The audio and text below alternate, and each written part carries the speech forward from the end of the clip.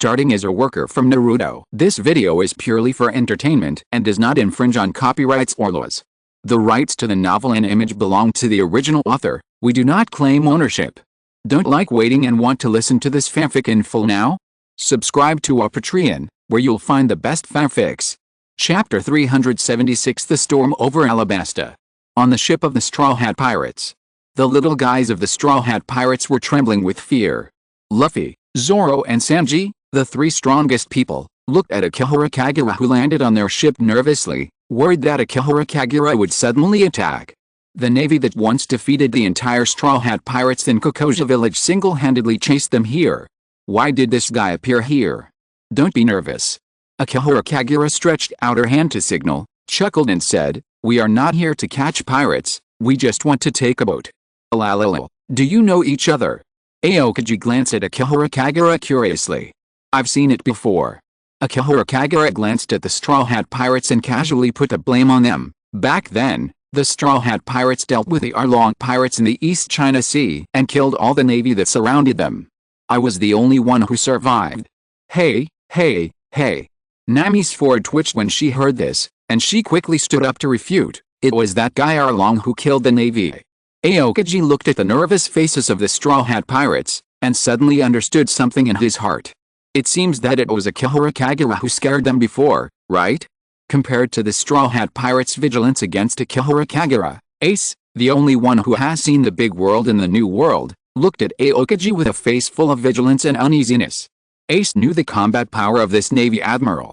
Once Aokiji really wanted to take action, it would be a disaster for his brother's Straw Hat Pirates. Aokiji, what are you doing here? A ball of fire appeared in Ace's hand, ready to attack Aokiji at any time. Luffy, you are ready to leave here at any time. This guy is a Navy admiral. Great admiral. The Straw Hat Pirates were trembling even more. They missed the battle between Aokiji and the tattooed man in Rogue Town, and never thought they would meet a Navy admiral here. The other party is indeed a Navy admiral. Princess Vivi of Alabasta looked at Aokiji with uneasiness on her face, but still bravely stood in front of Aokiji. Navy admirals, they are my friends.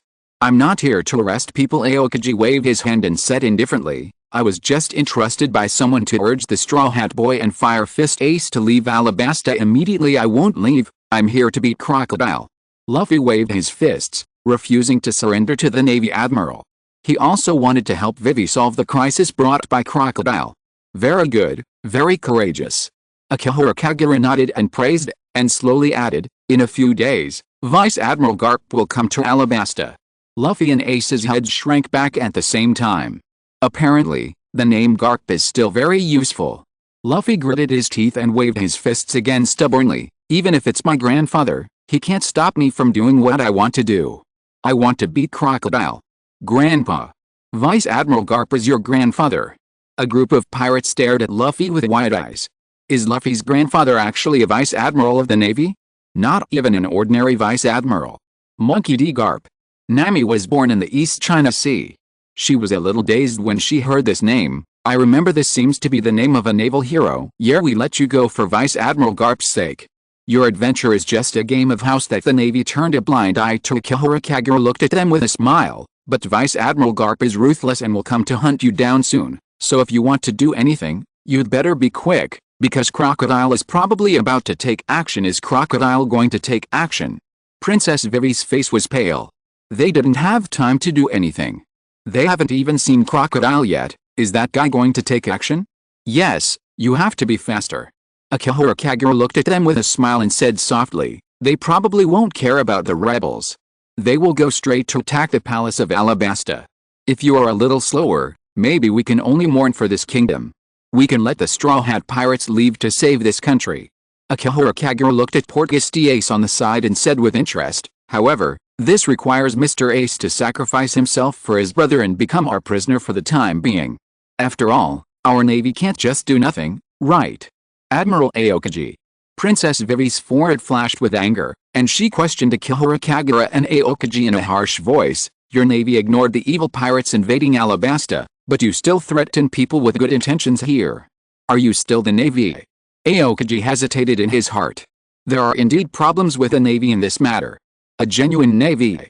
Akihara Kagura showed off her navy rank and took the initiative to say, Now I am honored to be a lieutenant in the Navy headquarters, and I may become an admiral in the future.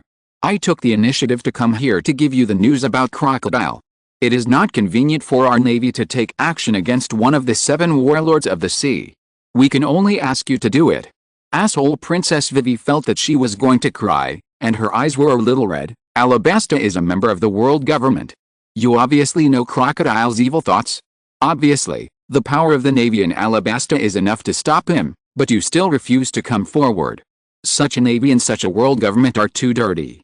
Why do you always like to make beautiful ladies cry?" Sanji, the chef of the Straw Hat Pirates, held a cigarette in the corner of his mouth. After spitting out a thick smoke ring, he suddenly kicked Akihara Kagura. Sanji's strength is different now. Sanji now clearly realized that he had become stronger during the time he entered the Grand Line, and he would definitely be able to keep up with the opponent's speed. However, Akihara Kagura did not make any move. Just when Sanji was about to kick Akihara Kagura with a leg whip, the sharp wind even blew Akihara Kagura's hair, but this whip kick could not move forward after all. Karin appeared behind Sanji. She drew her ninja sword in a split second, and the edge of the ninja sword fell on Sanji's neck, preventing his next move. "Don't move. You'd better not move." Zoro, the vice captain of the Straw Hat Pirates, also drew his sword in an instant, and a knife was placed across Karin's shoulder, as if he could cut her neck at any time. Bang! Karin's eyes flashed, and she let a knife cut her neck, and kicked Zoro carelessly, kicking him directly out. The next moment, the blood-red wound on Karin's neck healed quickly, and a puff of smoke came out. This strange healing speed of the wound made people feel a little scared. How could her wound heal so quickly? Chopper, a crew member of the Straw Hat Pirates, hid in the corner and trembled. He had studied medicine for several years and had never seen such a strange situation. Others also felt uneasy. Only Aokiji, who had seen Karin heal Kizaru, was not surprised by this. He had guessed that the other party must have a very strange self-healing ability. "You are injured, Karin." Akihara Kagura raised her eyebrows. Karin didn't care at all, and said softly, "Because of the existence of Yang power, there is no need to worry about injuries, so it is inevitable that you will not care about some minor troubles." "Admiral Aokiji, are you still going to stand here?" Akihara Kagura looked back at Aokiji, who had been standing by without taking any action, and said with a smile, "Help to keep Port Gistiace, and don't let our Navy get hurt again, should it be okay?" Aokiji was silent for a while, and took the initiative to stand up. A ball of cold air appeared in the hand of this tall man, and he raised his hand to cover Ace's body. The next moment, Ace's figure suddenly turned into a ball of fire. However, Aokiji was faster, and almost at the moment Ace entered the elementalization, he froze Ace's body directly. "Ace!" Luffy swung his fist and hit Aokiji. Bang! Aokiji's body turned directly into a ball of ice, and was smashed into pieces by Luffy's punch.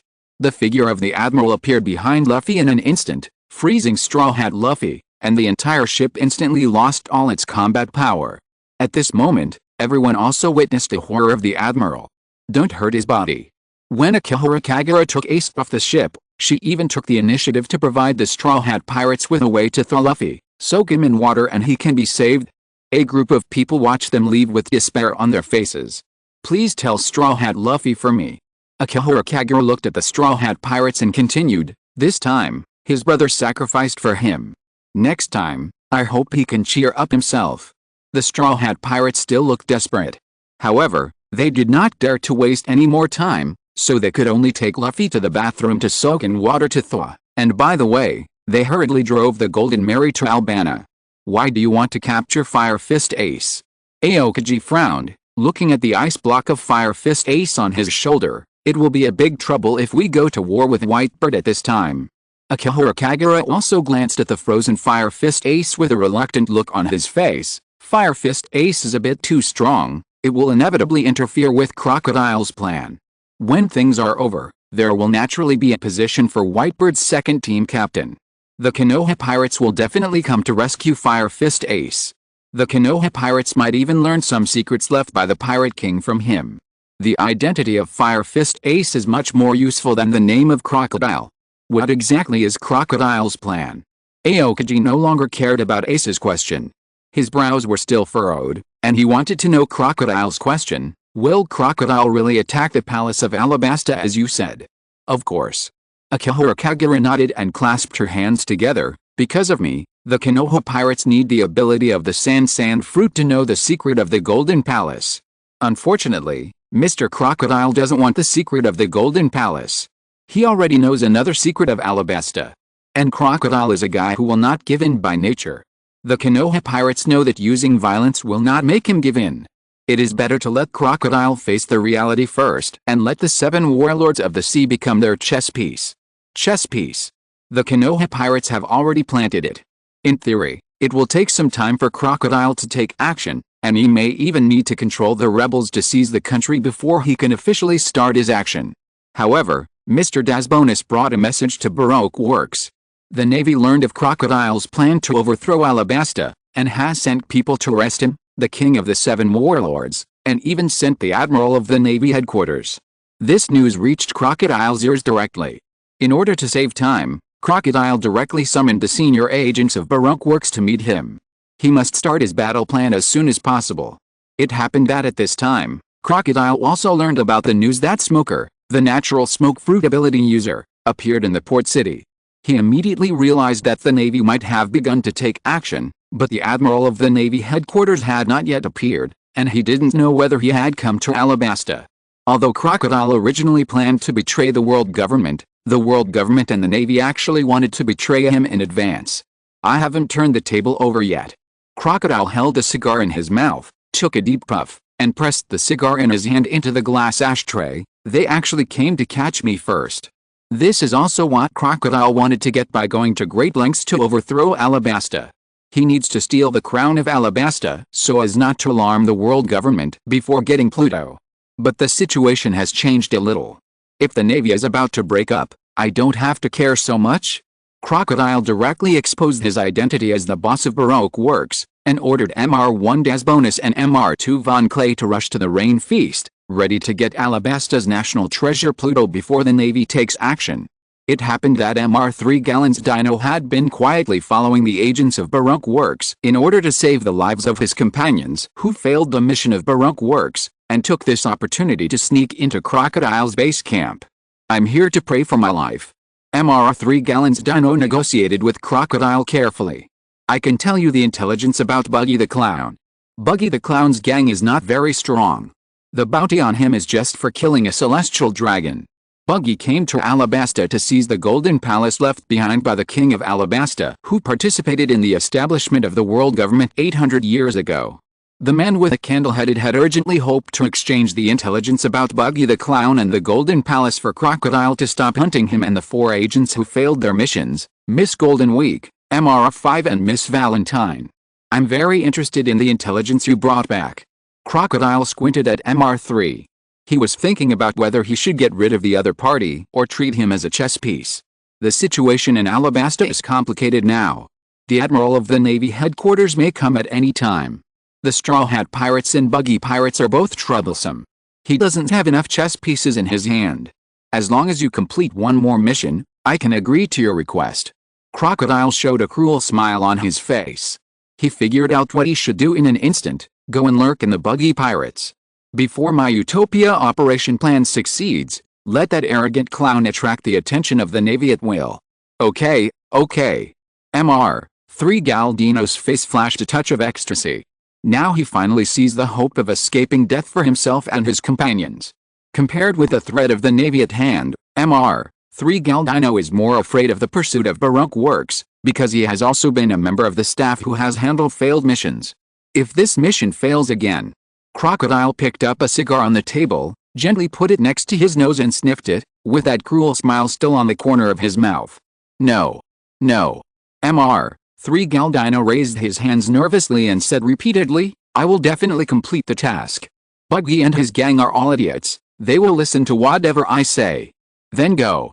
Crocodile nodded with satisfaction, waved at MR3, and skillfully painted a rosy picture for the employee. When our Utopia plan succeeds and is above the world government, you can still become a part of it, yes.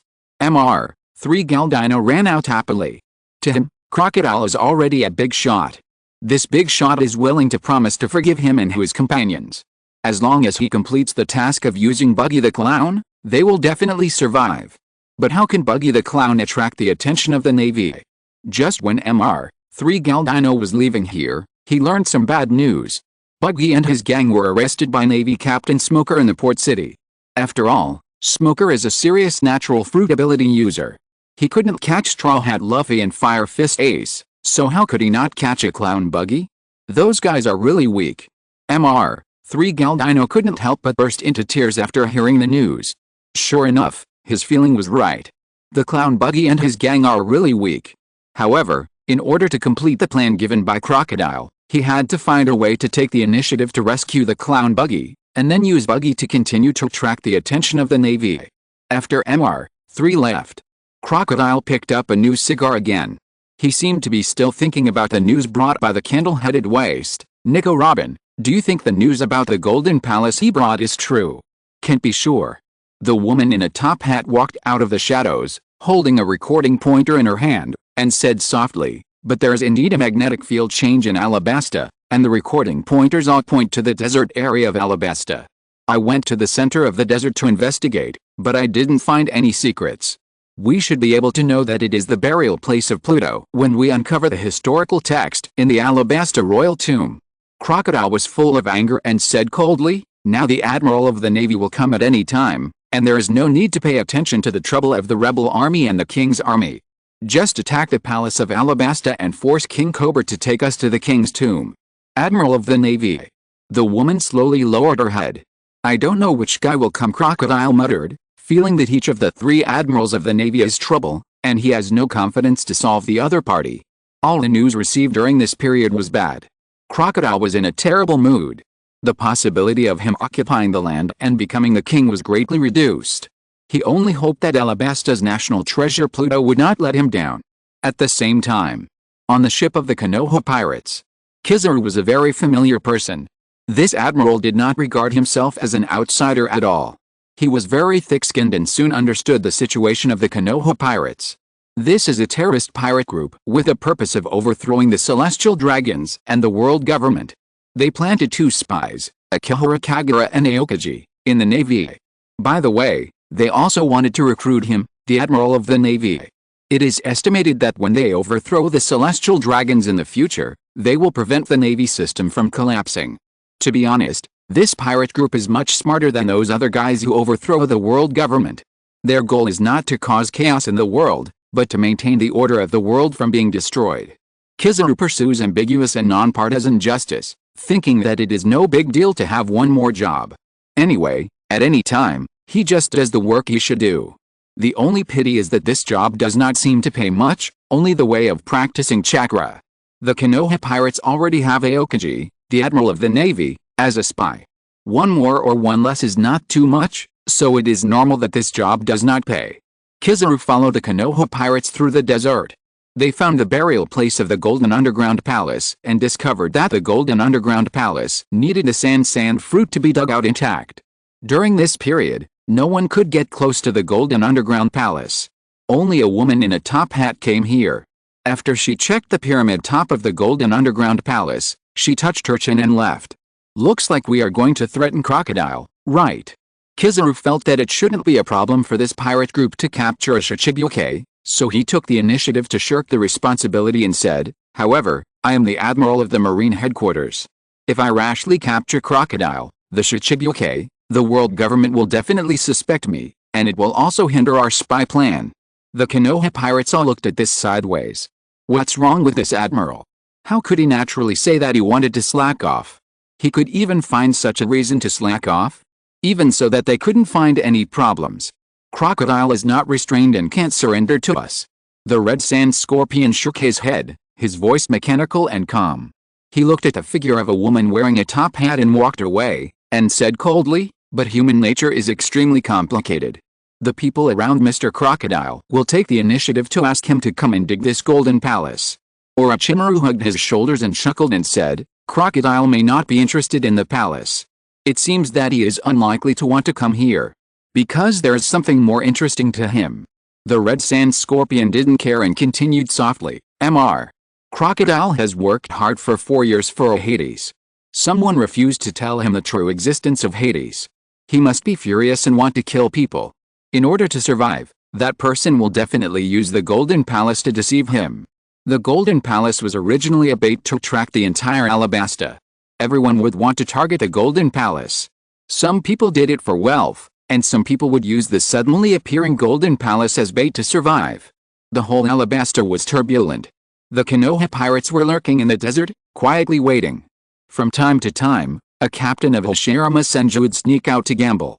Crocodile led his Baroque works to rush to Albana, the capital of Alabasta, and wanted to attack the palace directly with brute force, forcing King Cobra to take him to the depths of the king's tomb to explore the secrets of Hades.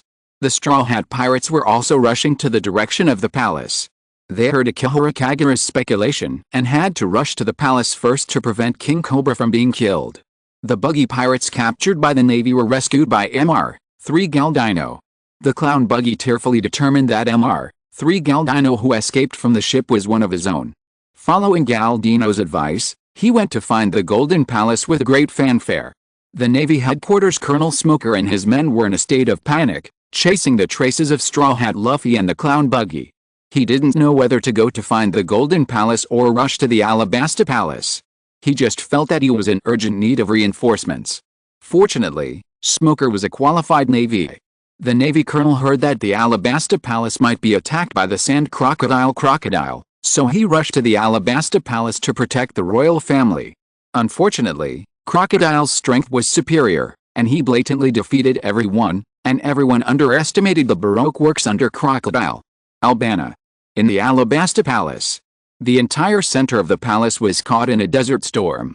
Crocodile stood in the middle of the palace, raised his hand to control the yellow sand and defeated the captain of the Straw Hat Pirates, Monkey D. Luffy, and the Navy Captain Smoker who joined forces to stop him. A bunch of boring idiots. Crocodile felt that the Straw Hat Pirates came to trouble him and the Navy Captain Smoker, which was simply a humiliation to him. I don't have time to play house games with you. There are also differences between natural fruit ability users. Crocodile was holding a cigar nonchalantly. This battle didn't seem to cause him any trouble. He brazenly showed the power of a Shichibuke in front of everyone and directly defeated his opponent. Of course. This means that a Shichibuke and the world government have torn their faces. This pirate dared to attack the king of a member country of the world government in public, and even the status and identity of this member country is quite important. The world government will never allow this to happen. But Crocodile no longer cares. Take me to the king's tomb. Crocodile looked at King Cobra of Alabasta and said in a cold voice, I heard that the secret of Pluto is buried in the king's tomb of Alabasta. I wanted to know this secret many years ago, so it hasn't rained in Alabasta for so many years, and sandstorms have been attacking the city. What a pity. Originally, I wanted these civilian idiots to support me to sit on your throne. But now the Navy has arrived, and even found out that I want to sit on the throne. I can only get the secret of Pluto first. Is it for Pluto? Cobra's face showed a hint of tension, but he relaxed his brows. It turns out that so many disasters in Alabasta are caused by you. As long as I take you to the king's tomb, you will not create natural disasters in Alabasta in the future, right? Of course. Crocodile snorted contemptuously, and said with disdain, I won't be short-sighted and stare here. His target is the king who is above the world government. I understand. King Cobra didn't know much about the secret treasure of his country, but he couldn't let Crocodile go on a killing spree. Then ask your people to stop and let everyone present go, and I will take them to the king's tomb. Okay. Crocodile was very satisfied with the deal. He glanced at Mr. Das Bonus in the distance and took the initiative to say, Mr. You can stop. Yes, President. Das Bonus retracted his black claws. The two people standing opposite Mr. Das Bonus were panting weakly. They were Navy General Dashiki and the deputy captain of the Straw Hat Pirates, Rorano Azoro. This battle was always a little strange. Navy Colonel Smoker and Captain Luffy of the Straw Hat Pirates faced off against Crocodile, and their deputies also joined forces to deal with Crocodile's deputy Das Bonus. But their experiences were the same. Everyone suffered a great defeat. Straw Hat Luffy and Smoker lost to Crocodile's sand fruit ability, but Das Bonus defeated Dashiki and Zoro with his hard power. This guy is so powerful. Zoro held two knives in his hands, biting another knife in the corner of his mouth, and some endless fighting spirit surged in his heart. The Grand Line is really full of monsters. You are a monster too. Dashiki lost even more miserably. If Zoro hadn't rescued her, she would have died under Desbonus's knife. She didn't expect the opponent's strength to be so terrifying. In this battle, Desbonus, the killer of Baroque works, showed unprecedented strength. Any part of his body can become extremely hard, and even any part can be transformed into a strange blade, so that small blades can be sprayed out of his breath. The most troublesome thing is that this guy has mastered a kind of black power. This power allows him to easily block any attack, making his own attack more powerful. This guy named Desbonus awakened the armed color domineering. I'm not a qualified swordsman. One Desbonus looked at the two people panting opposite him, and said calmly, but I am the best killer in the West Sea. Humph, your strength is getting stronger and stronger. Crocodile looked at the honest One Desbonus, and felt that he had finally found a qualified subordinate in these years. Let's go, call Nico Robin, the woman, and go to the King's Tomb of Alabasta to have a look. The King's Tomb of Alabasta. The kings of Alabasta are buried here. The king who once participated in the establishment of the world government also left a historical text still in the tomb, which recorded an amazing secret. Crocodile accidentally learned of this news and was eager to know the content of the historical text, so he recruited Nico Robin, the last archaeologist in the world. In the king's tomb, Nico Robin followed Crocodile, Cobra and others. After she saw the square stele of a historical text, she walked over involuntarily. Hurry up and take a look. Crocodile urged Nico Robin repeatedly, with a greedy look on his face. Nico Robin, it's time for you to show your usefulness. Help me read the historical text on the stone tablet, and tell me quickly where Pluto is hiding. Nico Robin did not speak. The archaeologist with the name of Devil's Son slowly stretched out her hand and carefully stroked the ancient text on it. She had already read the secrets hidden in the historical text, but she was still amazed at those who put the ancient text on it. But Nico Robin was a little disappointed, because she thought the historical text would record blank history. It is a pity that it records the secret of Pluto that Crocodile wants, but she does not want to share this secret with Crocodile. Nico Robin's original intention was to use Crocodile to see this historical text, and she never thought that a weapon like Pluto would appear in the hands of an evil person like Crocodile. Nico Robin had thought about what she should do next. Perhaps a showdown with Crocodile at this time was also an option. She had also seemed a little exhausted after so many years of escape. But the golden palace that appeared in the desert of Alabasta gave Nico Robin another choice. An archaeologist would never let go of any relics in the world. And now, Nico Robin was sure of one thing. The historical text recorded the secrets about Hades. There was no possibility of Hades in that golden palace. Perhaps it was recording the history she wanted to know. The historical records in that golden palace must have used ancient characters to record a blank 100 years of history. And the golden palace was surrounded by quicksand everywhere, and it also needed Crocodile's sand fruit ability to dig it out. She could use this to make up a lie. Crocodile. Nico Robin slowly loosened her palm that was stroking the historical text. Her eyes fell on Crocodile, and a wicked smile appeared at the corner of her mouth. We have found the right place. Alabasta is very careful in keeping Pluto. This historical text does record the clues of Pluto. However, it mentions one thing: it records the real location of Pluto, the golden palace in the desert of Alabasta. Nico Robin's smile became more and more intense. She seemed to have learned to deceive since birth. I have found the location of the golden palace through the historical text here. It also records the real way to reveal the golden palace. It mentions that only the sand fruit can dig out the golden palace buried in the desert from the quicksand. Nico Robin was a little happy. Although deceiving Crocodile, a dangerous pirate, would put his life in danger, he could see two historical texts today. Is that so? Crocodile frowned slightly. He was a little dissatisfied that he had to go through so much trouble. He finally found the clues of Pluto, which finally made him feel relieved. As long as he gets the whereabouts of Pluto in the Golden Palace and the legendary weapon of Pluto, everything will be fine. He no longer needs the arrest of the Admiral of the Navy or the bullshit position of the 7 Warlords of the Sea. He can be above the world government. Let's go to the Golden Palace.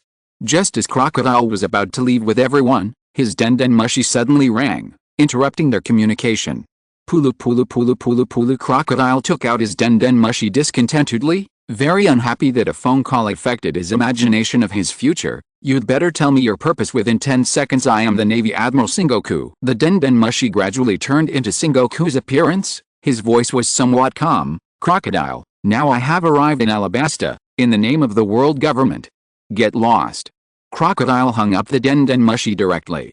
He could probably guess what nonsense the Admiral Sengoku was going to say, nothing more than wanting to deprive him of his position as the 7 warlords of the sea. The face of the 7 warlords of the sea suddenly became crazy, and his mood became extremely nervous. Hey, Nico Robin, take me to the Golden Palace immediately. Okay, Nico Robin smiled playfully. The port of Alabasta. The warship of the Navy Admiral Sengoku has just arrived. The Navy Admiral finally got here after hurrying. Sengoku immediately planned to start making battle plans. The first step was to recruit a local Shichibukai crocodile to help fight against the Konoha pirates. But this bastard hung up on him. Crocodile, this bastard, doesn't he want a position of Shichibukai anymore? Sengoku continued to fight again, but there was no response. The 2 admirals Aokiji and Kizaru were monitoring the actions of the Konoha pirates in the desert. Only Akihara Kagura, a lieutenant of the Navy headquarters, came to greet them.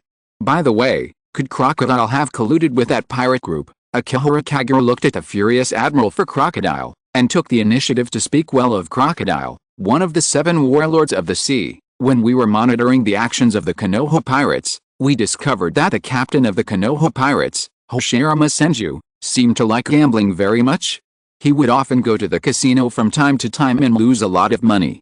Crocodile happens to own the largest casino in Alabasta. A line of angry veins appeared on Sengoku's forehead, but he insisted on retaining his harmony as a marshal in front of a lieutenant. Why didn't you report this to me? That, Akihara Kagura glanced at the admiral in surprise, and said softly, I reported to the 2 admirals. Crocodile also seems to be exploring the secrets of Alabasta. He attacked the royal palace of Alabasta this morning in an attempt to obtain the secrets of Alabasta. Colonel Smoker is resisting. I haven't received any reports of this kind of thing either. Sengoku was still suppressing his anger towards the 2 admirals, and looked back at Vice Admiral Churu. Churu, hasn't Garp arrived yet? Here. A loud voice appeared at the port. A dog-headed warship slowly stopped at the port. A sturdy old man jumped up and landed next to Sengoku and Churu. The moment the old man landed on the ground, he was still chewing his donuts in his mouth, and loudly ordered his subordinates, you stay on the ship. The next battle is not something that these subordinates can participate in now. Vice Admiral Monkey D. Garp of the Navy headquarters, Vice Admiral Churu of the Navy headquarters, and Admiral Buddha Sengoku, the 3 veteran admirals of the Navy finally gathered in Alabasta, and all the personnel involved in this drama were completely present. Coincidentally, it was at this time. Everything seemed to be destined. The fate of everyone is like a series of tangled lines, but at this moment they are all involved in a line. The Golden Palace left by Alabasta Queen Nefertari Lily, who founded the world government 800 years ago, has become the focus of everyone's attention. The pirates and navy of Alabasta are all rushing towards the Golden Palace. In the Palace of Alabasta, after Smoker and Luffy's bodies were moistened by water, their bodies recovered quickly. Hey, Uncle King, where is Crocodile?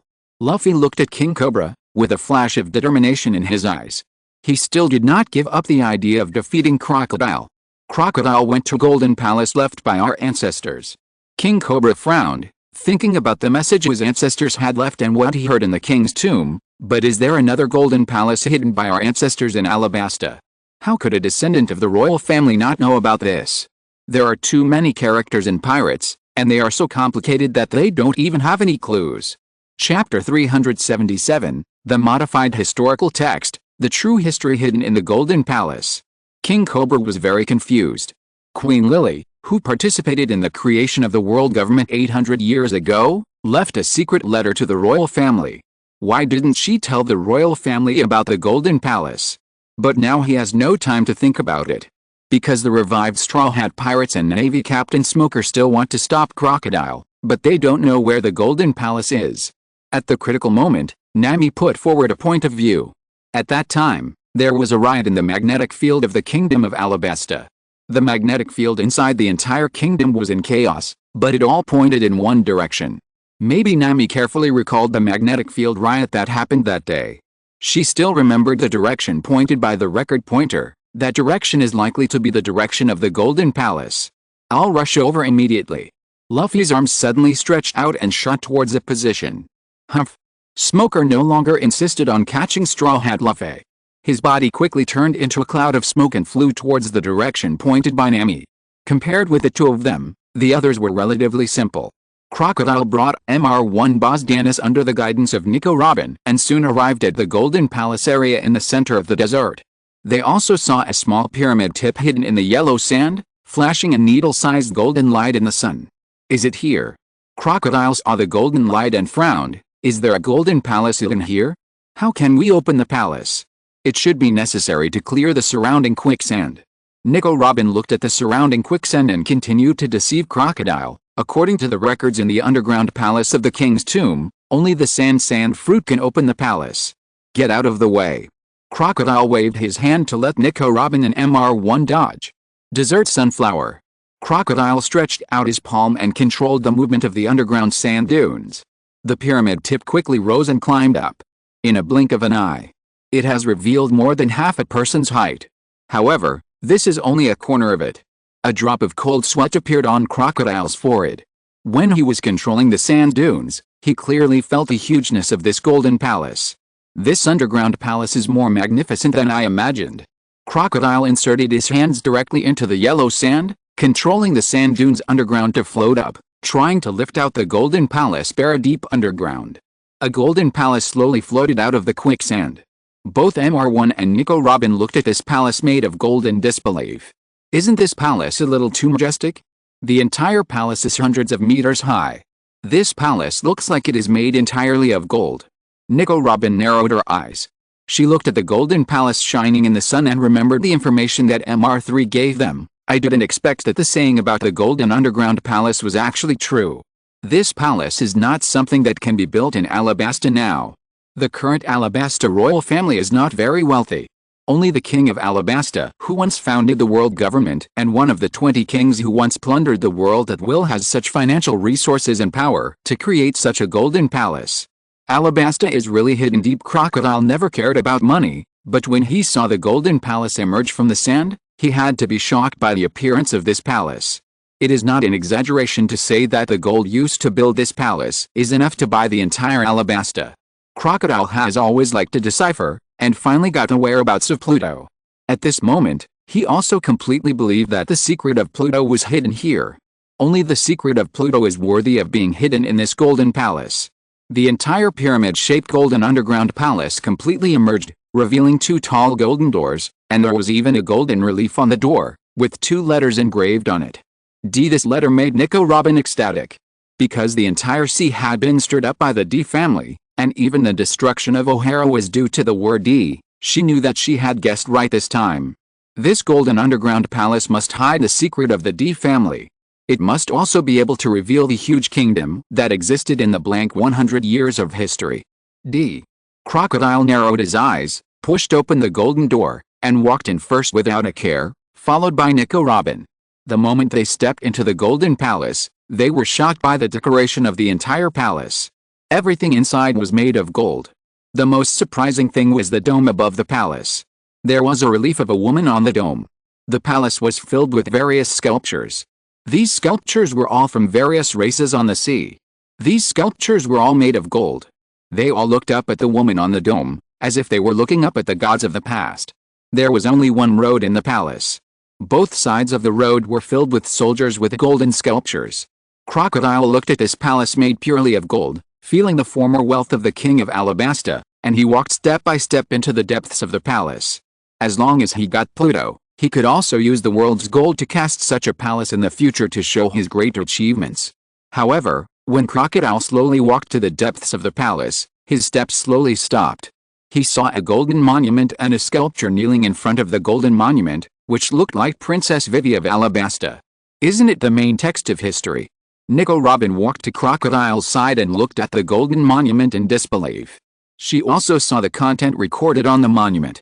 This is the origin of mankind. Nico Robin frowned, and her face became paler and paler as she looked at it, as if she had seen a history that could subvert her lifelong cognition. Sky people, land people, fish people. Nico Robin felt deeply shocked by history and whispered, 3 kinds of human beings are constantly cycling in extinction and survival, and they all have the same ancestors. Have humans ever been so fragile in front of nature? Crocodile frowned and stared at the golden monument. He wanted to get Pluto, But he couldn't help but be attracted by the content on the golden monument. Nothing more than other things. It actually records the origin of the devil fruit. It even records the truth of One Piece and a god who once created the world. The goddess of the rabbit has descended. The evil spirit that sealed the world created the Red Earth continent and even the Calm Belt, sealing all the disasters in the Grand Line. Did that god create this world? Crocodile squinted his eyes, feeling that he couldn't imagine how powerful it was. It was able to directly create the Red Earth continent and the Calm Belt, and then the magical Grand Line appeared. How powerful is that power? I feel something is wrong. Nico Robin frowned and raised a little doubt. Some history existed before the blank 100 years, and those histories seem to be inconsistent with the records here. Those histories did not mention the creation of the world by the goddess of the rabbit, but they soon saw the back. The back soon mentioned why the goddess of the rabbit disappeared. Humans built a prosperous city of Marijoa at the top of the Red Earth continent. Marijoa, the holy land where the goddess of the rabbit lives. Is that the goddess of the rabbit, the first generation owner of Marijoa? Crocodile held his cigar in his mouth and blew out a smoke ring, snorting contemptuously. No wonder the group of celestial dragons living in Marijoa dared to call themselves the descendants of God and the Creator. It turns out that the Holy Land Marijoa was really the residence of God, so they dared to call themselves gods. The emergence of the Holy Land Marijoa means that the worship of the goddess of the rabbit by humans has reached its peak. Unfortunately, the worship of the goddess of the rabbit by humans is only a flash in the pan.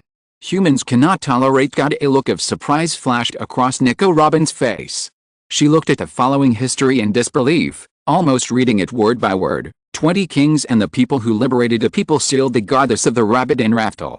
Crocodile's pupils suddenly widened. What a joke. Crocodile witnessed the execution of Pirate King Gold Roger. He heard Gold Roger claim before his death that he had placed the great treasure at Raftel, the end of the Grand Line.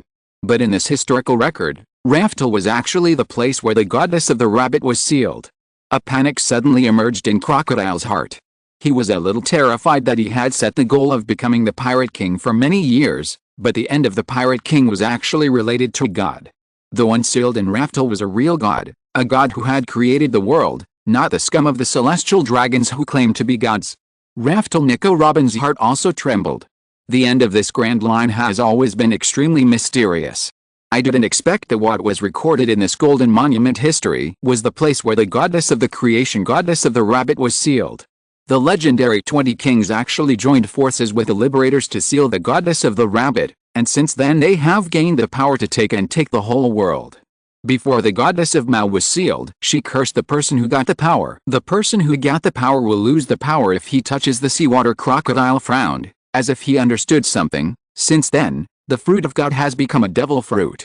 No wonder we devil fruit users lose our ability if we touch the seawater. There's something even more amazing. One of the people who participated in the sealing of the goddess of Mao used the power of the surgery fruit to get eternal life and called himself "I'm to occupy the throne of the void." Nico Robin almost trembled as she read out a line of words, as if she couldn't believe her eyes. One of the 20 kings actually lied to the Siraim. Crocodile's face was also a little gloomy. He was more interested in another thing. Can the surgery fruit actually get eternal life? This matter is undoubtedly of great interest to any ambitious person on the sea. Even the most powerful man, Whitebird, will become weak because his life has come to an end. Once he gets eternal life, he will have eternal time no matter what he wants to do. For an ambitious person like Crocodile who likes to act in the dark, if the surgery fruit can give him eternal life, he can have plenty of time to plan to rule the world. This is a power that makes people crazier than the great secret treasure. The one liberated by Joy Boy, because the power was consumed by sealing the goddess of the rabbit. The goddess of the rabbit could not be unsealed, and his will could not be injected into the devil fruit. Nico Robin paid more attention to the name of the liberated person. She frowned and thought about the name. This liberated freedom fighter is so powerful that he participated in the sealing of the goddess of the rabbit and could inject his will into the devil fruit. Who is the one who liberated the goddess of the rabbit and the world who got the devil fruit now?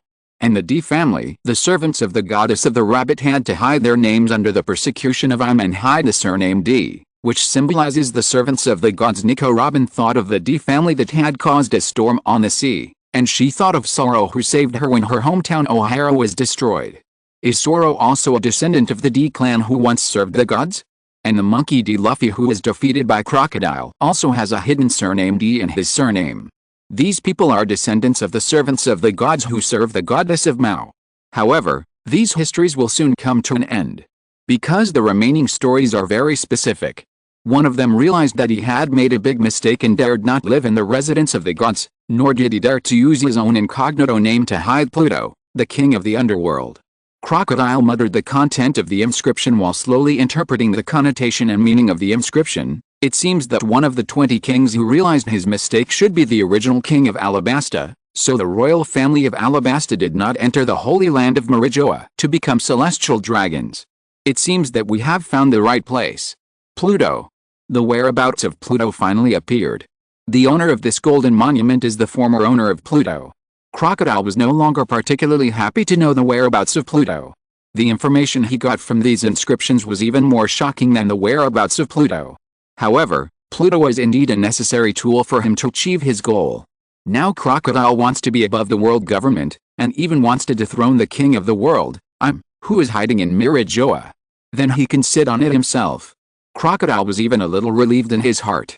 He saw the inscriptions here and knew the secrets hidden by the world government and the celestial dragons. They were just a group of guys who stole the position of the goddess of Mao. He thought it would be something good. Hide Pluto in the historical text. Wait, what's the situation with the inscriptions here? Why is the whereabouts of Pluto mentioned in the inscriptions hidden in the historical text? The historical text says that the clues to Pluto are in the Golden Underground Palace. The Golden Underground Palace says that the clues to Pluto are in the historical text. What? Putting dolls here and shirking responsibility? Why do the Golden Steel and the historical text have to shirk responsibility for 800 years? Want to make the clues of Pluto disappear without a trace in the mutual shirking of responsibility? What are you talking about? This is a dead object. There must be something wrong with it. Crocodile didn't know the content of the historical text. He only knew the words on the Golden Steel. He was keenly aware that Nico Robin, this woman, had deceived him. Nico Robin. Crocodile's face gradually became ugly, and his eyes slowly looked at Nico Robin. He felt that he had been deceived. Nico Robin. Crocodile stared at Nico Robin. This inscription mentioned that the clues of Hades were hidden in the historical text, but you told me that the secret of Hades mentioned in the historical text was hidden inside the Golden Palace. Nico Robin was silent. The female archaeologist was still silently looking at the records on the inscription. She even saw the origin of the historical text on the inscription, and in order to ensure the inheritance of the historical text and to prevent the historical text from being known by who also knew ancient characters, the historical text was even hidden in it. The history of the goddess of the rabbit. The historical text was not the real history. Nico Robin felt her brain was in a mess. Her brain was constantly thinking in a cycle, recalling what was going on. What does it mean if the history that the goddess of the rainbow and the great scholars who sacrificed their lives in O'Hara studied so hard is not on the main text of history? It is just a modified history. Nico Robin's heart ached. Those O'Hara scholars who sacrificed their lives for the truth of history, the hometown destroyed by the world government, are the history they studied false? No, it's not like that. The content of the main text of history is true, right? Could this inscription be false? There are too many flaws in this inscription. Many of the more ancient histories that were blank 100 years ago did not mention the existence of the creation theory. However, the owner of the golden inscription, the king of Alabasta, mentioned that in order to prevent from noticing her betrayal and to prevent the clues to Pluto hidden in the main text of history from being destroyed, he chose to conceal the existence of the goddess of the rabbit in the main text of history. It seemed that this statement was also true. Is this inscription false? Or is the main text of history a revised history? Nicole Robin ignored the furious crocodile. She was still thinking over and over again about the contradiction between the golden steel and the main text of history. I have seen the history of many countries, and there has never been any mention of the creation of the goddess of the rabbit. However, the ancient characters mentioned in the inscription are the characters brought by the goddess of the rabbit. Huh? Crocodile snorted coldly and said nonchalantly, the history of 800 years ago has been erased by the world government. Do we still have to investigate the truth of the history of 900 years ago? Who knows what the world government has done? Crocodile narrowed his eyes, full of distrust of the world government. It is natural that a terrifying creator god like the goddess of the rabbit is erased. Perhaps there was no so-called history in the past. Perhaps the blank history is not only 100 years. But what I want to ask you now is another thing. Crocodile took a deep breath, with a murderous look in his eyes. Does the historical text in the tomb of the King of Alabasta record the hiding place of Pluto? Nicole Robin, you are the only one in this world who can read the ancient text on the historical text in the king's tomb. Did you hide the clues of Pluto privately? Nicole Robin fell silent. The archaeologist seemed to be convinced by Crocodile's reason. She still ignored Crocodile. Her eyes continued to look at the golden inscription, but her brows were still furrowed. This inscription mentions that the Red Earth continent will collapse, the calm belt will disappear, and the world will return to its original state and be completely submerged by a tsunami.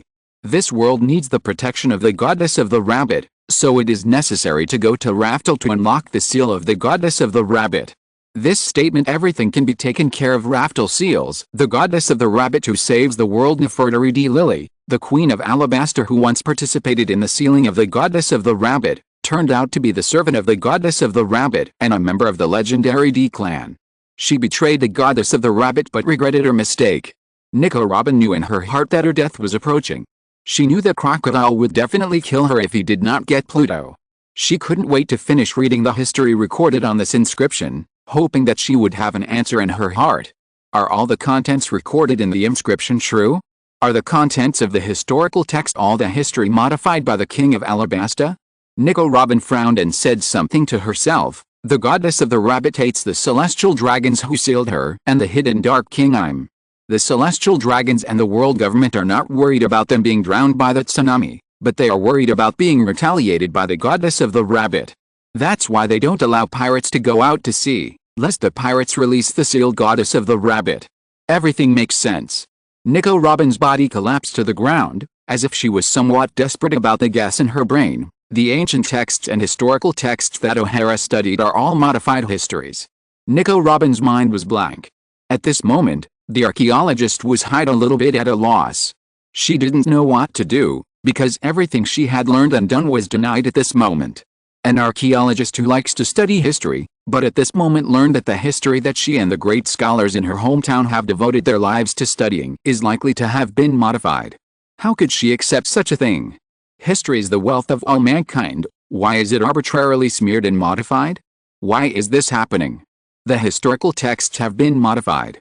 Many people have paid the painful price of their lives for the history modified by the King of Alabasta, whether it is her mother or the archaeological scholars she admires. Huh? Are you hurt by discovering that the historical texts you studied have been modified? Crocodile looked at Nicole Robin who was sitting dejectedly on the ground, and said contemptuously, "What a complete waste. The historical texts are made up by people, and it is normal for people to modify the content. Okay, pay attention to me a little. Now I just want to know one thing." Crocodile stretched out the golden hook in his hand, and was about to drag Nicole Robin's body up. What exactly is recorded in the historical text of the king's tomb? Where is the clue to the hiding place of Pluto? Everything recorded on this inscription is true. Nicole Robin had tears in her eyes and couldn't say anything. Her brain was full of confusion and pain. She didn't know how to convince them of the miserable life of these archaeologists. "I guess she's not in the mood to talk to you." A mechanical and childish voice appeared in Crocodile's ears. Along with the appearance of this voice, a red-haired boy slowly appeared at the door of the Golden Palace. A group of people followed behind the red-haired boy and walked towards him step by step. "If you want to know, I can tell you." The red-haired boy walked into the Golden Palace step by step and walked towards Crocodile and Nicole Robin. "If I guess correctly, the historical text in the King's Tomb of Alabasta should record that Pluto is sleeping in Wano country in the second half of the Grand Line, right?" Nicole Robin's brain seemed to be electrified. She looked in the direction of the person who came in disbelief, but her eyes only saw a group of people walking in the light. How could this person know the information in the historical text? Crocodile looked at Nicole Robin's reaction and probably knew that what the other party said might be true. He slowly turned his head to look at the person who came and narrowed his eyes. "Who are you guys? Who are these guys who suddenly appeared? Why do they know the hiding place of Pluto and even appear here?" Crocodile's heart instantly became alert. He knew that the other party must not be a good person. Normal people would not disclose such secrets casually. That is the legendary weapon Pluto. Would the other party have taken away the sleeping Pluto long ago? It's a pity that Wano country is the territory of the four emperors Kato. The red-haired boy spread his palms and did not answer Crocodile's words. Instead, he continued to his own mind, "Crocodile, you are unlikely to be Kato's opponent, so I can give you a new piece of news as a friendship. The Seven Water City closest to Alabasta still hides the design drawings of Pluto. You can build another Pluto. Crocodile's eyes were even more shocked. These guys actually know the whereabouts of Pluto's design drawings. Of course. The red-haired boy's voice was mechanical and calm, but he said something that made Crocodile's face change drastically. Before that, you must first escape from the two admirals of the Navy headquarters who landed on Alabasta, as well as the hands of the Navy Marshal Sengoku and the Navy Vice Admiral Garp. Crocodile's face became completely gloomy. Two admirals, a Navy Marshal, and a Navy hero. Even if Crocodile was overconfident in his own strength and had already prepared to escape, he did not think that he could escape safely under the pursuit of these guys. We know that you may not be able to escape. The red-haired boy looked at Crocodile with an ugly face, and continued calmly, in order to thank you for helping us open Queen Lily's underground palace, we can take you away when we leave Alabasta. By the way, it seems that you haven't introduced yourself yet. We are the Konoha Pirates. The news of the existence of this golden underground palace was released by us. The purpose is to lure you, the user of the sand fruit, to help open the golden underground palace. Crocodile's eyes became gloomy. Because Crocodile did see the record on the inscription, only he, the sand fruit ability user, could open this golden underground palace. But the feeling of being used as a pawn inevitably made this sand crocodile, who liked to use others as pawns, angry. Crocodile's figure suddenly turned into yellow sand and disappeared on the spot, and flew towards the people present. I am very upset with the tone of your guys' words. I'm sorry. The red-haired boy raised his palm, and a gun barrel stretched out from his hand. A high-pressure water flow flew out of the gun barrel in an instant. The high-pressure water flow expanded instantly and directly washed Crocodile's figure away. As a sand fruit ability user, Crocodile least wants to encounter water. Once he encounters water, he will be restrained. However, he was directly sprayed and soaked at this time. The body with the ability of the sand fruit could not resist physical attacks. Obviously, this pirate group that appeared was well prepared. As Crocodile's body was soaked, a figure behind the red-haired boy instantly appeared beside Crocodile, and knocked the sand crocodile to the ground with 3 punches and 2 kicks. Asshole Crocodile spits out blood while lying on the ground. Over the years, Crocodile has never suffered such a big loss. He didn't expect that he would be solved so quickly by a pirate group that appeared out of nowhere. Even in such an outrageous and simple way. He is Crocodile, but he was knocked down by a splash of water and 3 punches and 2 kicks? One Daz Bonus, who had been standing next to him, hesitated and stood there, not knowing whether he should attack the Konoha pirates. He knew the horror of this pirate group. Crocodile, I'm sorry for our rudeness. The red-haired boy glanced at Crocodile, who was knocked to the ground, and said in a mechanical and childish voice, if you feel uncomfortable, please be patient for a while. The history of Alabasta is fake. Raftel's great treasure is real. World Economic News Correspondent, 5 Elder Stars are smart. Today's update is 18,000. If you're listening to this novel on a channel other than Fanfic World, it means they downloaded and uploaded it without effort. We cordially invite you to visit our channel, Mundo Fanfic Novelis. There you'll find the original version of this story, and you can explore many other novels of various genres. We're waiting for you to immerse yourself in a world of incredible novels. Chapter 378, Buggy, a crew member of One Piece, the clown, personally confirmed that the contents of this historical record are all true. Asshole Crocodile was so angry that he vomited blood. The king's 7 warlords stood up, waving the golden poison hook in his hand and trying to resist, but was kicked to the ground by his opponent Uchiha Madara. Be a little more obedient. Uchiha Madara stepped on Crocodile's body, lowered his head and looked down at the face with a scar, and a smile appeared at the corner of his mouth. Your strength is more than this, but you are not good at fighting anymore. Uchiha Madara is a warlike man. This man who has experienced countless battles saw through the problems of Crocodile at a glance.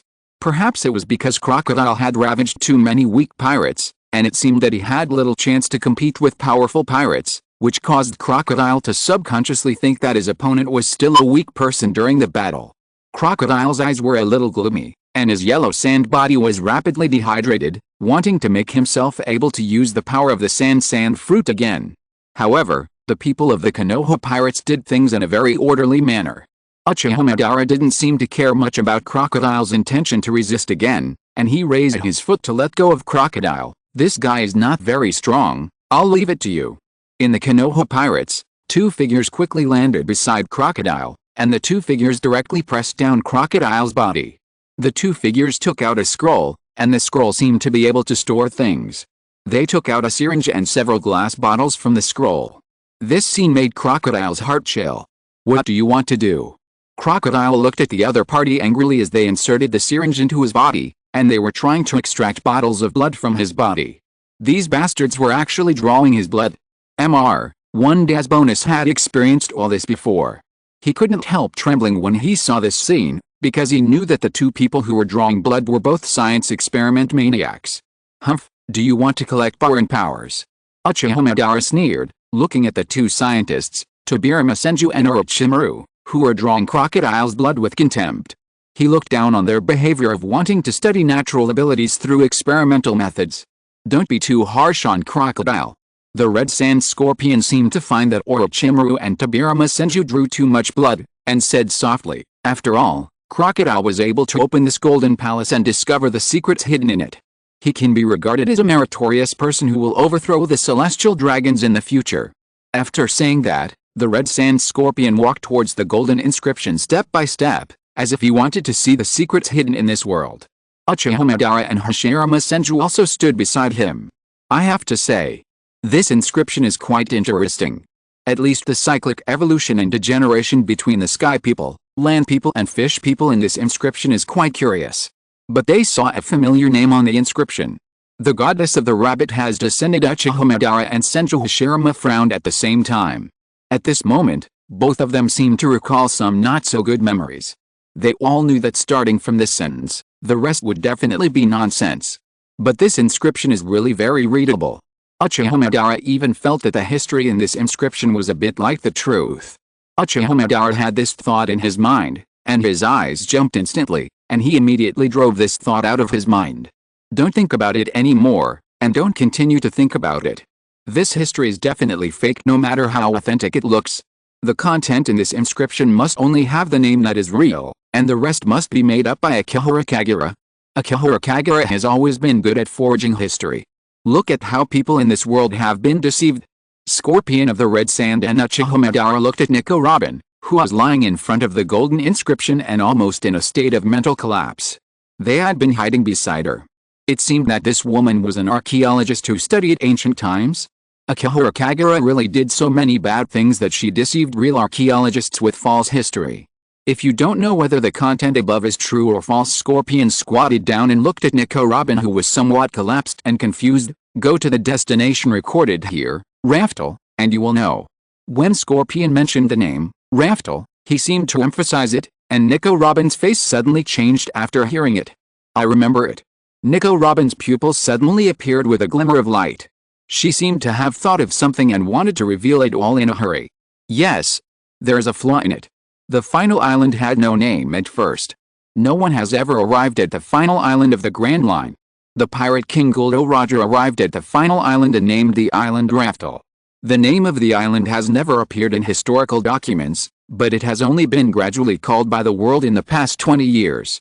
But Nico Robin was still a little hesitant because the name of the island was probably erased by the world government in the past 800 years, and it was not certain that Guldo Roger had made the name of the island reappear.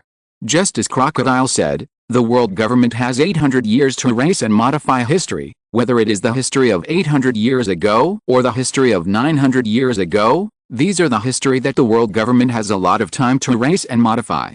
As an archaeologist, Nico Robin must find solid evidence, rather than relying on her own guesses.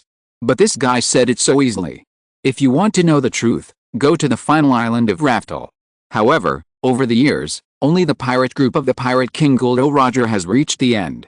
Just when Nico Robin sighed in her heart that she might not be able to reach Raftel in her lifetime, a rampant and sharp voice appeared in this golden palace. The world-recognized pirate who had arrived at Raftel appeared. Golden Palace. Ha ha ha, we found it. Everything in this golden palace still belongs to Uncle Buggy. Buggy the Clown brought his group of subordinates, and with the support and help of Mr. Gal Dino, they found this golden palace floating in the desert. Yes, Buggy the Clown has arrived. This golden palace is very conspicuous after it floats out of the desert. Buggy the Clown is also not vague. This pirate who looks a little funny has an unparalleled persistence and determination on the road to finding treasure.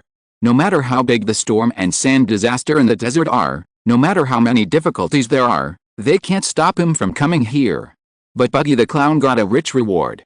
The pirate group that rescued him from the Navy did not deceive him. There is actually a golden palace left by the king of Alabasta 800 years ago in this desert. Buggy the Clown. Crocodile's eyes suddenly revealed a sharp look. Although he didn't know why Buggy the Clown appeared here, he was very sure that the appearance of Buggy the Clown would change the situation. This pirate with 730 million Baileys is said to be a waste.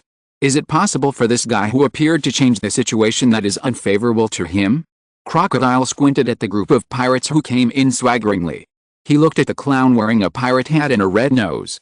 But Crocodile was finally disappointed. Finally found it. Someone actually dared to find this place before Uncle Buggy. When Buggy the Clown came in with his men, he saw that there were people in this golden palace.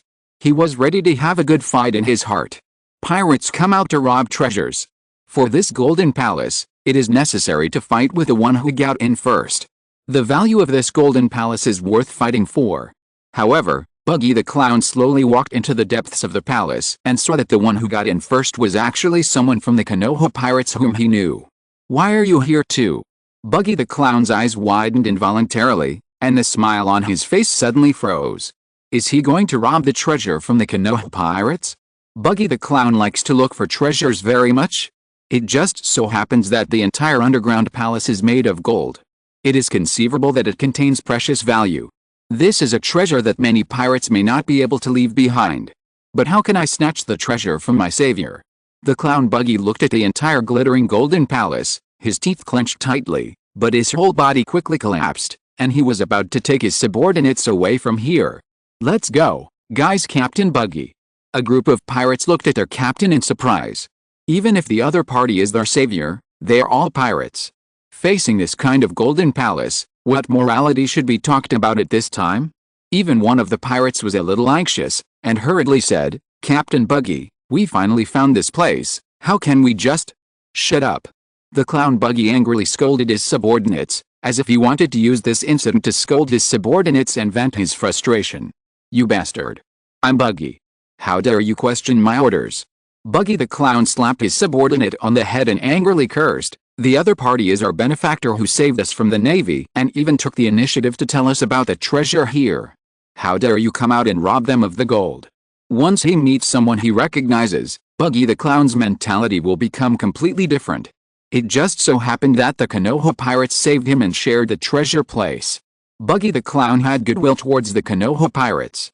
Even if he was unhappy that the gold was taken away by the Konoha pirates, he would immediately subconsciously accept the occurrence of this kind of thing. Just look for other treasures in the Golden Palace. Sooner or later, he will dig out all the treasures buried in the entire sea, and it will definitely surpass the Golden Palace in front of him. "I'm sorry." The pirate hurriedly bowed his head and apologized to his captain. "Forget it." Buggy the Clown also hunched over. He didn't want to accept the reality, but he had to accept it. They have already found this place first, so congratulations to them for finding the gold of the King of Alabasta. The gold here will be left to our savior, and we will go find other treasures on the sea. Captain Buggy. A group of pirates looked at their captain and cried with emotion. Even Mr. 3 Gallons Dino was changed by Buggy the Clown's behavior. He saw Buggy the Clown's obsession with treasure along the way, but he didn't expect that the other party would be so loyal. Captain Buggy. Scorpion of the Red Sand took the initiative to call out to the other party, and explained calmly, "What we want is this golden tablet. We have too few people, and we can't take away the other gold. You can take the other gold in this golden palace." "Really?" The figure of the clown Buggy rushed over quickly, his tongue stretched out, saliva dripping from the corners of his mouth, and even tears of emotion appeared in his eyes. "Are you really going to share the gold here with us? It's worth a lot of money." "Of course." Scorpion of the Red Sand did not laugh at Buggy's image at all, but his voice was still mechanical and calm, and he praised softly, "The hero who killed the celestial dragons deserves to own the entire Golden Palace." "Ha ha ha, actually I didn't do anything big."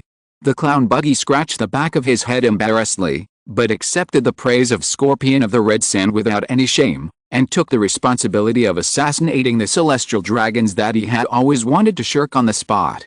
"You're just in time."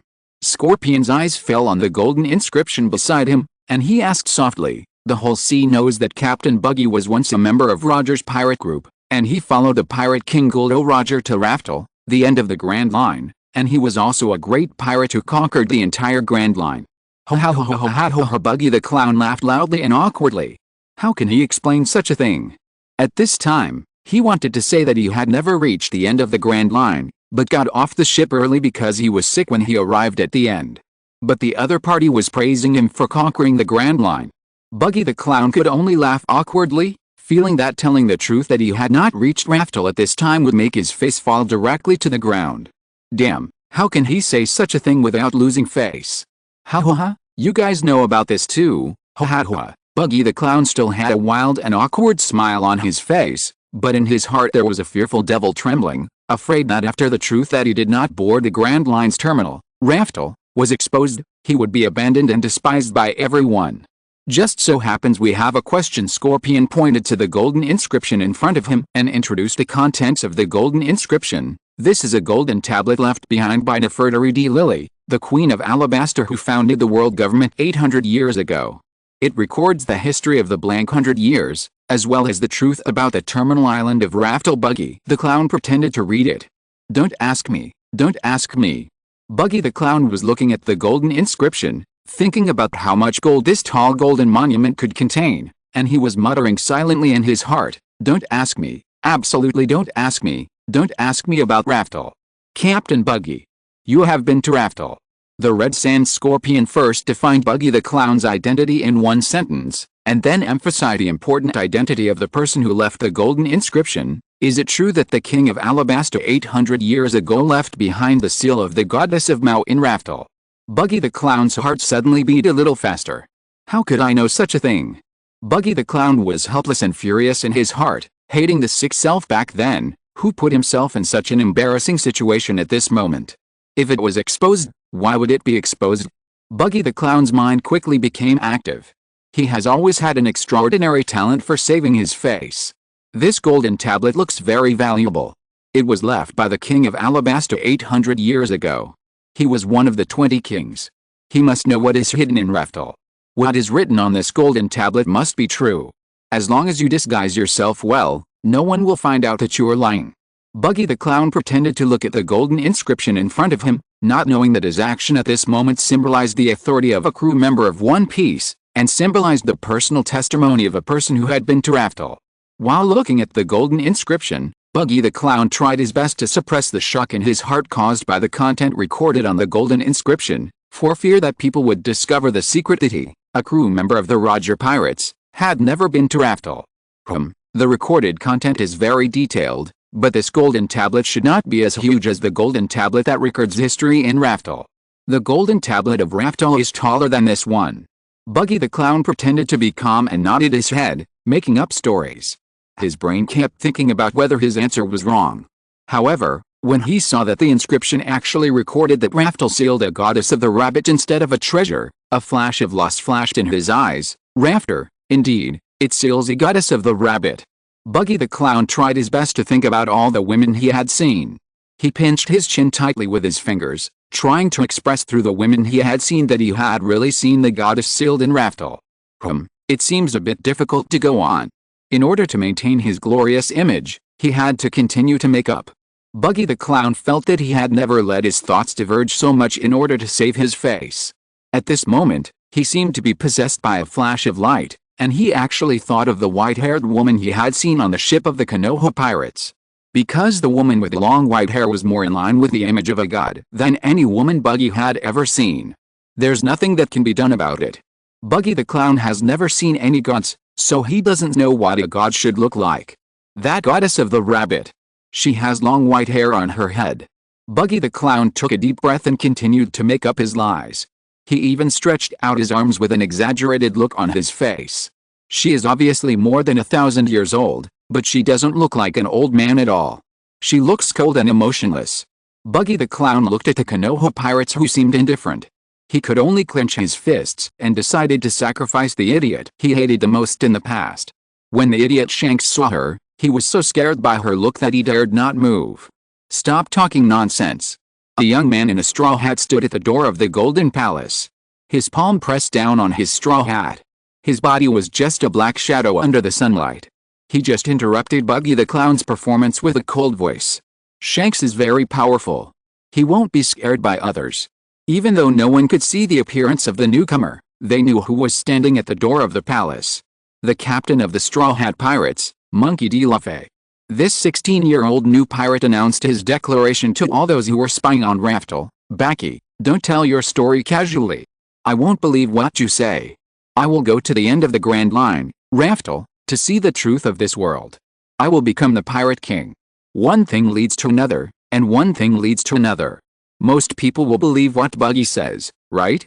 Chapter 379, All irrelevant personnel please leave. You are not allowed to participate in what is happening next. You, second lieutenant, should leave too. That guy Nico Robin, who had been sitting on the ground, had already fallen into despair.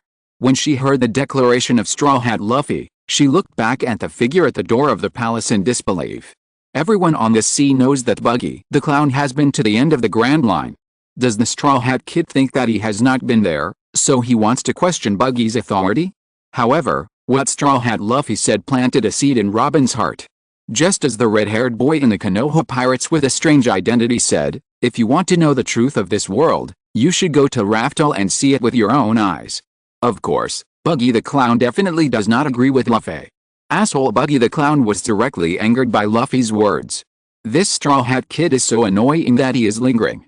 Buggy the Clown has always paid attention to his majestic image and hates being humiliated by others, especially Buggy the Clown feels like his lies have been exposed. This person's face was filled with shame and anger. "You kid, don't talk so much here. You are just an idiot who doesn't understand pirates, just like Shanks, that bastard." Buggy the Clown was also a little panicked because he was really talking nonsense just now. Buggy the Clown had a magical idea in his mind. He must collect enough treasures and gold to go to Raftel first in the future. As long as he uses gold to build a golden monument that is taller than the inscription in front of him, then what he just said is not false, and everyone will believe that he has been to Raftel, and there is no need to worry about others finding out that he is lying. But he still killed the Straw Hat Boy in front of him. "I'll kill you first." Buggy the Clown remembered that he was defeated by the Straw Hat Boy in the East China Sea, pulled out the knife at his waist, and rushed towards the palace gate. A ball of white mist suddenly emerged from behind Luffy. The white mist floated in an instant and wrapped up Buggy the Clown's body. This is... Buggy the Clown immediately thought of his experience in Rogue Town. He looked at the white mist floating in from outside the Golden Palace and trembled with fear. "Oh no, it's the Navy who used the smoke." "Humph, Buggy the Clown, I caught you for the third time." The figure of Marine Captain Smoker slowly emerged from behind Luffy, and with a wave of his hand, he captured Buggy the Clown with the power of the nature fruit. Smoker and Straw Hat Luffy had originally joined forces to fight Crocodile, and they chased Crocodile together to reach this golden underground palace. In Rogue Town, Smoker captured Buggy once, but was rescued by Orochimaru. In the port city of Alabasta, Smoker captured Buggy for the second time and was rescued by Mr. Galdino. This golden underground palace was the third time he captured Buggy. Release Captain Buggy. Hurry up and rescue Captain Buggy. Kill that Navy and Straw Hat Boy. The people of Buggy Pirates rushed directly in the direction of Smoker and Straw Hat Luffy. Smoker didn't tolerate this group of pirates. A large amount of smoke came out of his body again, covering the road of the Golden Palace, and tied the pirates in place with white mist. The Buggy Pirates are just a small trouble. The real big trouble is the group of guys in the Golden Palace. Smoker's body stood beside Straw Hat Luffy. He looked at the scene in the Golden Palace. He also saw the target he was pursuing, Crocodile.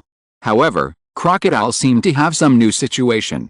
Crocodile, who as the arrogant King Shichibuke Crocodile in the Alabasta Palace, was actually mixed with this group of pirates. I don't know what happened in the middle. Crocodile looked injured and squatted in the corner of the underground palace. Only Mr. Bonus accompanied him. All of them are dangerous people. Smoker's heart trembled. He didn't know the others, but he recognized at a glance that the man standing next to Crocodile was Orochimaru, who defeated him with poisonous mist in Rogue Town last time. That guy is here too. Smoker reached out and grabbed the weapon behind him, the 10-handed, and his eyes suddenly became fierce, as if he wanted to seek revenge on Orochimaru. But the people of the Konoha pirates would not let him do this. When Smoker's figure turned into smoke and rushed towards Orochimaru, Luffy's figure also jumped up. His target was Crocodile. Bang! The two people from the Konoha pirates rushed up at the same time. Smoker and Straw Hat Luffy's bodies were stopped by Uchiha Madara and Senju Hashirama at the same time. The Navy Colonel and the Straw Hat Boy flew backwards and fell out at the same time, and even fell out of the underground palace directly. Uchiha Madara and Senju Hashirama chased out at the same time. Flame on Tsuna. However, a flame suddenly appeared at the door of the underground palace, stopping the pursuit, and also sealed all the pirates inside in the underground palace. A figure appeared and saved Straw Hat Luffy. Ace, you escaped. A touch of joy flashed across Luffy's face. Because in the Canal of Alabasta, Ace was suddenly captured by Admiral Aokiji, and Luffy was still secretly searching for information about Aokiji to save Ace. Yet, Ace stood in front of his brother wearing a hat, and said with a smile, "Aokiji's eyes can't trap me." In fact, Ace was in a very dangerous situation at that time. Because Aokiji suddenly attacked with all his strength in the inner river of Alabasta, Ace could not ignore his brother's safety in the narrow area and wanted to use his natural ability to resist, but was captured by the Admiral in one fell swoop. Fortunately, the Navy did not keep a close watch on him. Aokiji couldn't watch him the whole time, so he handed him over to the lieutenant and the red-haired female Navy to take care of him. Ace used fire to thaw the ice on his body and left. It was definitely impossible for a lieutenant and a sergeant major to stop him. When Ace left, he also heard the conversation between the lieutenant and the female Navy. They had been talking about Crocodile and Straw Hat Luffy, and how the admirals had gathered to catch all the pirates in the Golden Palace. Ace asked around in the Alabasta Palace, and under Nami's guidance, he hurried to the Golden Palace to rescue his brother Luffy. Now it seems that he may have come a little early. The rumored admirals have not yet gathered, but there are a little too many pirates gathered in the Golden Palace. Didn't I tell you to leave Alabasta? Ace looked at Luffy, urging his brother to leave quickly. Grandpa will be here soon, and he will never let you go. You talk as if Grandpa will let Ace go. Luffy dug his nose in dissatisfaction when he heard this. Just as the two brothers were chatting here, the firewall arranged next to the Golden Palace suddenly split in the middle, and Uchiha Madara's figure rushed out first. Fire Fist Ace went straight to meet it. Mirror Flame. A ball of fire suddenly appeared in the hand of Fire Fist Ace, and the moment it landed, it turned into a huge wall of fire, and once again burned towards Uchiha Madara. Fire Style, Great Fire Extinguishment. Uchiha Madara opened his mouth and spit out more ball of flames, and the rolling flames turned into waves of fire and swept away. The two waves of fire in the desert quickly intertwined together, and turned into a sea of fire that continued to expand and explode in the yellow sand, and the explosion sparks flew everywhere. Luffy, you go first. Fire Fist Ace looked very serious, and ordered his younger brother in a deep voice, "This is not a battle you can participate in. Leave here immediately." So strong Luffy looked at the two people who were fighting with fire in disbelief. Fire Fist Ace is right. Smoker glanced at Straw Hat Luffy, and he wanted to let a pirate go. His lower body turned into a cloud of smoke and flew into the sky. You are not qualified to participate in this level of battle now, Straw Hat Boy. Luffy frowned and said nothing. Now Luffy also knew that this battle was not something he could participate in. He couldn't even find the shortcomings of the natural fruit. He finally guessed what the weakness of Crocodile's sand fruit would be. He planned to take this opportunity to defeat Crocodile. Smoker didn't have time to say anything more. He directly drove a cloud of smoke into the battlefield, bypassing the expanding and exploding sea of fire, and rushed to Uchiha Madara on the other side. However, a familiar old opponent met Smoker. The members of the Konoha pirates in the Golden Palace also came out one after another. Orochimaru waved a Kusanagi sword to meet Smoker with a 10-handed sword. "I won't lose to you this time." The smoke under Smoker condensed instantly, holding his solid 10 hands tightly to block Orochimaru's Kusanagi sword. He knew very well why he lost last time, but his smoke fruit was just restrained by the ability of the person in front of him. But he is a colonel of the Marine headquarters. His ability is not just with smoke fruit. It's a pity that I didn't get your blood last time. Orochimaru licked his lips with his tongue, and looked at Smoker's body greedily. This time is also a good opportunity. The voice fell. The two people's bodies retreated at the same time, but at the moment of retreating, they stepped on the sand to gain force and rushed towards their opponents again. In an instant, The two people who had fought each other once again fought together. The Kusanagi sword in Orochimaru's hand seemed particularly cunning and vicious, and would pierce Smoker's body from time to time, leaving blood marks on Smoker's body. Anyone can see that the Konoha pirates were in an advantageous position right from the start of the battle. Both Uchiha Madara and Orochimaru were suppressing their opponents in the battle. Straw Hat Luffy's forehead was sweating. This new pirate finally saw with his own eyes how terrifying the battle between the real strong in the sea was. Even Ace, who he always believed was stronger than him, was no match for the enemy. Straw Hat Luffy. A woman's voice appeared beside Luffy. Nico Robin adjusted her hat, and when a group of people came out, she slipped out in the crowd and reminded softly, "What you should do now is to leave here immediately. If you are worried that Crocodile will hurt Alabasta again, just put your heart at ease. Crocodile can't cause any big waves." There were indeed many pirates present. However, Nico Robin was still more willing to believe Luffy. Because the red-haired boy Scorpion and the Konoha pirates obviously don't look like good people. Their goal seems to be to obtain the historical secrets of 800 years ago to overthrow the world government. They are a group of conspirators. In comparison, Straw Hat Luffy is just a simple little pirate. Nico Robin glanced at everyone present and continued in a low voice, "Maybe it's not too late to leave now. The world government may send people to destroy Alabasta. Crocodile, who opened the Golden Palace for his own ambition, must be dead." "What do you mean?" Luffy looked at Nico Robin in surprise. The blank 100 years of history is an absolute secret.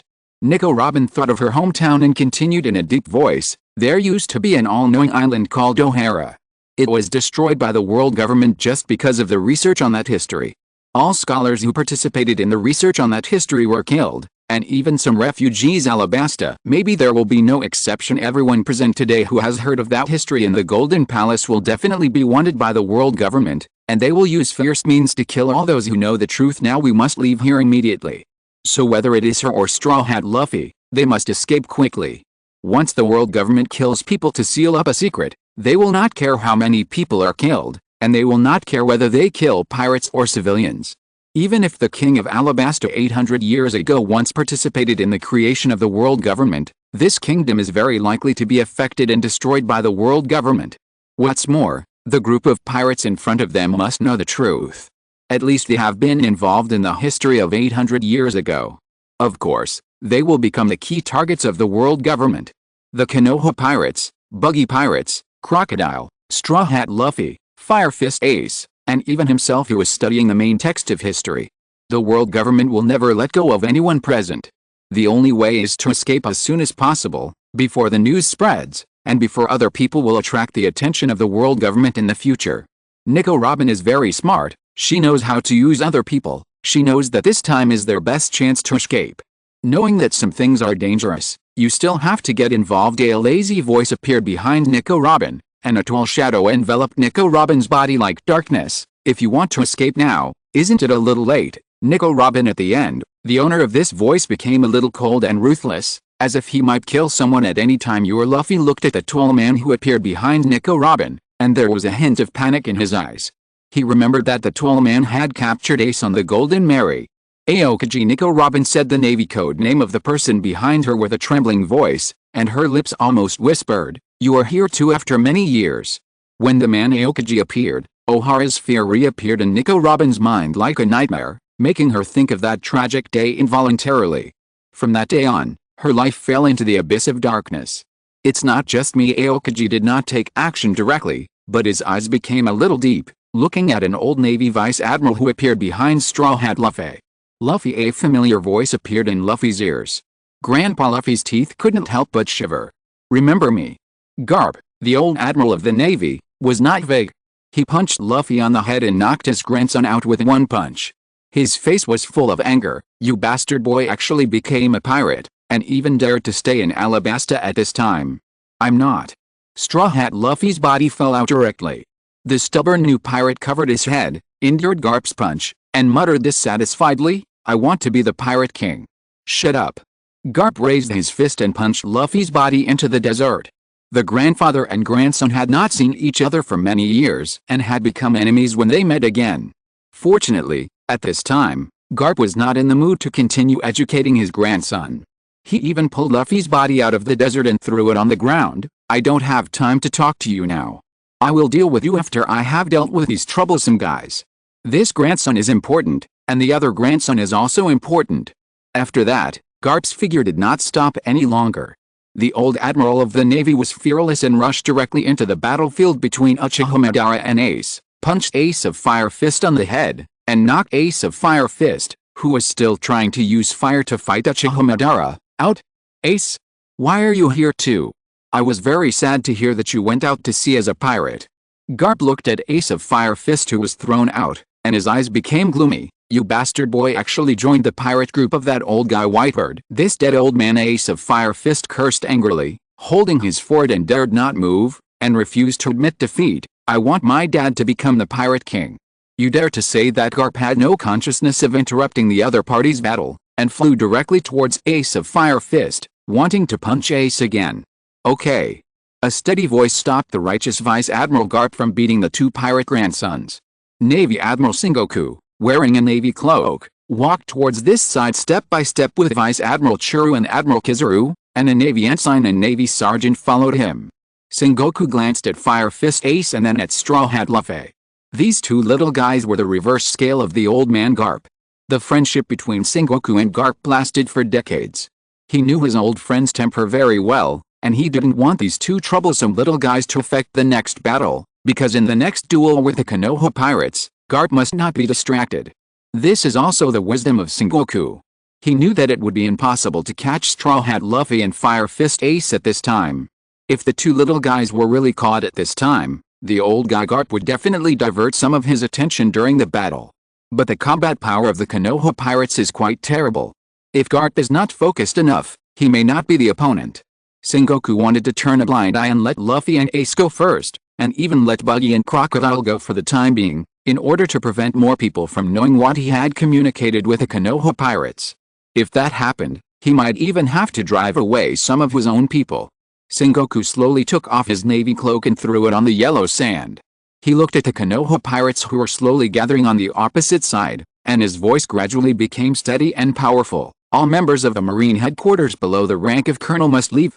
The next battle is not something you can participate in. If you are not careful, you may be killed by the aftermath of the battle. Yes. Akihara Kagura chose to follow suit. After all, Sengoku's statement was too targeted, as only he and Karin were below the rank of Navy Colonel at the scene. Aokiji and Kizaru were both silent about Sengoku's order.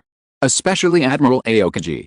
Aokiji originally wanted to take advantage of this fierce battle to secretly kill Akihara Kagura, so that Akihara Kagura, an undercover agent of the Konoha pirates, would not obtain the natural thunder fruit in the future and stand at a higher position. Unfortunately, this idea was destroyed by Marshal Sengoku's words. I'll take a nap first. Chapter 380, Alabasta is a feast, and Marshal Sengoku is just an appetizer. The wind in Alabasta is a bit noisy. The yellow sands in the desert is gently rolled up by the wind, and the wind and sand swirl up. The tall golden palace gleams with a golden light in the sun, as if it has been standing here for many years, still watching the ups and downs of Alabasta. A group of pirates from the Buggy Pirates seemed to notice the solemn atmosphere. They watched the confrontation between the Konoha pirates and the Navy, and did not dare to stay here any longer. They followed the clown Buggy and left quietly. Crocodile knew very well that both sides were their enemies, so he simply took the opportunity to sneak away when no one was paying attention to him, and MR1 Dasbonus followed behind him. MR3 Gallons Dino touched his chin and thought for a while. He finally understood that Crocodile, the boss of Baroque Works, had lost power, and it was estimated that it was unlikely that he would set up Baroque Works again, and it should be unlikely that he would hunt him and other companions. MR3 Galdino simply took the opportunity of the confrontation to quietly leave, intending to tell the group of Baroque Works companions who were still waiting for his news about everything that happened today, and then think about what they should do next. Fire Fist Ace did not dare to stay here, and took his brother Straw Hat Luffy and secretly left here while Vice Admiral Garp had no time to pay attention. Nico Robin followed them without hesitation. Most of the pirates left. Only the Konoha pirates were left. The captain of the Konoha pirates, Hoshirama Senju, stood in the front, and the vice captain, Madara Uchiha, followed him. The three members of the Scientific Mechanical Forbidden Technique Experiment, or Orochimaru, Scorpion and Tobirama Senju, stood behind them. As for the Navy, Akihara Kagura, the second lieutenant of the Navy, chose to obey the marshal's order and left here with Karin, and also helped take away Colonel Smoker, who was quickly defeated by Orochimaru. Only the high-ranking Navy led by the Navy Marshal Sengoku was left. Admiral Buddha Sengoku stood at the front, Vice Admiral Garp stood beside him, Vice Admiral Churu, Admiral Aokiji of the Navy headquarters, and Admiral Kizaru of the Navy headquarters walked behind them. 5 on 5. It looked like it would be a fair fight. Sengoku walked over slowly, and he walked very steadily. Even the seagull hat on his head, which symbolized the Navy, did not move at all. The voice of the Admiral was also very steady and powerful when he spoke. It's been 20 years, and we can still see such a dangerous pirate group emerge? That can only mean that you are just a frog in the well. Uchiha Madara sneered and directly mocked Sengoku. You are so sharp-tongued. The Admiral was choked to death by this sentence. Instead, he shook his head helplessly and said sarcastically in a deep voice, you have only gained a little power, and you think you can rely on this little power to overthrow the order of this world. Regardless of your wisdom and strategy, your short-sightedness is no different from other little brats who have just emerged. Humph, you are actually commenting on us. Senju Tobirama glanced at Sengoku coldly, and his eyes were full of contempt when he looked at Sengoku. How far into the future of this world can a naval commander wearing a pair of glasses see? Sengoku's eyelids twitched. What's wrong with wearing glasses? Who said that the Admiral of the Navy can't wear glasses? Sengoku. This sea is about to go berserk. The Scorpion of the Red Sand raised his head and looked at Sengoku, and took the initiative to say, there may be one thing I should tell you first. All the pirates who left know the secret hidden in the Golden Palace behind me. Oh. Sengoku nodded indifferently. Although Sengoku was very curious about this secret, he probably guessed that the secret here should not be a particularly big problem, otherwise the 5 elders would not have only asked the Navy, whom they did not trust, to rush to Alabasta to deal with some secrets that might be a bit troublesome to the world government. Sengoku was very clear about the existence of the world government. He knew that some of the behaviors of the world government and the celestial dragons were quite bad and ugly, but the existence of the world government was also a kind of order that existed in the sea, not to mention that the strength of the celestial dragons was indeed very strong. Order is the most important thing. This is what Sengoku realized after his thinking and brain evolved after he became the ability user of the human fruit, mythical beast, and great Buddha form fruit. Only by doing everything possible to maintain an order that balances the sea can most people in this world not perish in chaos. Even if this golden palace hides some secrets that the ancestors of the celestial dragons did whatever it took to seize power, Sengoku also believed that the world government and the Navy should continue to maintain the order of the sea together. What secret is inside? Vice Admiral Churu frowned, inevitably a little curious. You can go in and take a look. Scorpion took the initiative to invite them into the Golden Palace. But there was no movement in Sengoku's hands. If you think it's too troublesome, I can also tell you. Scorpion spread out his palms and said the hidden history indifferently. 800 years ago, the Queen of Alabasta, who participated in the creation of the world government, left behind the historical truth of that year, vetoed the legitimacy of the world government, and defined the 20 kings 800 years ago as a group of thieves who stole the authority of the goddess of creation, the rabbit. By the way, a more troublesome secret, Scorpion grinned grimly, although I don't know when this world will come to an end, because the 20 kings 800 years ago sealed the goddess of creation, the rabbit, this world will inevitably go to destruction. In the future, it may become a world where only celestial dragons survive, or a world where celestial dragons cannot survive. Sengoku's face suddenly changed. No, wait, it doesn't seem to be a small trouble. Sengoku's brain suddenly seemed to be powered off. Although he had guessed about the secrets of Alabasta a long time ago, the 5 elders, the highest authority of the world government, did not care much about the secrets here. Sengoku and the 5 elders were both political veterans. They would definitely have a psychological estimate of a bad result before a major event.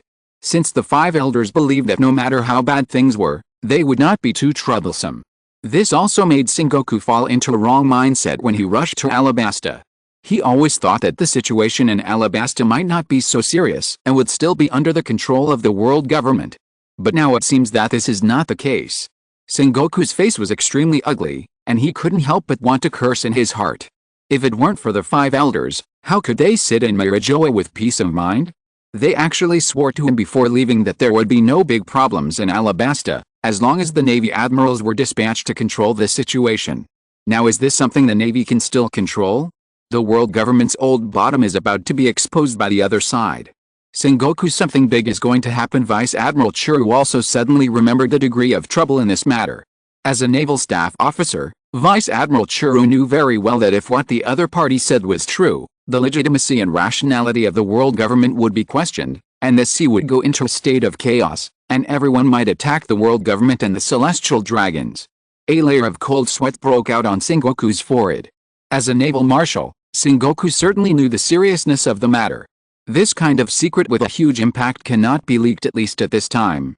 However, in order to go all out to fight the most troublesome Konoha pirates, he directly watched the Buggy Pirates, Straw Hat Luffy, Fire Fist Ace and Crocodile leave. This is also an even more serious problem. The pirates who left will spread the history of the Golden Underground Palace. The entire sea will spread the secrets of the 20 kings of creation that circulated in the kingdom of Alabasta. The restless revolutionary army and the lawless pirates will all get the orthodox name to fight back against the world government. Once someone raises the banner of overthrowing the world government, most people in this world will stand on their side and support their idea of destroying the world government. It just so happened that a new incident happened some time ago. Buggy the Clown killed the celestial dragons, which means that the celestial dragons will never be high and mighty gods. They are also ordinary people who can be killed. Both the authority and legitimacy of the world government will be continuously weakened as the historical secrets in the Golden Underground Palace spread across the sea. No wonder the world government has been blocking these histories. Sengoku took a deep breath and deeply felt the thorny part of the matter. He had to deal with not only the Konoha pirates in front of him, but also the group of pirates who escaped as soon as possible, and he had to block the Golden Underground Palace to prevent the world order from being in chaos. The world government is certainly hateful. At least it can still keep order in the sea. You made a huge mistake before we started the war. Scorpion looked at Sengoku calmly and said softly, although the battle between us has not yet begun, the purpose of our battle has been achieved. It is obvious that our power and ideas will bring threats to the world government, but you just think that the power in us is the difficulty you have to face, and subconsciously think that solving the enemy can solve all the threats of the enemy.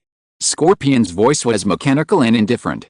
He looked at the Admiral of the Navy, whose face was getting uglier and uglier, and reflected Sengoku's ridicule of the Konoha pirates on him. But is Sengoku who is short-sighted now? Sengoku clenched his fists suddenly. The other party's words pierced his heart like a sharp blade. What made Sengoku most distressed was that the battle had not yet begun, but the result of the battle was no longer important to the Konoha pirates. Their goal had been achieved. Similarly, since the goal of the Konoha pirates has been achieved, it also means that the outcome of this battle is not that important to the Navy. Even if the Navy wins, the Navy will at most capture a group of powerful pirates who have impacted the world order, and the troubles left by the Konoha pirates have not yet been solved. Sengoku. Vice Admiral Churu glanced at his old friend and whispered to persuade him, the remaining issues can be discussed slowly. Don't forget the purpose of our coming here first. Don't worry. Sengoku looked back at his old friend, and then looked at Garp, who was also unshakable beside him, and continued softly, I am not a person who will waver. I am very clear about the problems of the world government, but at any time, there must be a stable order on this sea. This is the most important thing.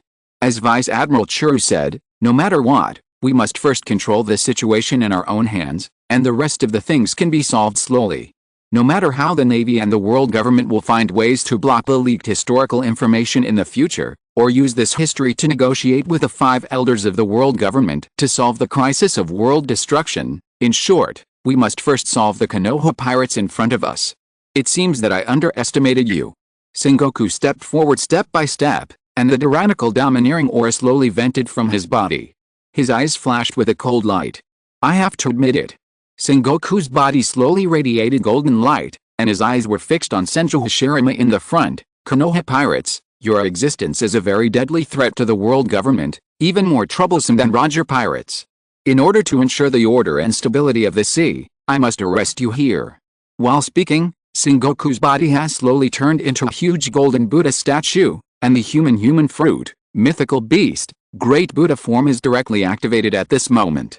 As Sengoku opened his own golden Buddha form, the domineering aura of the Navy Marshal was also fully opened at this moment, and he vented unscrupulously in the direction of the Konoha pirates. The terrifying domineering aura was about to suppress this group of pirates directly. The wind and sands in the desert were flying everywhere. The clouds in the sky seemed to be about to collapse directly under the deterrence of the domineering aura. The golden Buddha statue raised a huge fist in his hand and punched down at the Konoha pirates below, as if he wanted to kill his opponent with one blow. Wood style, woodman technique. Senju Hashirama quickly closed his palms. A tall wooden man that looked like a Buddha statue also grew out from under his feet. The tall wooden man directly raised his palm and casually took the fist of the golden Buddha, just like holding the fist of a child. As Senju Hashirama released his powerful technique, the domineering aura that awakened in him was also released unscrupulously at this moment. The domineering aura of the captain of the Konoha pirates and the admiral of the navy collided with each other in an instant, and the entire sky began to tear apart under their domineering confrontation. Obviously, the confrontation of conquerors' haki is just basic. The final battle still returns to the earth. Sengoku has not participated in giant battles. His body has long been transformed into golden Buddha. He and the tall wooden man directly fought in the desert. The desert was trembling under the trampling of the giant. The golden Buddha's movements were extremely flexible, but the tall wooden man had an overwhelming size advantage. This power and this level of haki, Vice Admiral Choru's face couldn't help but become a little heavy. Aokaji's face was also a little solemn. Because Aokaji had never seen Senju Hashirama take a serious shot, he only knew that the other party was the captain of the Konoha pirates, but he rarely made any decisions about the Konoha pirates. During the time when he was captured and imprisoned, whether it was Senju Tobirama, the red-haired boy, the Red Sand Scorpion, or even the vice-captain Uchiha Madara, they seemed to be more authoritative than the captain of Senju Hashirama. Aokaji could only guess that Senju Hashirama must be no simple person. Now he is just confirming his speculation. Hey, Kuzan, Borsalino, it's time for us to go too. Garp clenched his fists and walked towards the direction of the Konoha pirate step by step, his eyes fixed directly on the enemy's vice-captain. Vice Admiral Garp will lose. Aokaji noticed the confrontation between Garp and Uchiha Madara, and his heart sank involuntarily. Even he didn't think he was Uchiha Madara's opponent. What's more, when Uchiha Madara dealt with him, he didn't even use his full strength. This level of combat power is unlikely to be solved by Vice Admiral Garp alone. Uchiha Madara didn't care so much, and rushed towards Garp directly. His fist and Garp's fist suddenly collided together. The powerful armed color domineering began to clash. Uchiha Madara was not annoyed. Looking at Garp in front of him, he laughed a little wantonly and rampantly. Ha ha ha ha, another guy who is good at physical skills. It's not easy to find an opponent to hone physical skills. Ha ha ha ha. This guy Garp finally felt the trouble of his opponent directly. The opponent's armament haki was very terrifying, and he seemed to be very familiar with the use of armament haki. This kind of opponent made him feel the pressure of trouble. The two had just fought, and the battle was directly in full swing. Uchiha Madara was eager to find more powerful opponents. He already knew that the people on this sea attached great importance to physical training, and he would definitely not fall behind in this regard. Madara, stay a little further away. Don't disturb the fight between Marshal Sengoku and the first generation. The Red Sand Scorpion reminded Uchiha Madara, because when the battle here is over, there may be some things that are not convenient for Vice Admiral Garp to know. Shinra Tensei. Uchiha Madara was also unambiguous. His palms suddenly raised, and with a move of Shinra Tensei, Garp's body was directly knocked away, and his figure quickly chased after him. There are actually strange abilities. It seems that we may really be in trouble. Vice Admiral Churu took a look at the situation on the battlefield, watched the duel between Buddha Sengoku and Senju Hashirama, and then looked at Garp and Uchiha Madara, who were gradually moving away. His eyes became more solemn. The opponent is very strong, and has hidden more magical and strange abilities. Sengoku and Garp may not be able to defeat the enemy. The outcome of this battle may depend on you, Kuzan, Borsalino. Then we will definitely lose this time. Aokaji and Kizaru subconsciously flashed this sentence in their minds. The outcome of this battle actually depends on the two spies undercover like them? No matter how strong the two admirals are, how can they really decide the outcome? It's really troublesome. Do we have to fight even though we are bound to lose? Kizaru's eyes moved back and forth. His eyes stayed on Senju Tobirama, and the corners of his mouth deliberately raised a tacit smile. Forget it, just follow the military order. Military orders are hard to disobey. It seems that I need your guidance this time. It's fun to fight with you. Senju Tobirama slowly grasped his ninja sword. The next moment, Kizaru and Senju Tobirama rushed towards each other at the same time. A golden lightsaber transformed from photons suddenly appeared in Kizaru's hand, and he directly faced Senju Tobirama and fought together. The two of them competed in swordsmanship. Aokiji shook his head, sighed in his heart, and had to focus on the red sand scorpion. An ice knife appeared in his hand. Before all the results appear, let me hold you back. Surprising, the red sand scorpion shook his head, but still took the initiative to meet Aokiji. There were only 2 people left on the battlefield who did not take action. Orochimaru looked at the old man opposite him, and said with a smile, "Hehe, our fight doesn't seem to be very important in this battle. Otherwise, why don't we just stay here and wait for their results?" Vice Admiral Churu looked at Orochimaru and nodded slightly. If it was in the past, Vice Admiral Churu wouldn't mind moving around, but unfortunately she is very old now, and the other party's words hit the mark. Now everything has begun. The only thing to do is to wait for the battle between the two sides to end. Outside the desert, the people who control the situation have just started to act. Akihara Kagura and Karin threw Smoker to a nearby town, notified Smoker's adjutant Tashiji to come and take people, and went directly to a restaurant in the town. Akihara Kagura met an old acquaintance here who hadn't seen for a long time. A black and white creature slowly floated out and sat opposite to Akihara Kagura. It has been gathering intelligence everywhere in this sea. It is White Zetsu, and Black Zetsu. Our way. Akihara Kagura was always very polite to his old friend and took the initiative to pour him a glass of pear juice. Have you found out any detailed information recently? There is one piece of information that you must be interested in. Black Zetsu answered in a gloomy voice. A traitor appeared in the world's strongest pirate group, the Whitebird Pirates. A man named Marshall D. Teach killed a captain named Thatch and defected from the Whitebird Pirates. Akihara Kagura frowned. How long has this information been out of date? Forget it. Akihara Kagura sighed, waved her hand and said, "You guys go to the golden palace I created in the desert first and take a look at the history I compiled in advance. Wait for the battle over there to be over, and then submit all the stories that happened in Alabasta to the World Economic News Agency. I'm worried that Mr. Buggy and Mr. Crocodile who escaped from Alabasta would not think of this." "Okay." White Zetsu and Ai nodded and agreed, with a smile on the corner of their mouth. "Young man, the story that happened in Alabasta will definitely detonate the whole world. A new era is coming." Akihara Kagura supported her chin and said slowly, "I can't always be so weak. The next stop is not far from the Magic Valley town on Gaia Island. I will find a way to board the Sky Island from there, so as to gain the title of possessing the Thunder Fruit and gain a firm position in the Navy." Magic Valley town on Gaia Island. Black Zetsu suddenly remembered another thing and took the initiative to say, "When I and I were gathering intelligence, we found that one of the 7 warlords of the sea Don Quixote would occasionally appear there. Your hand is really long." Akihara Kagura sighed faintly, but said with some regret, "Then when I set out for Moga Town, I need to prepare a suitable gift for him, so that his subordinates will not cause trouble for me in Moga Town." "Will his subordinates dare to cause trouble for you?" Baizetsu Ari looked at Akihara Kagura curiously, and took the opportunity to put forward an idea of his own. "I heard that Doflamingo values his companions in his pirate group very much, and always treats the senior cotters in his pirate group as his own family. I will think about this matter carefully. You go directly to the underground palace first."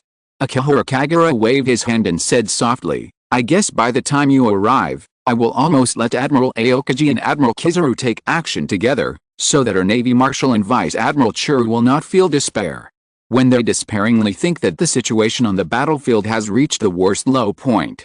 When Akihara Kagura said this, he put down the cup in his hand heavily. As long as there is a little bit of favorable situation in the situation, it will become a rebound far beyond their psychological expectations, and they will calmly accept the reality. The Navy Admiral may not surrender easily.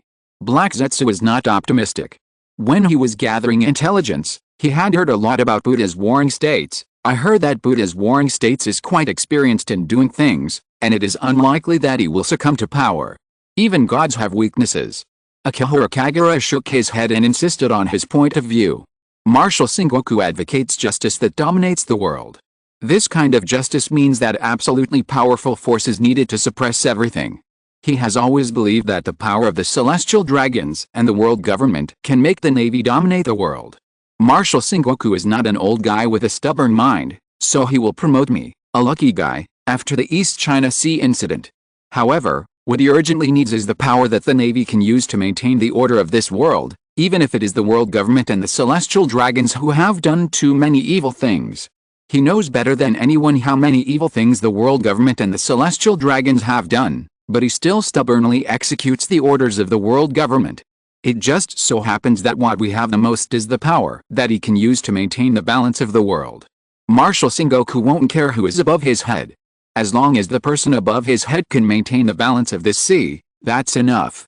Akihiro Kagura looked at the black and white monster sitting opposite him, chuckled and said, "Of course, we also need to let Marshal Sengoku understand one thing.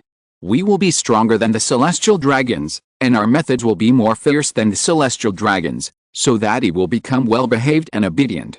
If Marshal Sengoku is willing to surrender, then tell him that he is just an appetizer before the real dinner. Alabasta is a really big event.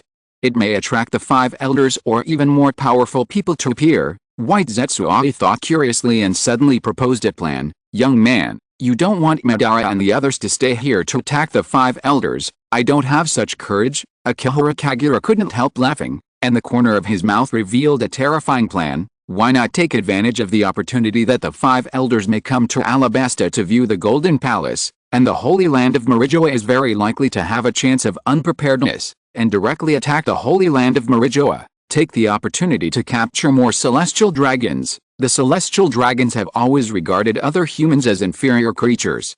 They are unwilling to set foot in the places where humans live.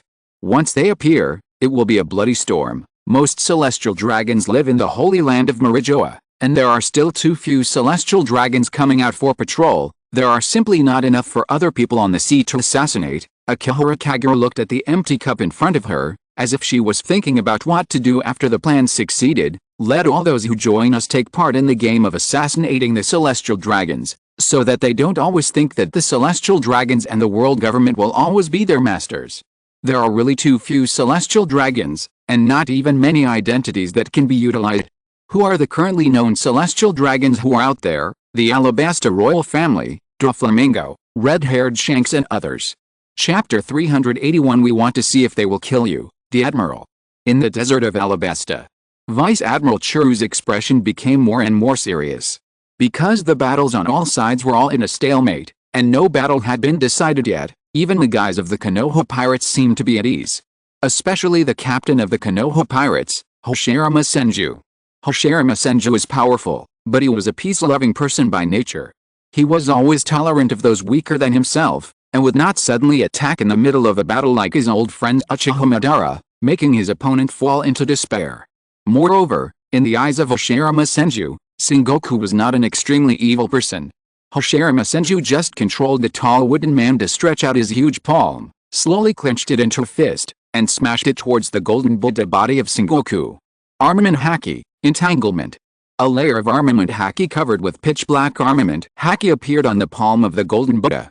He raised his palm with armament Haki, and took the wooden man's fist abruptly, and even wanted to break the wooden man's body. Boom!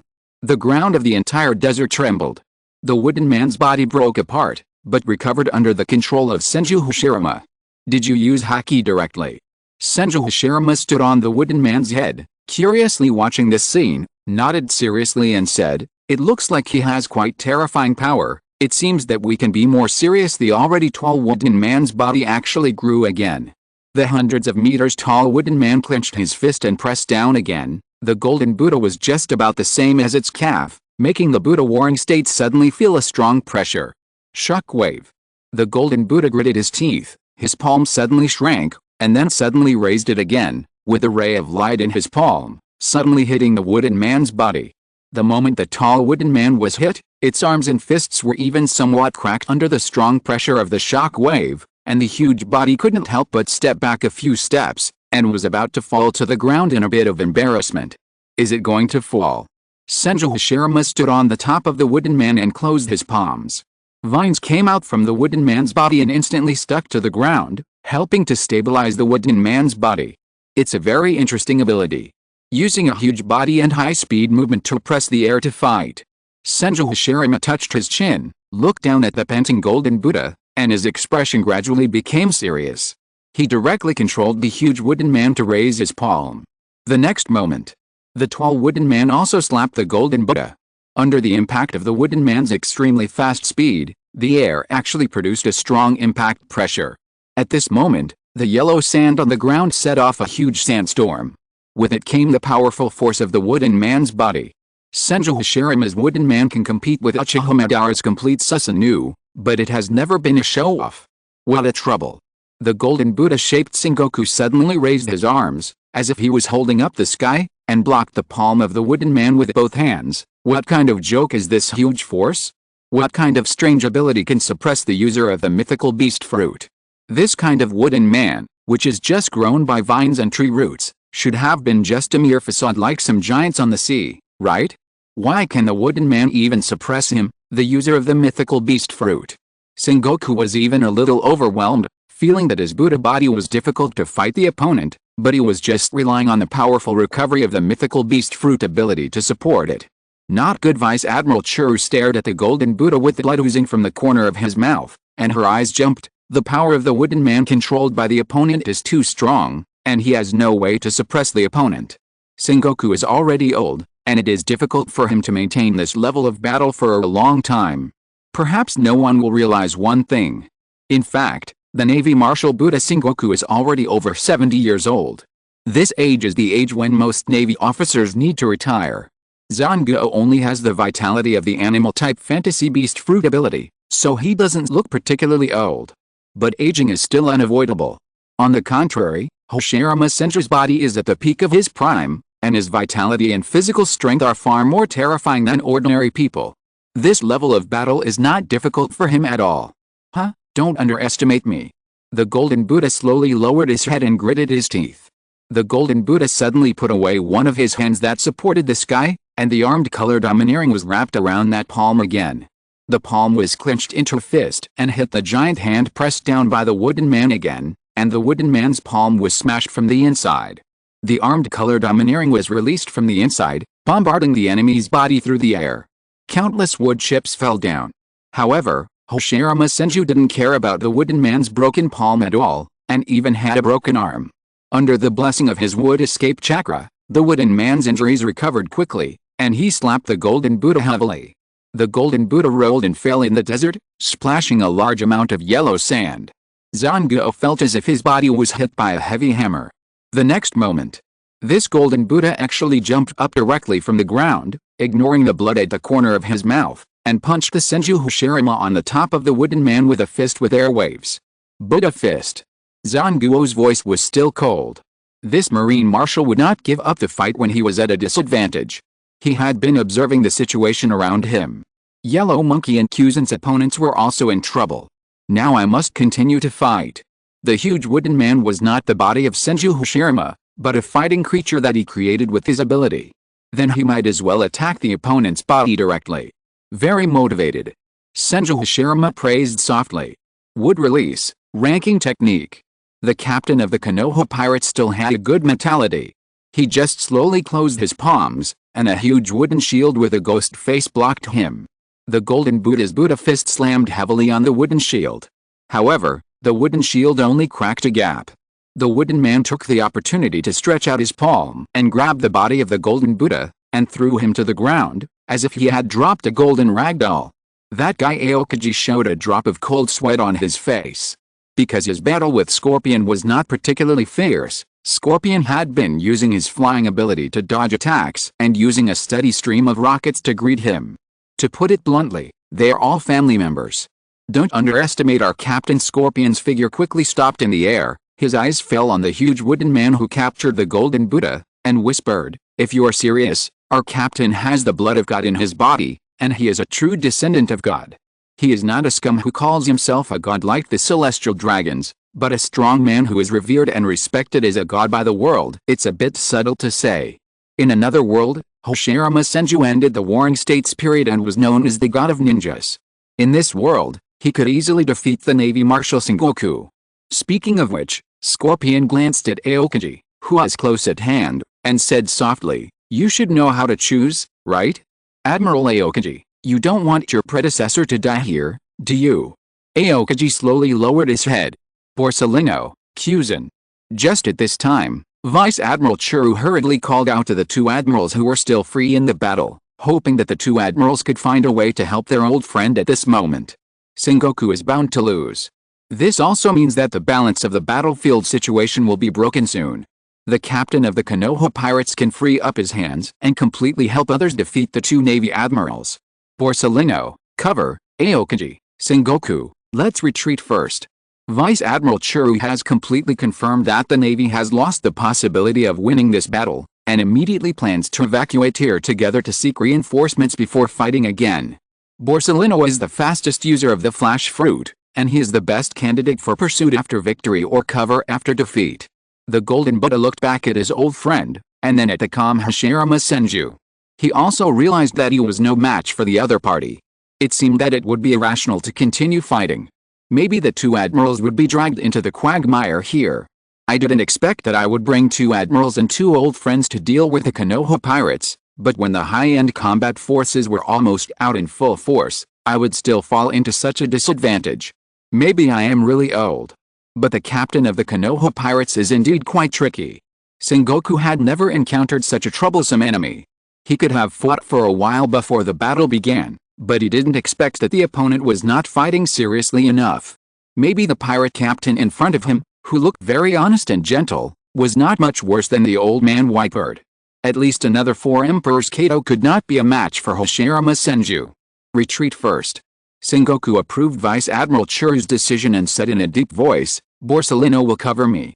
I will retreat with Aokiji and Azuru first and gather at the southern port of Alabasta. Okay, okay. Kizaru raised his hand and fired a laser to repel Tabirama Senju. It's a bit late to leave now. Scorpion withdrew from the battle with Aokiji directly, looked at the Golden Buddha nonchalantly, and said softly, Sir Sengoku, the battle was initiated by you.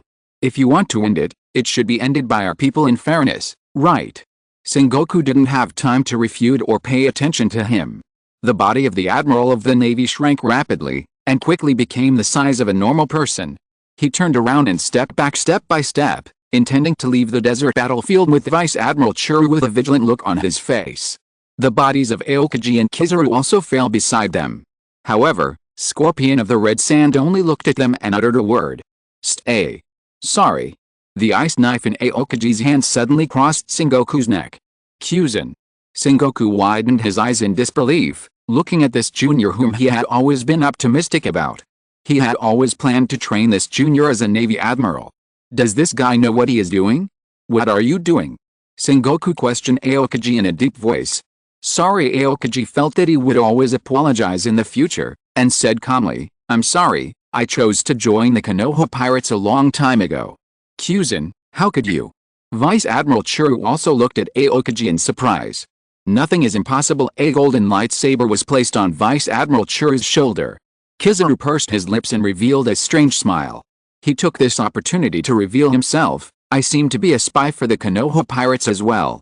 The corners of Sengoku and Vice Admiral Churu's eyes jumped at the same time. Sengoku's face was instantly furious, and angry veins almost popped out of his forehead. He stared at the two admirals. Borsellino, Kuzan, are you two kidding me at this time? Aokiji remained silent and did not answer. Kizaru still had a smile on his lips. Sengoku and Vice Admiral Churu looked at the Konoha pirates that were slowly closing in, and the sharp blades on their shoulders and necks, and finally had to admit the reality. What is going on? Seriously speaking, Sengoku has also watched them grow up with his own eyes. Although the three admirals of the Navy headquarters are of different ages, they have all been in the Navy training camp after joining the Navy. Although their teacher is the former Admiral Zephyr, they have all received guidance from Sengoku. After graduating from the training camp, they have all served as deputies beside Navy seniors such as Sengoku and Garp. It was Sengoku and Garp who slowly trained them to become real admirals. How could Aokiji and Kizaru be members of the Konoha pirates? When did this happen? Because Sengoku never dared to believe that Aokiji and Kizaru would be undercover agents planted in the Navy by pirates. This is the Admiral of the Navy, the highest combat power of the world government. In terms of status alone, the Admiral of the Navy is already a high-level person, and a word is enough to decide the life and death of many people. How could he be an undercover? Unless, when Kizaru and Aokiji joined the Navy, They were undercover agents planted by the Konoha pirates in the Navy. Sengoku felt his brain was a little confused, and for a moment he couldn't figure it out. If these two admirals were undercover, would the last Admiral Akainu be an exception?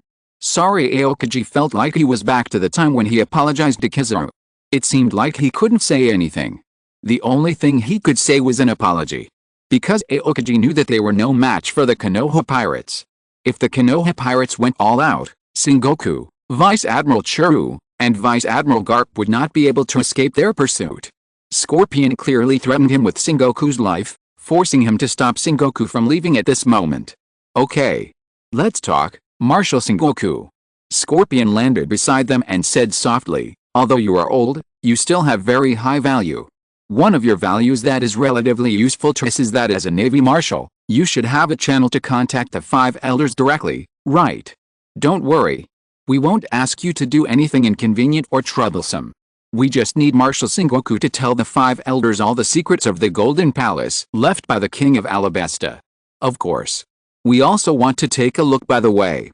The Red Sand Scorpion hid the dark hand that was about to reach the Holy Land of Marijoa, and casually said a terrifying word that made Sengoku tremble. How many people can the world government and the celestial dragons kill in order to hide the truth of history?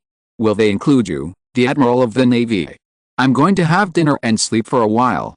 Alabasta is a big event, but it's almost over. Recommend a new book by Ian. Chapter 382, The Agreement between Sengoku and the 3 Surrenderers of the Konoha Pirates. Sengoku and Vice Admiral Churu both felt a little heavy. The people of the Konoha Pirates seemed too crazy. They actually wanted to use the historical secrets of the Golden Palace to instigate the relationship between his navy and the world government. If the secrets here are too shocking, it will really shake the ruling position of the celestial dragons.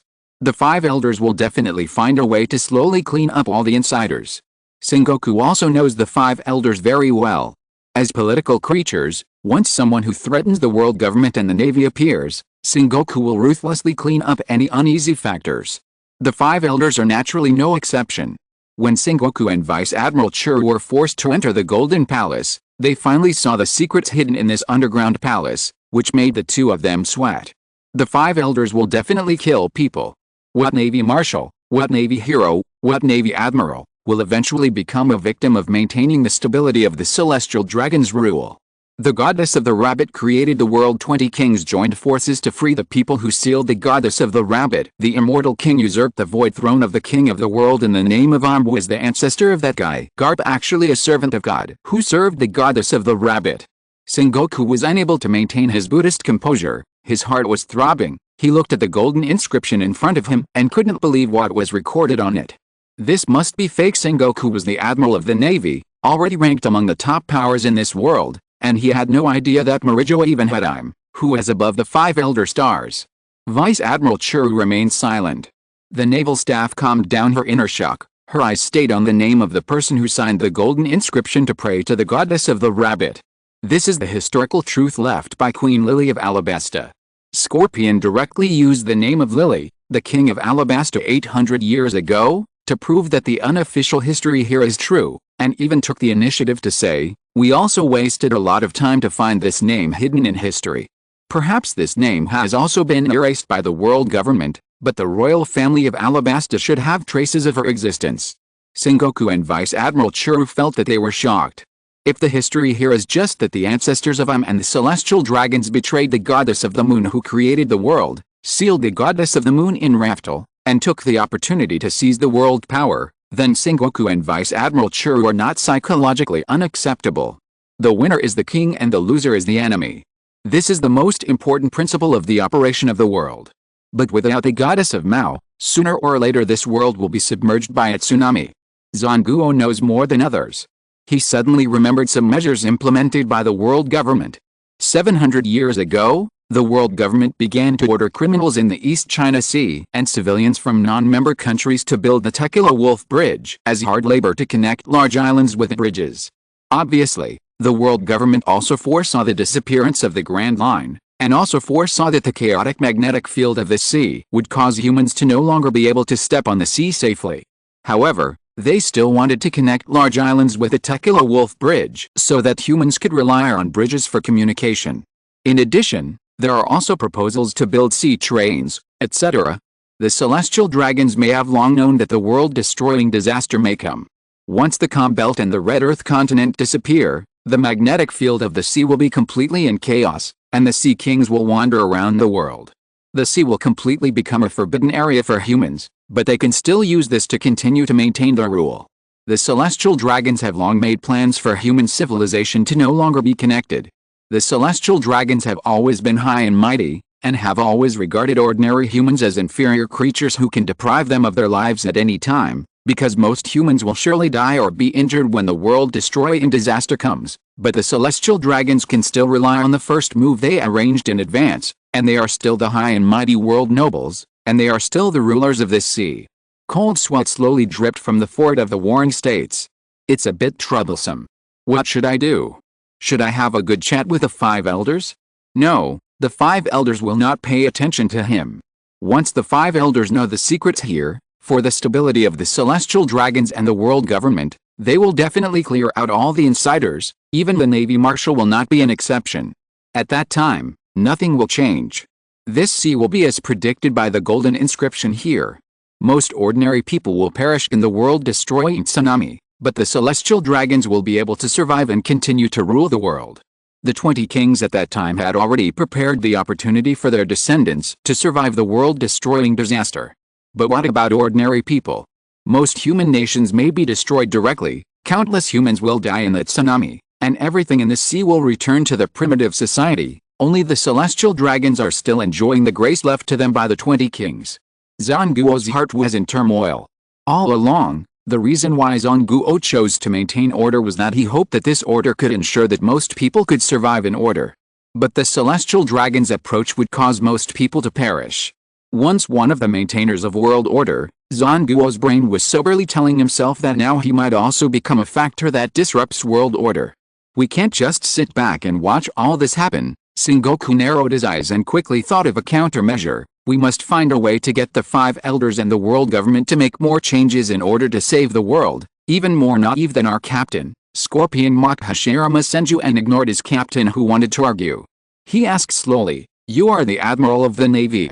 Compared to the trouble of saving this world, it would be the easiest thing for them to find a way to clean up those who know the truth or continue to suppress the rebellious voices in the world, right?" Scorpion calmly revealed the truth. If the king of the world had the creative power of the goddess of the rabbit, he wouldn't have been hiding in Marijoa and dared not show his head, and the world government wouldn't have cared about the blank 100 years of history, right? Sengoku's heart sank. Foolish and naive people need guidance. Scorpion stopped discussing this issue with Sengoku and continued in a cold voice, "Now you are a prisoner. You'd better do everything we say." Sengoku's eyes fell on Scorpion, unable to guess what he was thinking, and asked in a deep voice, "What do you want to do?" It is not a good choice to cause chaos in the world at this time. According to the inscription, mankind has always been in danger of extinction. Now only a strong world government can save the world from destruction. But Scorpion stared at Sengoku and continued coldly, "We should all know that Sir Sengoku can't figure out how to get the celestial dragons who rule the world government to do something that they think is thankless, right? First of all, they can't release the goddess of the rabbit." Scorpion raised his head nonchalantly and looked at the golden dome inside the palace. Once the devil fruit user who inherited the will of Joy Boy, the liberator, rushed to Raftel and unsealed the goddess of the rabbit. After the goddess of the rabbit revived, she would most likely not let go of the humans who had sealed her, right? The legendary gods must still love the world. Sengoku expressed his expectations of the gods. If humans cannot save themselves, they can only entrust everything to the gods. If the goddess of the rabbit revives, a god with the power to create the world also has the power to make the whole world follow a peaceful order. Sengoku thought silently in his heart that he might have to find out some intelligence about Joy Boy and try to push a new generation of freedom fighters to Raftel to unseal the goddess of the rabbit. However, this kind of thing is indeed very risky. What if the goddess of the rabbit doesn't think about continuing to save the world, but thinks that humans are ungrateful and directly accelerates the progress of the world's destruction? Without knowing the situation of the goddess of the rabbit, Sengoku could only take this as a last resort. He dared to take a gamble when mankind was really facing a crisis. Of course, the celestial dragons would definitely not dare to take the gamble. The world government has been erasing the traces of the existence of the goddess of the rabbit. Unfortunately, With the historical truth left by the king of Alabasta 800 years ago revealed, coupled with the instigation of the Konoha pirates, they will no longer be able to erase the traces of the goddess of the rabbit. This sea is really going to go crazy. What can I do? Even now, I am just a prisoner of the Konoha pirates. Sengoku's mind was a little confused. He could only sigh and wanted to continue to use each other with the other party. If you need me to call the 5 elders, I can cooperate with you, and even use the identity of the Navy Marshal to assist you in assassinating the celestial dragons, but you must agree to my 3 conditions, otherwise I would rather die here immediately. It's called cooperation, but it's actually just collusion with the other party, or even surrender to the other party. But Zanguo's dignity was still at work. He could accept his own embarrassment, but he didn't want the reputation of the Navy Admiral to be tarnished. He wanted to ensure the dignity of a Navy Admiral. You say. Scorpion of the Red Sand was very curious about the conditions proposed by Zanguo. Zanguo looked at Scorpion of the Red Sand in front of him and continued in a deep voice, "First, if you want me to cooperate with you, you must find a solution to the crisis before the world-destroying disaster recorded in history breaks out. This is the most important condition for our cooperation." Okay. Scorpion of the Red Sands didn't care about this matter. Second, Zanguo had a little understanding of human nature, and said in a deep voice, "You must support me and the Navy to maintain the order of the world when necessary, and prevent mankind from being completely destroyed by civil strife before the apocalypse breaks out. You are not extremely evil people." When Zanguo said this, his voice suddenly became heavy, and his heart was slightly blocked. If the historical secrets here are exposed, the people may face the crisis of apocalypse and the destruction of the stable order, which will plunge the entire sea into darkness. I can't stop you from this, but the order must be rebuilt. Only in this way can we avoid the people from falling into self-destruction before the apocalypse comes. Red Sand Scorpion looked at Zanguo in surprise. This Navy Marshal's brain is not that stupid. Sure enough, the Great Buddha fruit also gave him a very powerful and meticulous mind. This old man Zanguo can actually understand human nature. If apocalypse really breaks out, humans may really collapse by themselves, and Zanguo even considered this. We also agreed to the second condition, because we also considered this before releasing the historical secrets. Scorpion spread out his palms and continued casually, "If you want to prevent humanity from self-collapse before destruction comes, it is enough to let humans see that there is still hope for survival. As long as there is a glimmer of hope, humans will not give up on themselves. At least there is still hope for Raftel, right?" Sengoku sighed. He could also guess the thoughts of the Konoha pirates. Let this sea have another pirate king who can reach Raftel like Golda Roger. Indeed, perhaps the pirate king will also be the hope of this sea. Only the pirate king can reach Raftel and have the hope of unlocking the goddess of the rabbit. Yes, the future pirate king will be the hope of the people. Scorpion looked into Sengoku's eyes and continued calmly, "If nothing unexpected happens, when all the secrets here are revealed, the 5 elders, in order to maintain the rule of the celestial dragons, will use the supreme power of the world government to claim that the history here is false once they are unable to block the historical truth. The power allows them to interpret it at will and try to cover up their crimes. This is also a way." Sengoku frowned, but quickly shook his head and continued to question in a deep voice, "However, false is just false after all, unless they create a true history that is convincing enough. Unfortunately, the world government has lost the right to interpret history by modifying and erasing history. In comparison, people may be more willing to believe in a new savior. Everyone in this world must wait for the truth, wait for the sea to bring them hope, and let them believe that there is still a possibility of survival before the world-destroying disaster comes."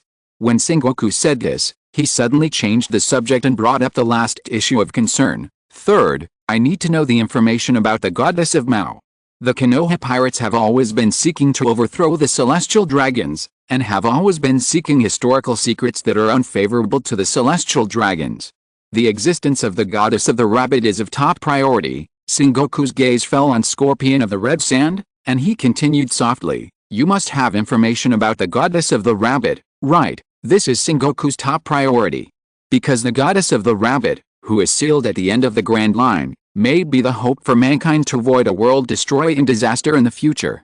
Sengoku needs to know more about the founder, lest his hard work in rescuing people brings about a greater disaster."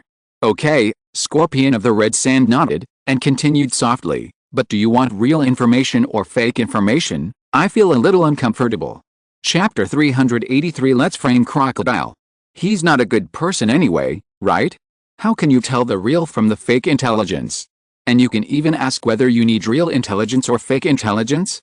Does intelligence need to be fake? Everyone has agreed on 3 things. He, the Admiral of the Navy, has also agreed to cooperate with the Konoha pirates and even cooperate with the Konoha pirates within the Navy. Does the other party want to trick him? Sengoku looked at Scorpion of the Red Sand and immediately asked, I have agreed to cooperate with you and am willing to support you in rebuilding the Order of the Sea. Do you still want to give me false information? Then tell you the real information. Scorpion of the Red Sand was not vague and explained the truth straightforwardly. Our captain is the descendant of the goddess of the rabbit. You should have seen his power. Sengoku's eyes suddenly changed. Even Vice Admiral Churu's expression became a little solemn. Even Admiral Kizaru of the Navy subconsciously opened his mouth slightly, revealing a touch of surprise. He didn't know about this. Only Aokiji knew something because he had just heard Scorpion of the Red Sand mention this matter during the battle. The shock that Admiral Sengoku felt can be imagined. He looked at Hashirama Senju standing beside him, recalling the battle process in which he was defeated by the descendant of the goddess of the rabbit. No wonder the captain of the Konoha pirates was so powerful. The legendary god of creation Vice Admiral Churu's heart trembled. He was frightened by the information that was revealed. He couldn't help but look at Hashirama Senju. Does he still have descendants in the world? In fact, Scorpion nodded, and even took the initiative to introduce, our captain should be older than the 2 of you. Hashirama Senju looked at Sengoku and Vice Admiral Churu, squinting his eyes, revealing a kind and warm smile, and he really looked like an elder.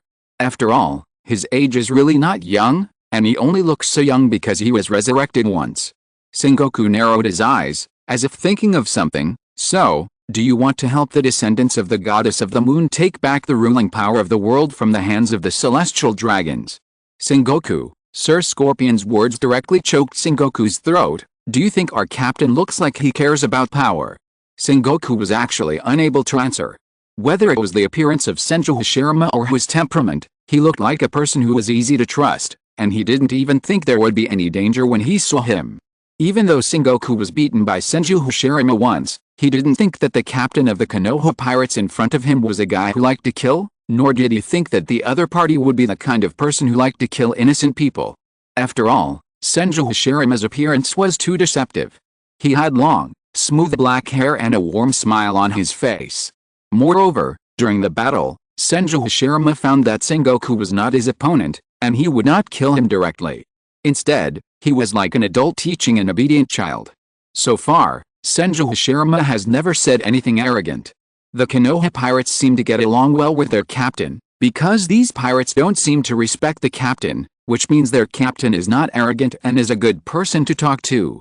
This guy may be the real descendant of God. He is not proud of his blood, nor is he like those idiots who call themselves gods in Marigese, who always look down on everyone and intimidate all ordinary humans who appear in their eyes. The heart is what the other party thinks. Sengoku also believed this information. The other party's power is too strong, but he doesn't mind communicating, and he doesn't even care about the excessive conditions he proposed. This is an incredible and extremely rare thing in itself. Besides, this information is not important. On the one hand, Sengoku only judged from Senju Hashirama, the descendant of God, that the goddess of the rabbit who created the world should not be the kind of god who takes revenge on mankind. On the other hand, this information is not very important. Hashirama Senju is already powerful, and the identity of the descendant of God only adds a bizarre and terrifying life experience and bloodline to him. After Sengoku learned of the true identity of Hashirama Senju, his dissatisfaction with being forced to collude with the Konoha pirates subsided a lot, and he took the initiative to continue asking, is there any other information? You asked too many questions. We won't believe someone without evidence. The Red Sand Scorpion's eyes fell on Sengoku and reminded him softly, now it's your turn to do something. Notify the 5 elders of the trouble in Alabasta. Tell them the names of Im and Lily appeared in this underground palace. Tell them the Konoha pirates and a group of pirates have already fled Alabasta and headed for the sea with the secret of the underground palace. It is impossible for them to kill you to silence you at this time, and they probably won't destroy Alabasta for this golden underground palace. Scorpion looked at Sengoku and said softly, Sengoku, you should know how to track the 5 elders to Alabasta, right? Do you want to ambush the 5 elders? Sengoku thought he had guessed the idea of the Konoha pirates. The strength of the Konoha pirates is strong enough, and with him, Aokiji and Kizaru, it may not be difficult to kill the 5 elders. That Vice Admiral Churu glanced at everyone and mentioned a person they ignored. The battle over there doesn't seem to be over yet. That guy Garp. Sengoku also thought of this old friend, and there was some hesitation on his face. If the old guy Garp knew about what happened today, the big mouth might tell him at any time. That guy thinks nothing is a big deal, and Garp has always been lawless. In order to avoid any problems in the future, it is better not to let the old guy know that the senior Navy leaders are colluding with the Konoha pirates, right? The fewer people who know about our affairs, the better. Scorpion took the initiative to reveal Sengoku's thoughts, and continued softly, "Don't worry, you can go and rescue Vice Admiral Garp now. We will leave Alabasta soon. We have more important things to do than attacking the 5 elders." Sengoku nodded thoughtfully. He thought for a while, took out a white mushi from his side, and handed it to Scorpion. This is a white mushi that can prevent eavesdropping. Sengoku took the initiative to introduce the role of mushi, and continued, "If there is any action that requires your cooperation, I will contact you through mushi in a single line. If there is anything that requires the cooperation of the Navy, you can contact me directly through mushi. I can issue orders in the name of the Navy Admiral to prevent more people from noticing that Borsellino and Kuzan are also involved with you." This is a little thought of Sengoku. If the Konoha pirates have been in single-line contact with him, it also means that Sengoku can always maintain the independence of the Navy, instead of the Konoha pirates arbitrarily ordering the admirals to act, so as to avoid situations that he cannot control in the future.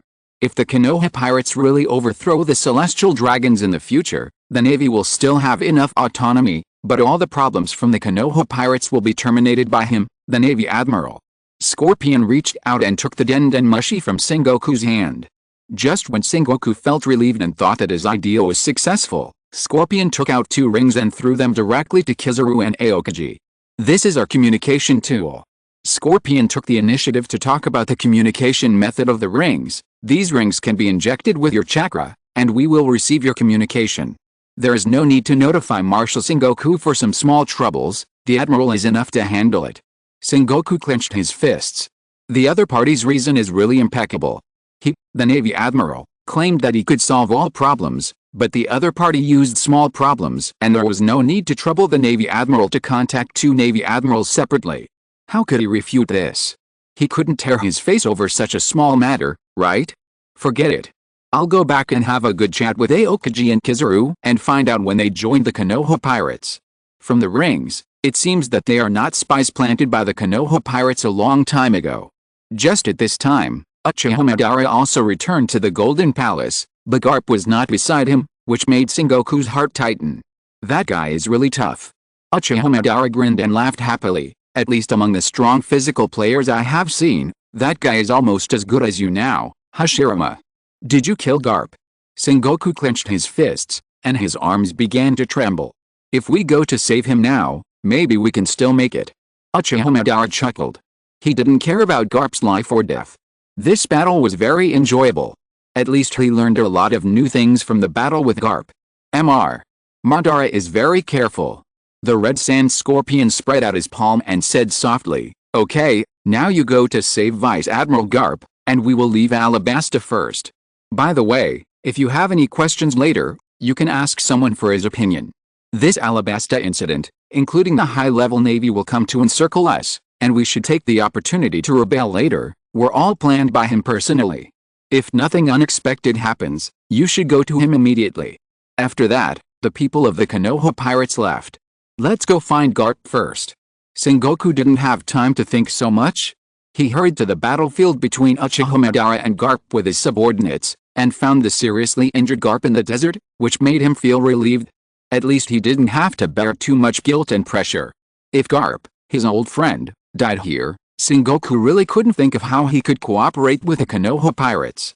Perhaps in order to prevent the future of the world from being drowned by the tsunami, he would definitely continue to cooperate, but it would be painful to cooperate. Aokiji remembered Karin, who once had magical medical skills, and took the initiative to propose, "I will call someone to treat Vice Admiral Garp right away." The Konoha pirates said before they left. Kizaru also remembered what the red-haired boy of the Konoha pirates said before he left, and couldn't help but sighed. It's terrible. Was it a young man who planned all this? Sure enough, they guessed it. When they found the seriously injured Garp, they thought that Karin could treat Garp, and naturally they would think of the lieutenant who was strategizing. Which young man? Sengoku frowned. A lieutenant of the headquarters lurking in the Navy. Aokiji took the initiative to reveal the secret and explained that the Konoha pirates also planted 2 undercovers in the Navy, one of whom was called Akihara Kagura, a lieutenant of the Navy headquarters, the other was called Karin, a sergeant of the Navy headquarters. These 2 undercovers have never been very conspicuous. Lieutenant Akihara Kagura is a very scheming guy who wants to get a high position in the Navy by obtaining the Thunder Fruit. Sergeant Karin is more outstanding and has extremely terrifying healing abilities. At least Kizaru is a beneficiary. Her healing ability is excellent. Aokiji remembered that when Kizaru was receiving treatment, his injuries healed incredibly quickly, and he was a little shocked and said, "There is also the lieutenant of the headquarters named Akihara Kagura, who has quite amazing wisdom. It seems that all the things that happened in Alabasta may really be planned by him." Akihara Kagura, the admiral of the Navy, interrupted Aokiji's words, holding his fort and thinking. His face became slightly ugly. Yes, Aokiji nodded slowly. That young man. Sengoku took a deep breath and suppressed his depressed mood. I remember the first time I heard his name was because the Straw Hat Pirates defeated the Arlong Pirates entrenched in the East China Sea.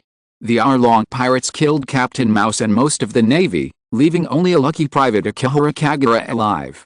In order to avoid misunderstandings about pirates among the people, I attributed the merit of destroying the Arlong Pirates to the surviving private.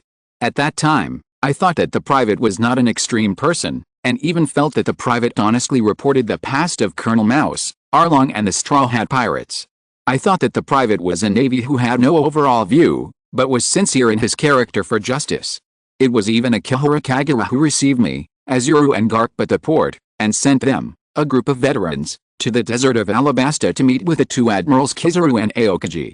As a result, he only now realized that the other party was a spy sent by pirates, and that the guy named Akihara Kagura sent them to Alabasta to be beaten. This is too embarrassing. This. Aokiji's face wrinkled. He had to try to interpret this matter from another angle, hoping that the current Navy admiral would not be too angry. Maybe Lieutenant Akihara has his own ideas. I can't judge his position. He has always wanted to be in a high position in the Navy, so he has been planning different events for promotion, and was promoted to lieutenant of the Navy headquarters. If Akihara Kagura is loyal to the Konoha pirates, then his attitude towards the Konoha pirates does not seem to be particularly respectful. Maybe everyone wants to use the Konoha pirates? A very resourceful young man. Sengoku hugged his arms, his expression became calm, and his brain seemed particularly wise. If you hadn't told me what happened today, at least before I saw the evidence of his betrayal of justice with my own eyes, I would have always thought that he was a trustworthy Navy. Let's go take Garp up to see them. Sengoku sighed, and could only seek something to make himself happy from the bad results. If that little guy has justice in his heart, it is actually a good thing for the Navy, at least in the next generation of Navy. It can be said that there are successors. Aokiji didn't know what to say. He could only give his own evaluation. I feel that guy's idea seems to be a bit unscrupulous. In fact, everything is just as Aokiji said. Because when they met, at the temporary camp of the Navy stationed in Alabasta, they even saw that Colonel Smoker, who was rescued by Akihara Kagura, did not receive treatment from Karin, but was bandaged by the medical soldiers inside the Navy. This is also normal. Karin's healing ability shouldn't be exposed casually, but when Akihara Kagura saw the seriously injured and unconscious Garp and the injured Navy Marshal Sengoku, she had no intention of asking Karin to help heal their injuries, and directly mentioned another matter to them. Marshal, now is not the time for treatment. Why don't you let the 5 elders come to Alabasta immediately while you are still injured? Let them know that the Navy has made great sacrifices to keep the Konoha pirates. After all, you have just experienced a fierce battle. If you have experienced a tragic battle and you don't have any injuries on your bodies, it will inevitably make the 5 elders suspect that you are secretly trying to make fun of the celestial dragons, right? Sengoku looked at the leisurely Navy lieutenant in front of him, and the muscles on his cheek twitched. It seems that this guy is really a bit extreme and unscrupulous in doing things. Sengoku thought for a second. Sengoku's expression gradually became serious. He stared at Akihara Kagura and asked him a question. Lieutenant Akihara Kagura, if I kill Garp or in this war, Will it be easier for me to gain the trust of the 5 elders? When the Navy Admiral asked this question, he did not consider the death of his 2 old friends at all, as if his 2 friends were tools for political sacrifice. This is a test. Sengoku wanted to use this to test Akihara Kagura's character. It's obvious. The Navy Admiral got an answer that made him very satisfied. Compared to little trust from Marshal Sengoku, the lives of the 2 old comrades are also very important. Why should there be casualties if the sacrifice can be avoided as much as possible? Buddha Sengoku nodded with satisfaction. This undercover who was planted in the Navy by the Konoha pirates will also be a member of the Navy in the future. For the Navy Admiral Sengoku, this headquarters lieutenant named Akihara Kagura and him are in the same camp. They have the same secrets and this young man is very smart. If it is true as the red-haired boy of the Konoha pirates said, their plan to use the Golden Palace 800 years ago in Alabasta to recruit high-ranking naval officers was designed by him, it proves that this young man is indeed a talent. What is the most important thing in doing big things? Talent, of course. I'll call the 5 elders. Sengoku stretched out his hand and took out his Den Mushi, which is used exclusively to contact the 5 elders. Wait a minute, there is one more small question. Akihara Kagura stopped Sengoku's move and raised a question. In order to prevent the 5 elders from becoming angry and destroying Alabasta and killing innocent people after discovering the truth of history, perhaps we can use something mentioned on the golden inscription. Sengoku did have this worry in his heart.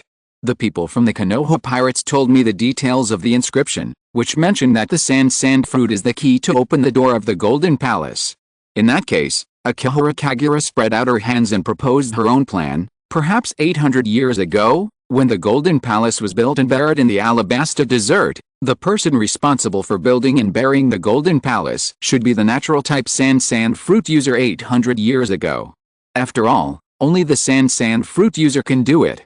Once the 5 elders become angry, it would be best to shift the blame of the Golden Palace to the current natural type fruit user Crocodile, and falsely claim that Crocodile wanted to subvert the world government and forged a blank 100 years of history.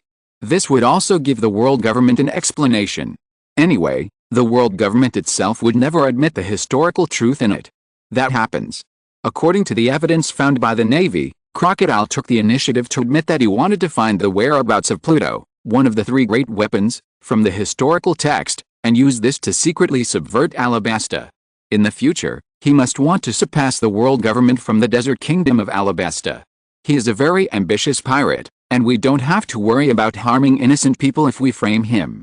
Sengoku nodded with more satisfaction, and continued to ask, however, in this case, will people all over the world think that the blank 100 years are a history fabricated by Crocodile, and will they still oppose the rule of the world government because of this? The world government can't come up with more favorable evidence. Akihara Kagura shook her head and said calmly, once a piece of white paper is stained with ink, it will never be clean forever. Unless the world government completely kills the sealed goddess of the rabbit and raftel and recreates new history, no matter what, they can't make the past history become blank again. Sengoku felt that his thinking was aging. If this young man is not an undercover agent of the Konoha pirates, Sengoku Mirai will probably want to tell him about his collusion with the Konoha pirates. I hope this young man will represent the Navy and join the future plan to rebuild the world order. 6,000 words. I will sleep for a while. Chapter 384, Lieutenant Akihara Kagura, you are a little too gentle. You are very smart.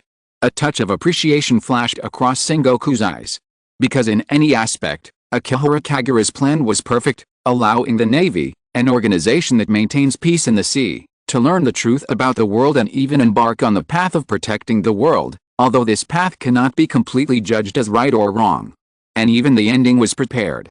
Now all they had to do was push everything onto Crocodile. At this point in time when the world government was still needed, the Navy did not have to worry about being overly criticized by the world government and the 5 elders, and the Navy did not suffer any major losses in this incident. Sengoku looked at Akihara Kagura and mentioned his future plans for this lieutenant. When the Alabasta incident is over, come back to Marineford with us. I will arrange for you to stay in the Navy training camp for a while. I want to get a devil fruit first.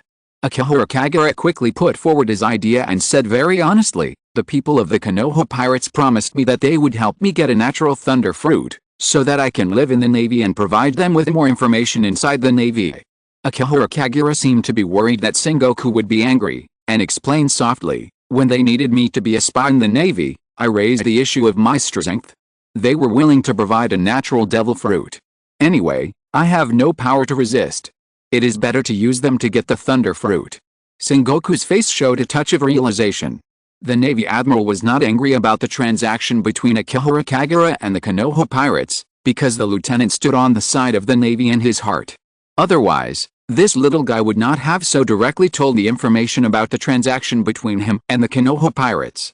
If he wanted to hide the thunder fruit, this little guy could have claimed that he had obtained the thunder fruit under other names in the future, instead of telling the marshal about it before he got the thunder fruit. This matter would also be good for the Navy, because a powerful natural fruit ability user, especially the terrifying ability of the thunder fruit, could at least allow the Navy to gain a vice admiral or even a general level combat power out of thin air in the future. Okay. The admiral followed Akihara Kagura's suggestion and said in a deep voice, "The thunder fruit is the top priority. If it is too troublesome, I will send Kuzan and Borsalino to help you." This is what the Konoha pirates promised. Akihara Kagura shook his head and continued softly, "In this way, we can also take the opportunity to test their abilities. That group of pirates seems to know everything. They even have detailed information about Sky Island." "Okay." Sengoku nodded seriously, waved at him and said, "I agree to everything you said. As long as you get the ability of the thunder fruit, hurry back to Marineford for training. Your brain is more precious than your strength." "Yes." Akihara Kagura agreed and left directly. Sengoku watched the lieutenant leave, his eyes gradually becoming profound. What a smart little guy. Sengoku once again praised Akihara Kagura, and said softly, "Kuzan mentioned that his strength is not particularly strong, but he was chosen by the Konoha pirates to become their man, and even allowed him to control what happened in Alabasta. He really has precious intelligence. This little guy has taken us all into account." Vice Admiral Churu nodded slowly and couldn't help but sighed. From the time Buggy the Clown assassinated the Celestial Dragons, he passed through the East China Sea, Roguetown and Drum Island, and triggered the major events in Alabasta one after another. Buggy the Clown, Crocodile, Kuzan, Borsalino and us old people, all became part of his plan. No more than that, even the 5 elders are one of them. Sengoku shook his head and said in a deep voice, "From the beginning of the Alabasta incident to how the Alabasta incident will end, he has considered it all in advance. About this point not many people in the Navy could have thought of that. Just based on the formulation and execution of this operational plan, this lieutenant named Akihara Kagura should not be underestimated, and he will surely become the think tank of the Navy in the future." One more thing, Sengoku thought about his last test question to Akihara Kagura, and said softly, "If I were to implement his plan, there would be some bloodshed in this major incident, so that the 5 elders would not suspect us, but he has no intention of sacrificing the Navy. Kuzan is wrong. This little guy is not so unscrupulous. Maybe he thinks that if he colludes with pirates, justice will no longer be spotless. After all, the Alabasta incident has brought the Navy and pirates together." Sengoku took a deep breath, his eyes as sharp as Buddha, as if he could see through people's hearts. "However, let me speak from the results. His plans are actually more beneficial to the Navy. At least we don't have any major losses, and we even have an extra pirate group that can be used in the future. The minor injuries suffered by Garp and I are not important at all." Vice Admiral Churu hesitated for a moment. Vice Admiral Churu felt that Garp's old friend was not just injured, and he couldn't even wake up. This was the most serious injury Garp had suffered in the past 20 years. What a pity there are still fatal flaws after all. The little guy is still too young. Sengoku changed the subject and mentioned Akihara Kagura's shortcomings. His face gradually became serious. "For this world, the existence of justice is indeed clean, but if you want justice to exist spotlessly, the means of enforcing justice cannot always be bright." As an old man in his 70s, Sengoku has long seen through the truth of this world. Is it possible that the means of enforcing justice for him as a Navy Marshal are clean? Sengoku agreed to the world government's Shichibukai policy, cancelled the bounties of the Shichibukai in the past, colluded with a group of pirates to check and balance another group of pirates on the sea, and turned a blind eye to the practices of the Celestial Dragons. How can all this be called clean? But as long as you believe that you are doing the right thing, it is enough. This lieutenant named Akihara Kagura is too young after all, and his methods of doing things are not vicious enough.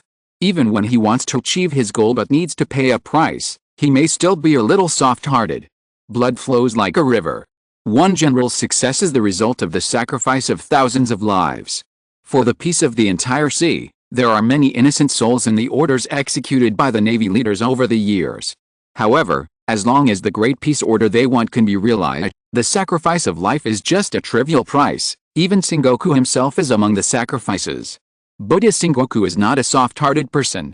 Even though Sengoku is in the name of Buddha, he has such tough and angry methods. Sengoku took a den mushi and slowly spoke of his plan. It seems that we need to find time to teach that little guy well. Perhaps when he graduates from the headquarters training camp in the future, it would not be a bad idea to transfer him to Sakazuki to learn from him. Transfer to Sakazuki. Vice Admiral Churu hesitated for a moment and frowned. In that case, this little guy will become too extreme, right? Sengoku slowly shook his head and took the initiative to remind. Decisiveness in killing is also a necessary quality for the Navy to use violence to enforce justice. This little guy is a little too gentle. He is just an ordinary lieutenant of the Navy. Naturally, I will not care. I will even admire him for doing whatever it takes to avoid sacrifices of the Navy. Sengoku's expression became more and more serious, and even a little heavy, but he is also involved in the Konoha pirates, and the Konoha pirates have also colluded with him. He must understand one thing, to make some necessary sacrifices for the overall situation at a critical moment. Without saying anything else, if the Konoha pirates did not agree to his plan this time, and even rashly killed a lot of Navy in this incident, would he, a lieutenant in the Navy, be furious? Sengoku didn't want to admit it, but he had to admit that some things did require dirty compromises to achieve their goals. Sengoku was already very old, and he had to consider the future of the Navy. He had to train Akihara Kagura, a new Navy seedling. Well, even if he put him next to Admiral Akainu to force him to mature as soon as possible, it would not be a bad thing for the Navy. After all, times have changed. The sea is about to go berserk. Sengoku has always believed that the existence of the three admirals of the Navy has made the Navy strong enough, but after experiencing the Alabasta incident, he believes that the Navy is still weak. Before the sea goes berserk, we must have enough power to maintain order. Call the 5 elders first. Sengoku held a den mushi and dialed the exclusive number of the 5 elders, and his expression gradually became completely heavy. Mirajoa. The location of the World Government Department. This is also the residence of the Celestial Dragons. Pangu City. The location of the 5 elders, the power center of the world government. After receiving the den mushi from Sengoku, the 5 elders were still a little indifferent, and even asked directly, has the Alabasta issue been completely resolved? If all the people who should be cleared out have been cleared out, we will send CP to take over the rest. If you say it's resolved, it's not wrong. Sengoku's voice was a little hesitant, as if he had encountered a thorny problem. He briefly summarized, a lot of things happened in Alabasta. The Konoha pirates are very strong, and Buggy the Clown is also involved. Crocodile, one of the 7 warlords of the sea, wants to seize Alabasta's secret weapon, Pluto.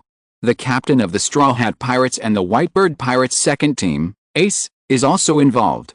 Garp fought desperately and was seriously injured, but finally all the pirates were defeated. Pluto. The voices of the 5 elders became a little serious. We got it. An old man took over the conversation and ordered in a deep voice, the Navy's mission has been completed, and the rest of the matters will be left to you. But Sengoku interrupted the 5 elders and brought up another troublesome issue. Before we arrived in Alabasta, that group of pirates discovered a golden underground palace left by the king of Alabasta 800 years ago. There are some troublesome secrets in it. The faces of the 5 elders did not change at all. What about that group of pirates? An old man mentioned something he was concerned about. He seemed to think that the whereabouts of Pluto were hidden in the golden underground palace. He ordered in a deep voice, absolutely no pirates are allowed to escape. Seal up the secrets of Pluto, and don't let anyone know the whereabouts of that ancient weapon. Already it's too late. Sengoku's voice was a little heavy, and he directly threw all the blame on the Konoha pirates. The Konoha pirates are very strong, and are no less powerful than the Rocks pirates back then. They covered the escape of other pirate groups. How do you do things? After hearing this, an old man wanted to curse. We can't blame them too much? Another old man shook his head, not particularly dissatisfied with Sengoku's report. If the pirate group that suddenly appeared is really as powerful as the Rocks pirates, it will be difficult for them to stop the other party, and it would be good enough if they can even defeat the other party. Don't say so much. Another old man interrupted their communication and questioned Sengoku in a deep voice. In other words, the news about the ancient weapon of Pluto has been leaked, right? Maybe, maybe not. Sengoku proposed a false concept and continued, however, we did not find the specific location of Pluto in the Golden Underground Palace. It was only mentioned that 800 years ago, the Alabasta royal family did have the ancient weapon of Pluto. That's good. The 5 elders were immediately relieved. But Sengoku took a deep breath and said a piece of news that made the 5 elders fidget. The Golden Underground Palace mentioned the history of 800 years ago. All the 5 elders couldn't help but widen their eyes. No, what a joke. How could Alabasta hide such a secret? Did the king of Alabasta 800 years ago store the blank 100 years of history in the Golden Palace? Even a group of pirates who escaped knew about it? Just when the 5 elders wanted to question Sengoku about what secrets were hidden in the Golden Palace of Alabasta, Sengoku took the initiative and asked his own question. I have something to ask? Sengoku's attitude became more serious than ever before, and he asked, the Golden Palace mentioned that there is another person named Iman Mirijoa. Is this true? Why do the pirates of the Konoha pirates know about this? The eyes of the 5 elders suddenly became horrified. Did such a secret appear in the Golden Palace? The new pirates of the Konoha pirates used Buggy the Clown to assassinate the celestial dragons, and they even knew the secret inside Mirijoa. What secrets are hidden in the Golden Palace? How much of the secrets inside are known by the pirates? How many people know that Lord Yim still exists now? The 5 elders looked at each other in shock, as if they were eager to know the answer to the question from each other's eyes, but they could only see confusion, puzzlement, shock and uneasiness on each other's faces. Do you want to continue asking? An old man with a white beard sat on the sofa, his brows tightly furrowed, and his face was even more nervous than ever before. Anyone who knows about Yim's existence must be eliminated. Even though they, the 5 elders, are the highest authorities in the world government, they dare not spy on the secrets behind Yim. No one knows how many secrets of Yim are hidden in the Golden Palace. Are they qualified to know the secrets inside? The secrets hidden in the underground palace may be something they dare not explore. Hang up Sengoku first.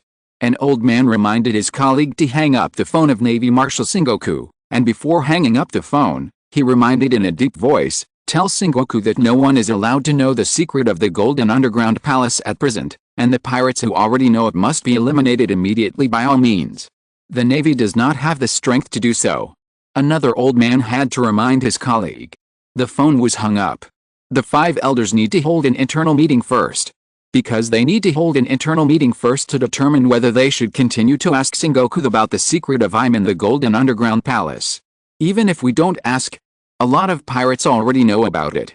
An old man sighed and suggested a past practice, if we don't dare to decide, we should ask Lord Im first. But an old man with a samurai sword in his hand and a pair of glasses on his face said in a deep voice, if we just ask Lord Im, can we know the secret of the Golden Palace from Sengoku? If we say this, Lord Im will be angry, right? It's nothing else but a little strange. In order to know some secrets about Im, ask Im in person what you think? I doubt what Im is. The moon god who controls shadows and controls the 5 elder stars and other mythical beasts as subordinates. It seems that there is a moon god like this. If you're listening to this novel on a channel other than Fanfic World, it means they downloaded and uploaded it without effort. We cordially invite you to visit our channel, Mundo Fanfic Novelis. There you'll find the original version of this story and you can explore many other novels of various genres. We're waiting for you to immerse yourself in a world of incredible novels. Chapter 385, The Actions of the World Economic News Agency. Between the Flowers. This is a tall palace. Deep in this palace, there is a throne symbolizing the king of the world. 800 years ago, the 20 kings who founded the world government left the throne empty and did not allow anyone to sit on it. At this time, there was a figure sitting high on it. The strange thing is that the 5 elders did not say anything. The group of old men knelt down respectfully towards the dark shadow sitting on the empty throne, and listened quietly to the orders given by the other party. I'm the king of the world hidden deep in Mirijoa. This is a figure hidden very deeply in the world government. The world government and the 5 elders have always been clearing out the factors that cause unrest in the world through the guidance of Im. Similarly, in order to avoid the world knowing, Im does not allow anyone to know of his existence. Anyone who knows of his existence will definitely be thoroughly cleared. The king of the world sat quietly on the empty throne, quietly listening to the 5 elders report on the golden palace in Alabasta, shrouding everything about himself in darkness. As you said. Is the existence of Mu already known? This. The 5 elders looked at each other and lowered their heads again. I'm afraid so. The 5 elders did not dare to lie about this matter, and could only mention their remedial measures. We will immediately send the navy to intercept and hunt down all the pirates who know about it. But there is still a problem. An old man could only whisper their difficulties. The strength of the Konoha pirates that emerged is no different from the former rocks. Sengoku and his 2 admirals cannot capture them, and there is still the possibility of news leaks. Another old man looked up and said his thoughts in a deep voice. I think we can use the demon-slaying order to destroy Alabasta and bury all the existences first, but the Navy Marshal and the 2 admirals are also insiders. An old man also raised his head and expressed his different opinion. Doing so may also arouse the vigilance of those pirates, alerting them and causing them to spread the news of Lord Im. It will be useless even if we destroy Alabasta. So this is the only remedy. The shadow on the throne of the void fell silent, a finger gently tapped the seat of the throne of the void, and the voice suddenly stretched out. Well, Mu also wants to know the real secret hidden in Alabasta, as Lily said. We don't know yet. An old man lowered his head and reported carefully. After all, the information in the underground palace involves Lord Im. We dare not deal with it without authorization. No problem. The shadow sitting high on the throne of the void didn't care about all this, and waved his hand to show his attitude to the 5 elders. Let Mu know Lily's words and clean up the rest one by one. The 5 elders lowered their heads and dared not continue to speak. Clean up the rest one by one. Obviously, it also includes the admiral and the marshal of the navy. If the secrets recorded on the golden inscription of Alabasta are too shocking, are they also among those being cleaned up by Im? But they have to do it. In order to bring back the secrets of Alabasta, the 5 elders plan to go out collectively and go to the golden underground palace of Alabasta. If the blank history is too shocking, the 5 elders can also use their power to clean up the Buddha warring states and the 2 admirals who know about it. However, the 5 elders will not have to worry about this problem soon. World Economic News Agency. The news industry in the entire ocean is extremely developed, and all of this depends on the president of the news agency, Morgwas, who is the albatross form ability user of the bird fruit. As a leader in the news industry, Morgwas has always been seen in the form of an orc, asking for news all over the world, and even risking his life to find out the news. Many major events are often reported by his newspaper first, directly detonating the entire ocean. Therefore, Morgwas is also called Big News. Morgwas is also very clear that the news industry is very offensive, but he doesn't care about these, only the big news he creates. As a media practitioner, Morgwas has always hoped that his newspaper can be very influential and can easily disrupt the situation in the ocean, such as the assassination of the celestial dragon. Morgans reported the news immediately after receiving it. He knew that this kind of news would definitely set off an explosion in the sea. As he expected, the newspaper was sold out. After tasting the sweetness once, he naturally wanted to get the sweetness again. During this period, Morgans always felt that there was still a big event, and he was wandering around the sea, hoping to get another real big news. However, Morgans also learned a piece of news from a newsbird. The last time Buggy the Clown assassinated the celestial dragons, it was actually the world's #1 swordsman, Joracle Mihawk, one of the 7 warlords of the sea, who secretly passed it to him. This made Morgans feel that there were still secrets to be discovered in Mihawk, so he secretly wanted to lurk around Mihawk. It must be said that the boss of the news agency was quite desperate. However, Joracle Mihawk never returned to his home, but took a small boat straight to the New World in the second half of the Grand Line, leaving Morgans, who had been squatting near his home, empty-handed. But Morgans received new news again. The staff of the news agency passed on to him a piece of news that was more shocking than Buggy the Clown's assassination of the celestial dragons. Once this news was revealed, it would be enough to completely blow up the world. The whole world would definitely be completely blown up. Morgans couldn't help but be very curious about what news would blow up the sea. He hurried back to his company and couldn't wait to open a strange scroll. Then Morgans was scared. Because the story described in this scroll was a little too shocking. Any random news sent out could serve as a newspaper headline, enough to blow up the entire sea, not to mention that the content involved the founder of the world government 800 years ago. Big trouble. Is this fake? Morgans looked at the scroll in his hand with sweat on his forehead. Although he was a daring person, he also knew that if the content of this scroll was published as news, he, as the president, would always be worried about being assassinated.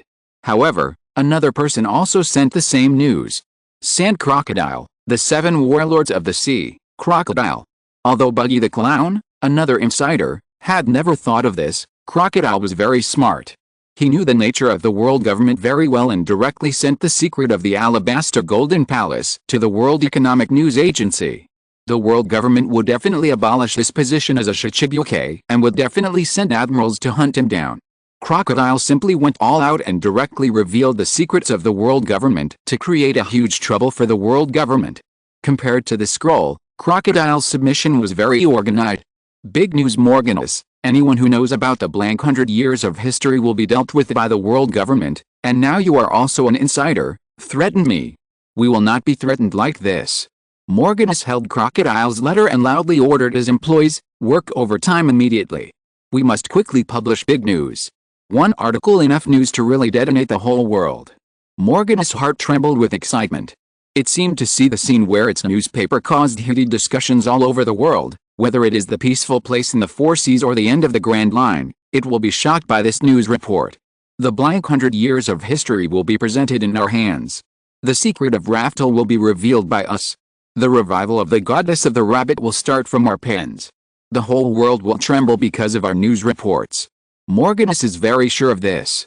No matter who it is absolutely impossible to ignore its newspaper. Everyone will definitely buy its newspaper and read the big news and the big events that happened in Alabasta from its newspaper. Aren't you going to verify it? An employee of a news agency raised his doubts cautiously. What's there to verify? Report it first. Morganus angrily stopped his employees. In order to create a big event, Morganus could even do such a thing as fabricating news, not to mention that this was a news submission about Crocodile and a mysterious man. Of course, Morganus is not stupid. The journalists in Alabasta did send out some news, including the news that Crocodile, one of the 7 warlords of the sea, attempted to usurp the throne, but Crocodile soon disappeared and no one knew his whereabouts. Similarly, the Straw Hat Pirates also left Alabasta. Buggy, the clown who had been in charge of soy sauce, and his subordinates also left. The atmosphere in the entire Alabasta did not ease after these pirates left. Instead, the atmosphere in this desert kingdom became more and more tense. Navy warships were constantly mobilized from all over. Tens of thousands of Navy troops landed directly in the desert kingdom and assisted in quelling the rebels in Alabasta. They then declared martial law in the kingdom, forbidding anyone to leave Alabasta. Obviously, something must have gone wrong in Alabasta. The world government is very likely to do something to Alabasta. Once they realize that the World Economic News Agency has mastered some of Alabasta's secrets, they will definitely not let the World Economic News Agency go. Morgan simply planned to release a super big news. And the sooner the better. If the speed is too slow, it will inevitably arouse the vigilance of the world government. However, Morgan's obviously underestimated the spy infiltration of the world government. There was an agent lurking in its newspaper. Just as the news content was distributed to various employees for sorting, an employee of the newspaper looked at the content distributed in his hand in horror. A vicious look flashed across the employee's face. He stood up suddenly, raised the gun in his hand and pointed it at Morganus. Morganus, I order you in the name of the world government to stop publishing this news immediately. Are the people from the world government lurking here? Morganus narrowed his eyes, rushed up suddenly, waved his wings and knocked down the lurking agent. Don't be afraid. Morganus stood in the center of his newspaper, looking at his terrified employees, and a fierce look suddenly appeared on his face. If we don't publish this news, we can't survive. The world government will definitely find a way to clean us up. Only when the whole ocean knows this news can we survive. But an employee was still a little worried. Don't worry. Morganus comforted his employees and whispered, the world government is busy with its own affairs. How can it have time to take care of us? Maybe. Morganus's orc-like bird had even showed a hint of pride, and he said nonchalantly, the world government will need our help at that time. Morganus moved quickly. Because if he was a little slower, the world government might come to him. The ocean cut off the close connection between islands, but it could not block the birds flying in the sky. Flocks of seagulls flew out from the World Economic News Agency. This group of sales seagulls from the World Economic News Agency delivered newspapers that could affect the entire world situation. They brought the past history and the unknown future to this world. The second half of the Grand Line. This is the sea area called the New World. A small boat slowly moved forward against the waves. The world's #1 swordsman, Joracle Mihawk, sat on the boat, holding a glass of red wine steadily in his hand, and his elegant life was not affected in the turbulent sea with strong winds and huge waves. This is a leisurely trip. Mihawk plans to go to the New World to find red-haired Shanks, and chat with his old friend about Monkey D. Luffy. By the way, he also wants to secretly find out whether Shanks has ever heard of the existence of a pirate group called Konoha. After all, this pirate group forced Mihawk to join. Mihawk must know what organization he has joined, right? A seagull landed on the bow of his ship, sold him a newspaper, and then flew to other places again. Its work seemed to be in a hurry to be completed. Are there any new and interesting news? Mihawk squinted his eyes and opened the newspaper in his hand. Crack! The red wine glass suddenly fell on the boat. The fragile wine glass shattered directly, and the red wine spilled on the board. Those guys, are they going to turn the whole sea upside down? The world's #1 swordsman looked at the headline on the newspaper in disbelief. He couldn't believe what he saw in the newspaper. He felt that he seemed to come to the New World too early. If he had known earlier, he should have gone to Alabasta. The truth hidden by the great secret treasure Raftel. 800 years ago, the last words of Alabasta Queen Nefertari D. Lily, one of the 20 kings who founded the world government, were exposed. Tomorrow I will have a climax and write well. We broke up 2 days ago, and I am really a little uncomfortable these 2 days. I will get back to the state immediately.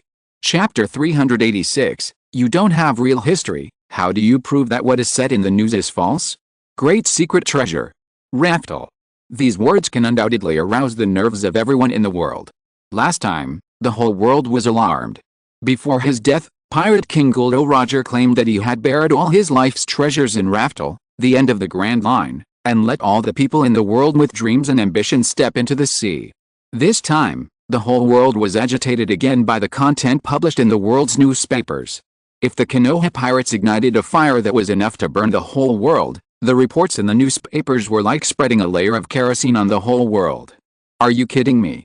The second half of the Grand Line, the sea where Whitebird was. On the Moby Dick. The Whitebird pirates were waiting for the return of Fire Fist Ace after arresting the traitor.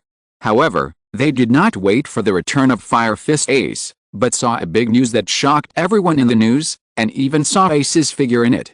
Whitebird was sitting on a huge chair. The most powerful man in the world is named Edward Newgate.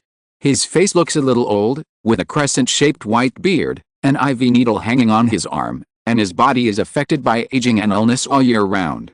But even so, Whitebird still maintains his great reputation. The Whitebird pirates have only more than 1,000 people, but there are more than 40 pirate groups affiliated with them, adding up to more than 20,000 people, none of whom are weak. Similarly, this also earned Whitebird the title of Emperor of the Sea. Any island that flies his flag will be protected by him, and even the Navy and the world government dare not rashly offend His Majesty. Now Whitebird's face looks particularly wonderful. Because there are many things in this news report that he has never known, but there are also many false news that Whitebird finds particularly absurd. The origin of humankind. Marco, the captain of the first division of the Whitebird pirates, sat cross-legged on the railing, holding a newspaper in his hand, lazily looking at the content about the origin of humankind at the beginning. Sky people, fish people and land people evolved by migrating to avoid the tsunami crisis that destroyed the world. Is this the origin of humankind? To be honest, this theory of the origin of humankind is quite true. Marco is also the ship doctor of the Whitebird pirates, and he is also very interested in these things. Fish people and humans can transfuse blood to each other. This news mentions the origin of humankind and confirms why blood can be transfused to different species. But the Grand Line was actually created by the goddess of the rabbit. Marco has been on the sea for so long and has never heard of this name. He remembered some stories that happened on Whitebird's ship and looked at Whitebird sitting on the chair. Dad, have you heard of the name of the creator, the goddess of the rabbit? Whitebird shook his head slowly. Whitebird has seen too much on this sea.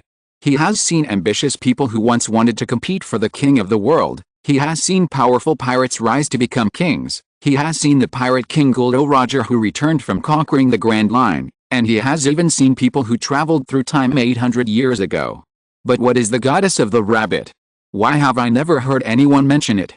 Whitebird looked at the newspaper in his hand and was confused for a while. He remembered a drink he had with a pirate king many years ago, and he couldn't tell the truth from the false. Forget it. This kind of thing has nothing to do with him. Whitebird doesn't care about the truth of history. He just cares about the guys on his ship. The only one he cares about is Ace, the Fire Fist, who was mentioned in passing. The newspaper specifically mentioned the pirates in Alabasta when the Alabasta incident happened. Ace was one of them. Ace Whitebird showed a trace of worry in his eyes. No wonder he felt a little uneasy when Ace went to hunt down Blackbeard Marshal D. Teach. Is this era really going to go berserk? Fortunately, the world newspapers revealed all of this, otherwise, Ace would definitely be hunted down and silenced by the world government that is eager to conceal the truth. I hope that kid knows the seriousness of the matter. Whitebird sighed in his heart, hoping that his adopted son could return soon. His eyes fell on a group of pirates flipping through newspapers on the boat, and he sighed in his heart, it's just a mere fame, how can it be more important than the safety of you stupid sons? Dad Sengoku and Garp acted together in Alabasta. Diamond Jaws, the captain of the 3rd Division of the Whitebird Pirates, was very surprised by the subsequent news. It was a new pirate group that revealed all of this, and there were pirates who escaped from the hands of their 2 old guys and 2 admirals. I saw it. Whitebird flipped through the newspaper in his hand. His eyes fell on a secretly taken photo, on which was a photo of the Konoha pirates. Whether it is Senju Hashirama or Uchiha Madara in the photo, they don't look like simple characters. Both of them have good eyesight. It looks like they are a group of very strong newcomers. Whitebird narrowed his eyes, and his narrow eyes seemed to see the figures of Senju Hashirama and Uchiha Madara appearing in front of him through the photo.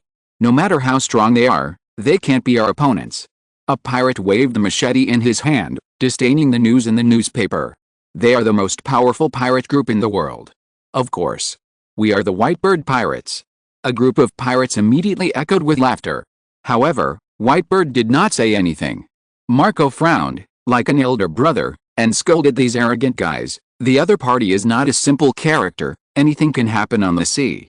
Just to say nothing, the Konoha pirates were able to escape under the siege of 2 admirals and 2 veterans, which is not something that ordinary people can do. These guys were protected so well by Whitebird that sometimes they couldn't tell how cruel it was to gain a foothold on the sea.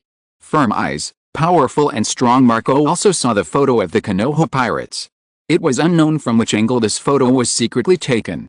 The 2 men in the lead did not look to be underestimated. There have been no newcomers like this on the sea for a long time. The second half of the Grand Line, the Wongo Sea. This sea area is also known as the Kingdom of Totland, which brings together almost all the races on the entire sea. It is also the Kingdom of Charlotte Linlin, the only female Big Mom among the 4 emperors. Its capital is Cake Island, which is made up of big cakes and cream.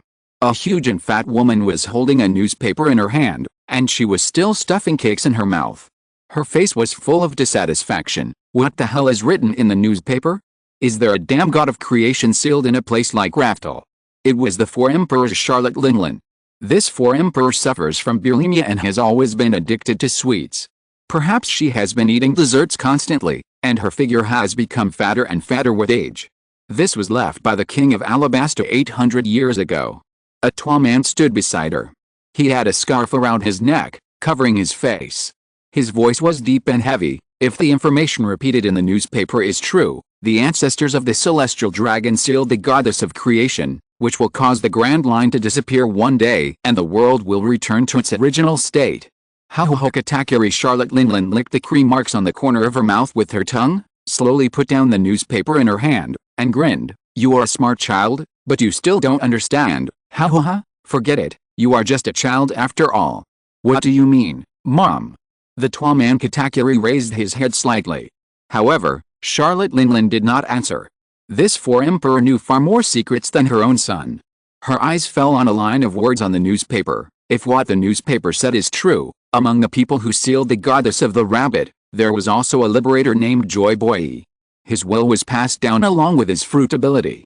Where is the new liberator Joy Boy? I can ignore the past, but I can't ignore the future. That pirate group that emerged revealed such a big trouble. We can't just sit back and watch. They must know something. Charlotte Linlin reached out and picked up a huge cup and saucer. She picked up a small fork and stuffed the dessert in the cup and saucer into her mouth, slowly tasting the delicious dessert. Today's cake is very good. Let today's chef help me run a trip and send a letter to Kato. Kato. Katakuri didn't quite understand. Kato is another sea emperor on the sea, as famous as Charlotte Linlin, and the beast pirates under his command are also particularly powerful. The newcomers in the newspaper who revealed the truth of history are called the Konoha pirates, right?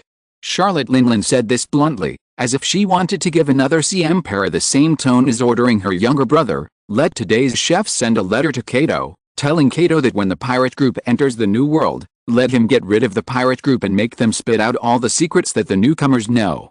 I want to know the secrets inside. Katakuri felt that his mother's words were a little too extreme. After all, the other party is also one of the sea emperors who is as famous as his mother, and his personality is also extremely irritable. Once he hears such words, he will probably get angry and attack one ghoul, right? But coincidentally, the four emperors Kato also has the same idea. The second half of the Grand Line, Onigashima. This is where the beast pirates are entrenched. Kato was holding a big bowl in his hand, drinking wine in big gulps while crying, "Joy Boy, there's news about Joy Boy again." The newcomer who revealed this secret is also very powerful. The three disasters and the beast pirates were also reading the newspaper. They always paid attention to their opponents, especially the news that the admirals of the navy also joined the war. Sengoku and Garp, and Aokiji and Kizaru, the two bastards, didn't stop them. A group of pirates and the beast pirates were also reading the newspapers in their hands. This group of pirates didn't pay as much attention as Kato and the three disasters.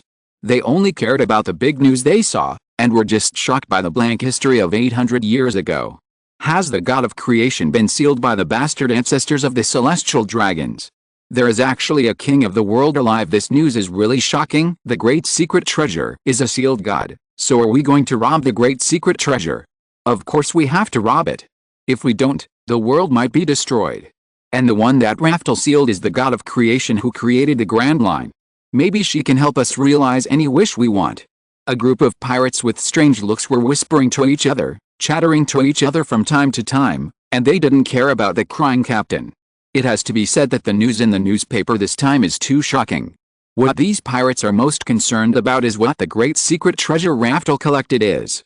They speculate that as long as the goddess of Mao sealed in the great secret treasure is released, perhaps the god of creation can help them realize any wish.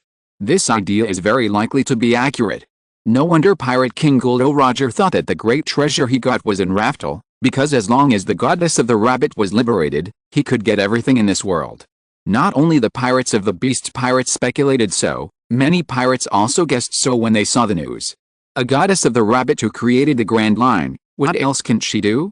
As long as you reach Raftel, as long as you release the sealed goddess of the rabbit, no matter what wish you have, no matter what you want, the goddess of the rabbit will realize it. These rumors spread all over the world along with newspapers, and the ambitions that many pirates were about to give up grew again with this speculation. But there are always people who know the truth. Red Hair Sea. This is the territory of the four emperors Red Hair Shanks. A group of pirates lay on an island to rest. This group of pirates has no interest in the messy world history. They just took a look at the list of participants in the Alabasta incident and saw Luffy's name, and they became a little more interested, so they just lay on the ground and slept. Even red-haired Shanks felt the same way. He took a look at the content and felt that too much was fabricated. The blank 100 years of history were mostly forged by others. Most of them are fake. Raftel's great secret treasure is definitely not the goddess of the rabbit. Red-haired Shanks put down the newspaper in his hand boredly, but his expression was not completely relaxed. But the news also recorded something I care about. The will of the liberated Joy Boy remained in his fruitability. It seems that the people who forged history also know some of the truth. Maybe we should find a chance to meet each other. Shanks narrowed his eyes, and his eyes became particularly sharp. Those who expose this false history should be the guys who forged history. Maybe they also know the current name of the fruit left by Joy Boy. Let's go meet them and ask them their real purpose. We don't know their purpose yet, but it must be related to the celestial dragons and the world government.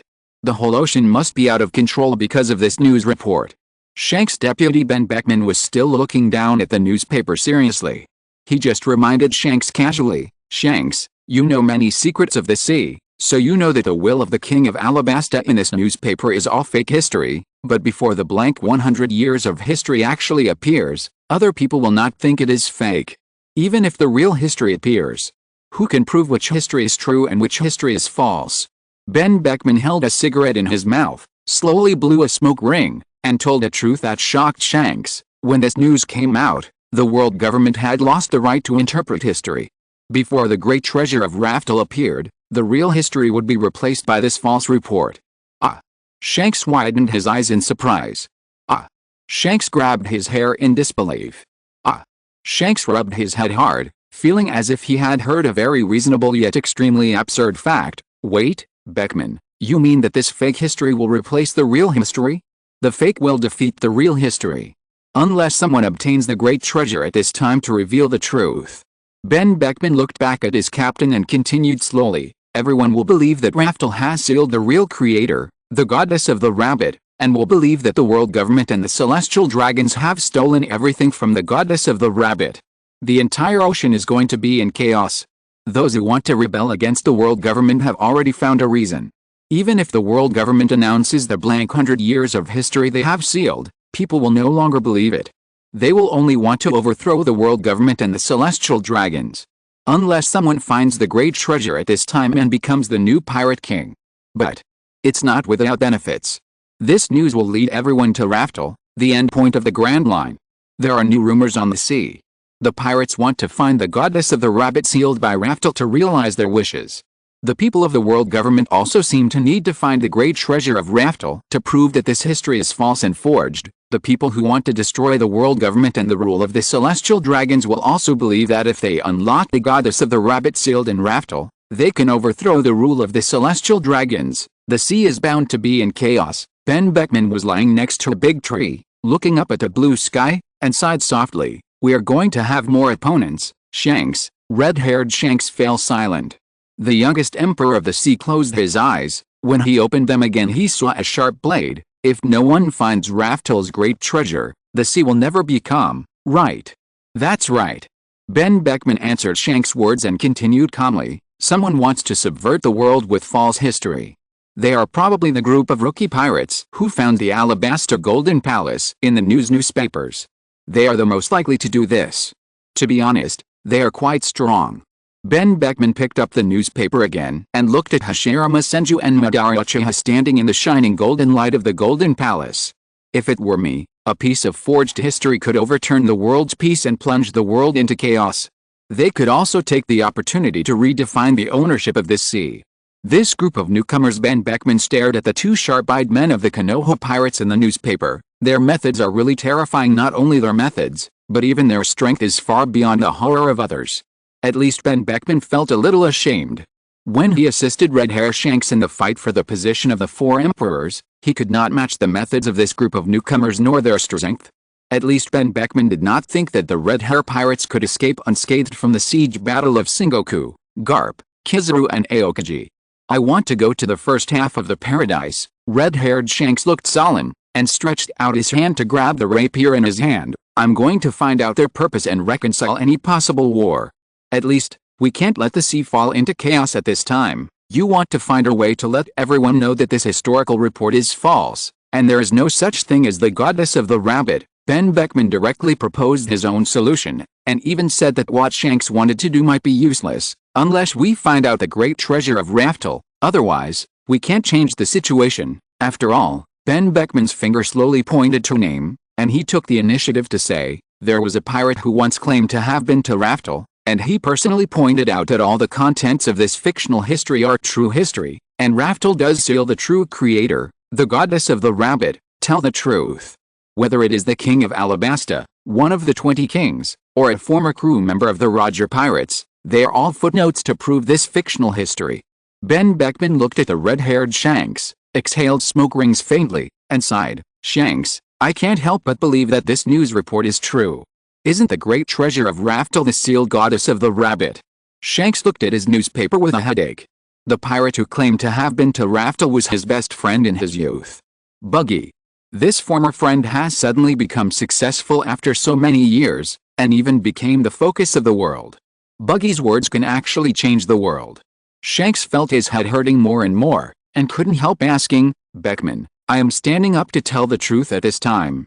Because of his illness, Buggy and I neither reached the final island of Raftel. Everything Buggy said is false, and this news history is also fictional.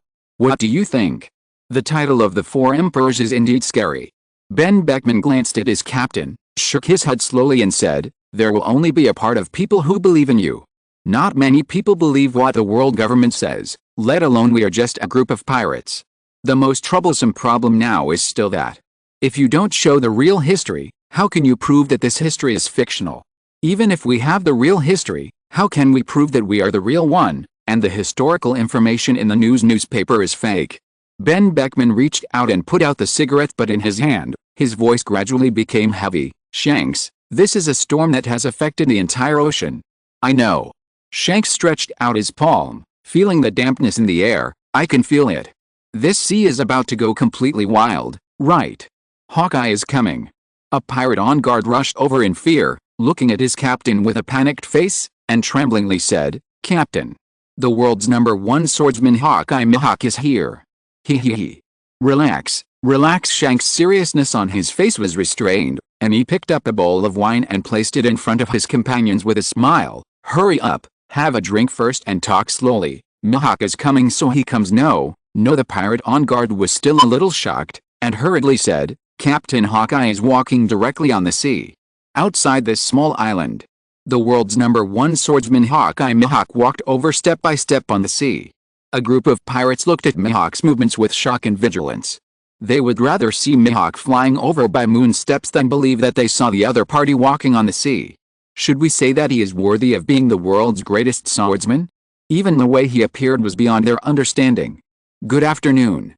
Chapter 387, one of the 5 elders, Mirijoa, was attacked by pirates.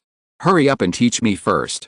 Red-haired Shanks opened his mouth wide, looking at Hawkeye walking over from the sea step by step. He put his arm around Hawkeye's shoulders and said, Mihawk, hurry up and teach me how to walk on the sea water. This is a super powerful ability. It's just a little trick. Mihawk casually skipped over his little trick of walking on the water and directly mentioned the business. I came here to ask you something important about the Konoha pirates. At this time, Mihawk came to find red-haired Shanks. On the one hand, he came to tell Shanks that he had met the new pirate monkey D. Luffy that he recognized. On the other hand, he wanted to ask Shanks if he knew anything about the Konoha pirates. As a result, Shanks was the one who asked the question first. Shanks directly took out the newspaper and pointed to a photo in the newspaper. Mihawk, you went to the first half of the Grand Line. Have you seen this new pirate group? Mihawk couldn't help but remain silent. It seems you have seen it. Shanks' face suddenly became excited, and he patted his friend's shoulder hard. Tell me quickly, what is the situation of this group of newcomers? That's what I want to ask you too. Mihawk's eyes revealed a hint of uneasiness, and he asked in a deep voice, I thought you had seen so many things on the sea, and you must know some information about them. He was forced to join the Konoha pirates. This pirate group never does trivial things on the sea. He must know what kind of organization he joined, right? The people of the Konoha pirates didn't tell him. Mihawk could only explore through his own connections on the sea. Now Shanks, a well-informed 4 emperors, doesn't even know the other party's origins? This Shanks suddenly felt embarrassed, shook his head and said, Beckman and I are also discussing the other party's information. The other party is obviously not an ordinary new pirate. I planned to go to the first half of the paradise to spy on the other party's intelligence. Mihawk hesitated. If Shanks led his pirate group and the Konoha pirates to meet, the arrogance of the vice captain named Uchiha Madara would definitely not let red-haired Shanks go. But Shanks is definitely not the opponent's opponent. I can only tell you one thing.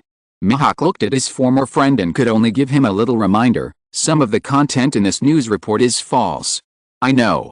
Shanks was a little heartless and waved his hands repeatedly and said, in fact, most of the content is false. I have known this for a long time. No, that's not what I mean. Mihawk shook his head slowly. He looked at the news report about the battle between the Navy and the Konoha pirates, and planned to remind his friend for the last time, you and your companions can't be their opponents. This is Mihawk's sincere advice. Because Mihawk had been in the Konoha pirates for a few days, he knew very well how proud the people in that pirate group were. especially the Uchiha Madara who took action. Unfortunately, Mihawk thought that Shanks was unlikely to be Uchiha Madara's opponent. Especially Uchiha Madara is becoming more and more familiar with the application of the three-color haki, and he has even been able to capture the Admiral Aokiji in a short time. Moreover, there is a Senju Hashirama who is on par with Uchiha Madara. There is even a woman who is far superior to Uchiha Madara and Senju Hashirama. That is a woman that Mihawk can't imagine how strong her talent is and to what extent her strength can be improved. The pirates of the Red Hair Pirates suddenly raised their heads. This group of pirates who are rampant in the New World quickly looked at Hawkeye Mihawk. Obviously, they don't think they are weaker than this new pirate group. A fat man patted his thigh, biting a piece of meat in his mouth, laughing so hard that he leaned forward and backward. Boss, we are underestimated. Shanks couldn't help laughing and patted Hawkeye's shoulder gently. I know they are very strong and can even get away with it, but I have already advised you. Mihawk's sharp eyes stared at the laughing red-haired man in front of him, and his expression became extremely solemn and serious. In a situation where you can't recognize the gap between each other, it is unwise to rashly challenge someone stronger than yourself. Shanks looked at Mihawk in front of him in surprise. Why is this old friend so serious? I'm not going to fight. Shanks waved his hand quickly, laughing and said, don't worry, I just want to see what the other party wants to do, and persuade them not to let the sea fall into chaos. Mihawk's eyes are still sharp. Isn't this behavior also seeking death? The Konoha pirates dared to capture the admirals of the navy, and even dared to kill the celestial dragons. What kind of waves can a four emperors pirate group stir up in front of them? Seriously speaking, Mihawk felt that there was something fishy about the battle in Alabasta. The combat power of the Konoha pirates is almost the pinnacle of the entire ocean. They even captured the Admiral Aokiji before. How could they be forced to retreat by the high-level combat power of the navy? Perhaps the purpose of that group of guys is to expose the secrets hidden in Alabasta and directly cause chaos in the whole world. Maybe the world government is already in chaos. As Mihawk expected, the world government is indeed in chaos. The first half of the Grand Line.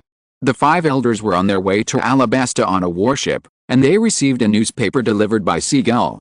When the five elders saw the news in the newspaper, they were all struck by lightning and sat stiffly in the cabin of the warship.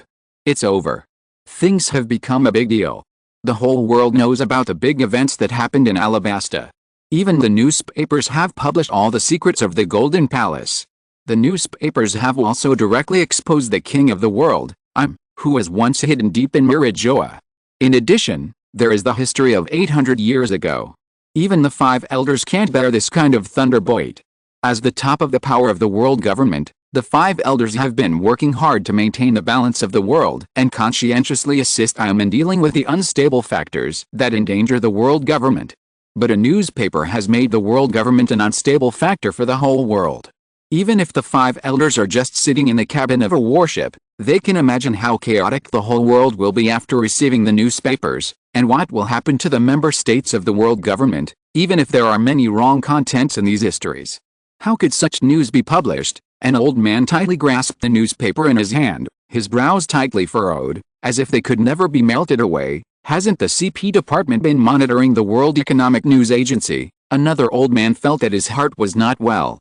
He covered his chest tightly with his palms and smashed the table in front of him with a punch. Now the key issue is not how the news was published, but to quickly deal with the trouble after the news was published. Blank history is fine. There are many inaccurate contents in it. The problem is an old man trembled while holding the newspaper, unable to believe the news he saw, and the existence of Lord M has all been published in the newspapers. How should they face the wrath of the king of the world after they go back?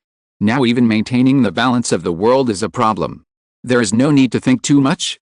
They already know that the world is about to usher in chaos. But an old man still looked at the newspaper in his hand carefully, reading all the information on it. There are some problems with this historical content, right? Maybe no one believes it. We have never heard of the existence of the goddess of the rabbit, and we have never even heard that Raftel sealed the goddess of the rabbit. The blank 100 years is not a huge kingdom. Whether the history is correct or not is no longer important. Another grumpy old man felt that his colleague could not distinguish the key points, and stretched out the long knife in his hand and knocked on the sofa. The most important thing is that the newspaper mentioned Lord M and made the celestial dragons the sinners of the whole world. The most urgent thing for them is to remedy it. No matter what we continue to discuss here, It is useless. Things have already happened, and it is useless to say more. We must find a way to remedy it as soon as possible, but how to remedy it has become a huge problem. Hurry up and let the world government issue a press release to refute the rumors. The old man who was holding his heart hurriedly spoke and was about to pick up his den mushi. This issue of news is all fake. Hurry up and deny everything first. But the old man who had been frowning hesitantly shook his head. It is easy to spread rumors, but it is not easy to refute them. Especially since this news was issued in the name of the king of Alabasta, who founded the world government 800 years ago. It was like a confession of 20 kings.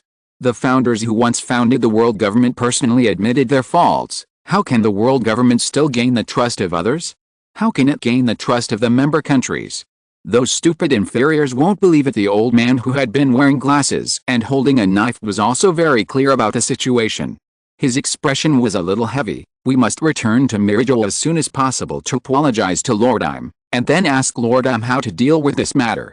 The whole world knows about it, and it is not easy to solve it. To be honest, the 5 elders can't think of a solution. The only way is to let the world government issue a press release to dispel the rumors first. Fortunately, at this critical moment, a den mushi suddenly called, and the Navy Marshal Buddha Sengoku provided them with an important message. The Golden Palace is not made of gold. Zanguo flipped through the newspaper in his hand and made sure that the World Economic News Agency had revealed the secret of the Golden Palace before he called the 5 elders. We found that there was a fracture under the Golden Palace, and sand was flowing out. Zanguo's voice seemed steady and heavy, and his voice was calm. We suspect that this Golden Palace left by the King of Alabasta was built by someone with sand, and then gold was pasted on the sand of the palace. The faces of the 5 elders changed suddenly. What does this mean? This palace should have been built by the user of the sand fruit. While Sengoku mentioned his doubts, he also pointed out a direction for the 5 elders. What we can't be sure of now is whether this was built by the user of the sand fruit 800 years ago, or by Crocodile, the current user of the sand fruit. I have sent Aokiji and Kizaru to hunt down Crocodile. Catch him. This must have been done by Crocodile. Crocodile must be arrested. The world government will immediately issue a news release, abolishing Crocodile's position as the 7 warlords of the sea in the name of Crocodile's attempt to counter the world government's falsification of history, and arresting Crocodile with the highest bounty in the sea. The voices of the 5 elders came one after another. The group of old men looked at each other. They knew that the underground palace was most likely built by the user of the sand fruit 800 years ago, but at this moment, all the problems had to be put on Crocodile. For the stability of the world, we must find a member who can take the blame. Regardless of whether Crocodile did it or not, we must first define it as Crocodile's doing. Put all the blame on Crocodile, and all the rest will become easier to handle. They can catch Crocodile and force Crocodile to admit all the charges.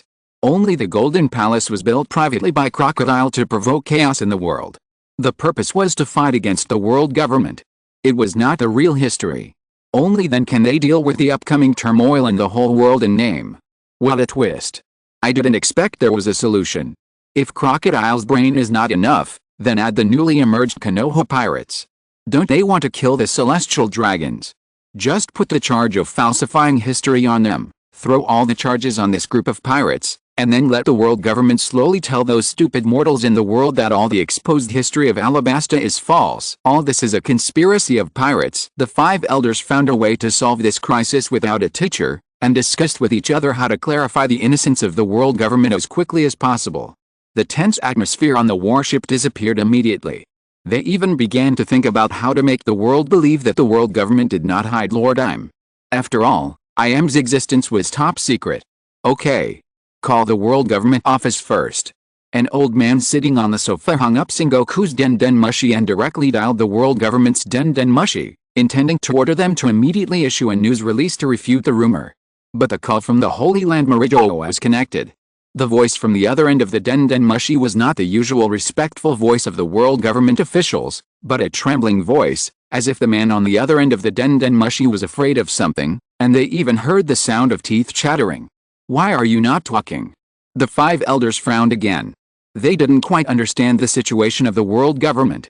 Could it be that Lord Im was angry after receiving the news and directly slaughtered the world government to vent his anger?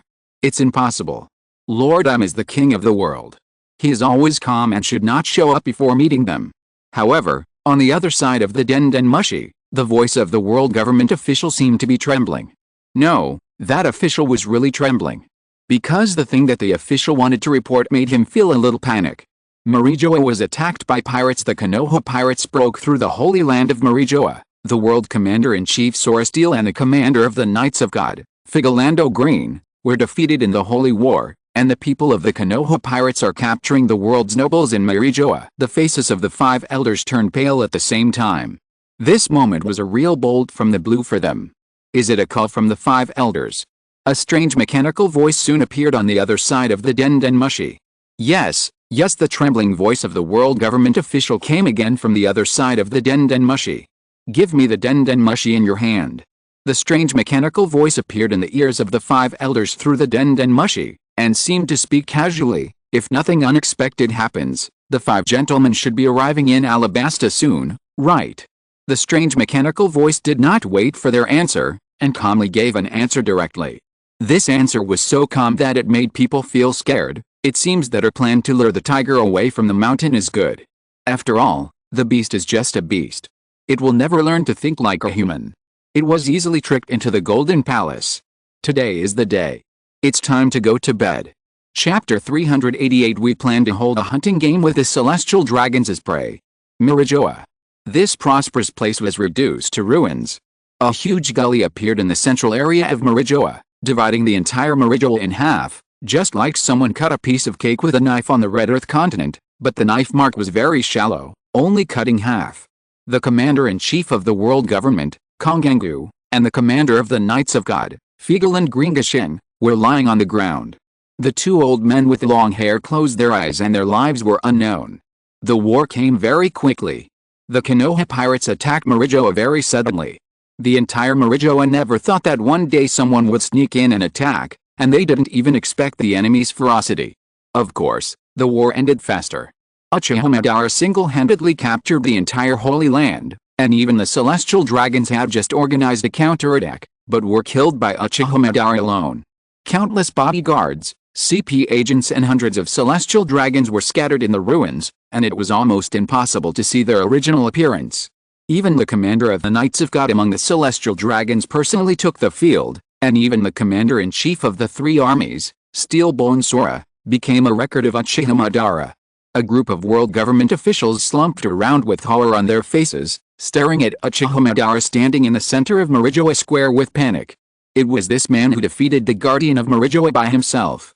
A celestial dragon rushed up waving a sharp blade in his hand, and Uchiha Madara directly broke his wrist and knocked the blade in his hand to the ground. Uchiha Madara raised his hand and grabbed the celestial dragon's neck, his face full of arrogant and unruly contempt and sneer. You only have this little strength, and you think you can dance in front of me? You bunch of lowly people. The celestial dragon looked at Uchiha Madara in front of him with unwillingness, blood still oozing from the corners of his mouth. How can he possibly defeat ancient Saint Grim? He is the Knights of God. Hey, you are a bit too noisy. Scorpion turned his head and looked at them with the Den Mushi in his hand, and said coldly, I'm talking to the 5 elders, the highest authorities in the world government. 5 elders. The celestial dragon struggled violently in Uchiha Madara's palm, as if he had heard their savior, and was about to shout for help. Come and save us. Click. Uchiha Madara directly broke his neck neatly, as if he had broken a branch without any concern. It was indeed a bit noisy. Senju Hashirama shook his head and sighed. He still had a little compassion for the weak. He had never seen the celestial dragons do evil with his own eyes, but only saw the celestial dragons being slaughtered in their hands. Uchiha Madara dropped the body in his hand without any concern. If this guy dies, he will be much luckier than if he survives. As for Senju Tabirama and Orochimaru, they organized a group of celestial dragon slaves to hunt down celestial dragons in this holy land, and locked the hooded celestial dragons directly into cages or chained them together. The 5 elders who were on the warships heading to Alabasta even heard the sound of chains on the ground and the screams of a group of familiar celestial dragons in the Den Mushi. The 5 of them left Marijoa, which directly led to the loss of 5 top combat forces in Marijoa. Was it broken by the Konoha pirates? The crazy pirates of the Konoha pirates created a big incident in Alabasta as a prelude. Their purpose is to make the 5 elders leave the Holy Land, so as to easily capture Marijoa. These crazy pirates are actually heading for the Holy Land. Where is Lord Im? Or was Lord Im also defeated by the other party? All this is beyond the imagination of the five elders. Even if they order the warships to rush back now, it is too late. You pirates, what do you want to do? An old man among the five elders gritted his teeth and questioned the red sand scorpion on the other side of the Den Mushi, because he just heard the voices of some of his juniors in the Den Mushi. The finances of our pirate group seem to be a little tight. Scorpion said casually, but he said it sincerely. After all, I heard that there is a slave auction house in the Sabaody archipelago. Only expensive humans can be auctioned at high prices. We plan to send a group of celestial dragons there for the auction to make some money to replenish supplies for the voyage. Don't be ridiculous. An old man angrily interrupted the mechanical voice of Scorpion. How could this pirate group that can capture Mirijoa do it for mere money, not to mention that they have already captured Mirijoa, the most prosperous place in the world? The wealth of Mirijoa, the wealth of any celestial dragon family, is beyond the reach of other kings. This is not a joke. Scorpion's voice gradually calmed down, and he continued softly to Den Mushi. By the way, your families are also our captives. We want to create more novel fun in this world, so we plan to find a place to start a hunting game. Just like what you did in the Valley of the Gods. A flash of anger suddenly flashed in the eyes of the five elders. As the celestial dragons who rule the world government, they will choose a non-member country of the world government as a hunting ground every once in a while, and use all humans in that country as prey for the celestial dragons. They will clear out all the indigenous people of that country and annex the land of that kingdom. Similarly, that is also a trial competition for the celestial dragons. The crazy pirates of the Konoha pirates actually want to make the celestial dragons their prey like those pariahs in the Valley of the Gods. Just as Scorpion and the five elders were communicating with Den Mushi, his movements suddenly stopped, and he looked up into the distance as if he was a little careless. Okay. Let's end our call here. When we hold a game in the future, we will probably send you an invitation to invite you to participate. After the red sand scorpion finished speaking, he hung up the Den Mushi in his hand, not caring at all about the hysterical and furious five elders on the other end of the Den Mushi. On the sea. Since no orders were received, the warship was still heading to Alabasta, but the five elders deep in the cabin were already a little angry. That group of lowly people, that group of pirates, they actually want to take the high and mighty god as their prey. Now is not the time to talk about this. Hurry up and call Mirijoa. We must know the whereabouts of Lord Im, why Lord Im didn't take action, or was Lord Im also defeated by the other party? Send the navy to support Mirijoa immediately. The five old men almost quarreled at this time. Some advocated to immediately understand the information about Mirijoa, some advocated that they must contact Im as soon as possible, and some advocated to immediately mobilize the navy to support Mirijoa. This is almost a race against time. If the rescue is really too late, the celestial dragons captured by the Konoha pirates will be taken away directly, and the celestial dragons will be reduced to slaves or prey, and the high-ranking world nobles will completely become the laughingstock of the whole world. Of course, the celestial dragons have become a laughingstock now because the world news newspapers clearly accuse the celestial dragons of being a group of thieves. Okay. One of the old men shouted to other colleagues in a deep voice and expressed his opinion. The first priority now is to prevent the other party from taking the celestial dragons away from Mirijoa. We will also return to Mirijoa immediately. The safety of Lord Im must not be lost. Just as the five elders discussed the countermeasures here and were about to start ordering the navy to support Mirijoa, a navy soldier suddenly knocked on the door to report. The warship arrived in Alabasta. However, the five elders had no intention of seeing the Golden Palace. They just felt a mess in their hearts and hurriedly ordered the warship to return to Mirijoa immediately. The navy soldiers on the warship were confused, but they had to follow the orders of the five elders and could only turn around and start to return to the port of Alabasta. The Navy Marshal Buddha Sengoku and the Navy Staff Vice Admiral Churu were also full of questions. After all, the five elders are the highest authorities in the world government. Sengoku and Vice Admiral Churu took the time to welcome the five elders here. Why did these old guys suddenly leave? Why did they suddenly leave? Sengoku frowned and looked at the warship in a strange way. Soon, Sengoku no longer had to wonder. Because the five elders hurriedly gave him an order, requiring Sengoku to quickly send all the navy forces to the Holy Land of Mirijoa for support. Mirijoa was captured by the Konoha pirates. The Navy Marshal's brain is a little insufficient. No, what is going on?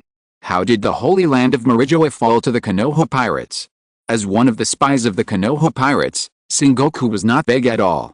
He did not call Marineford at the first time, but called the Konoha pirates directly.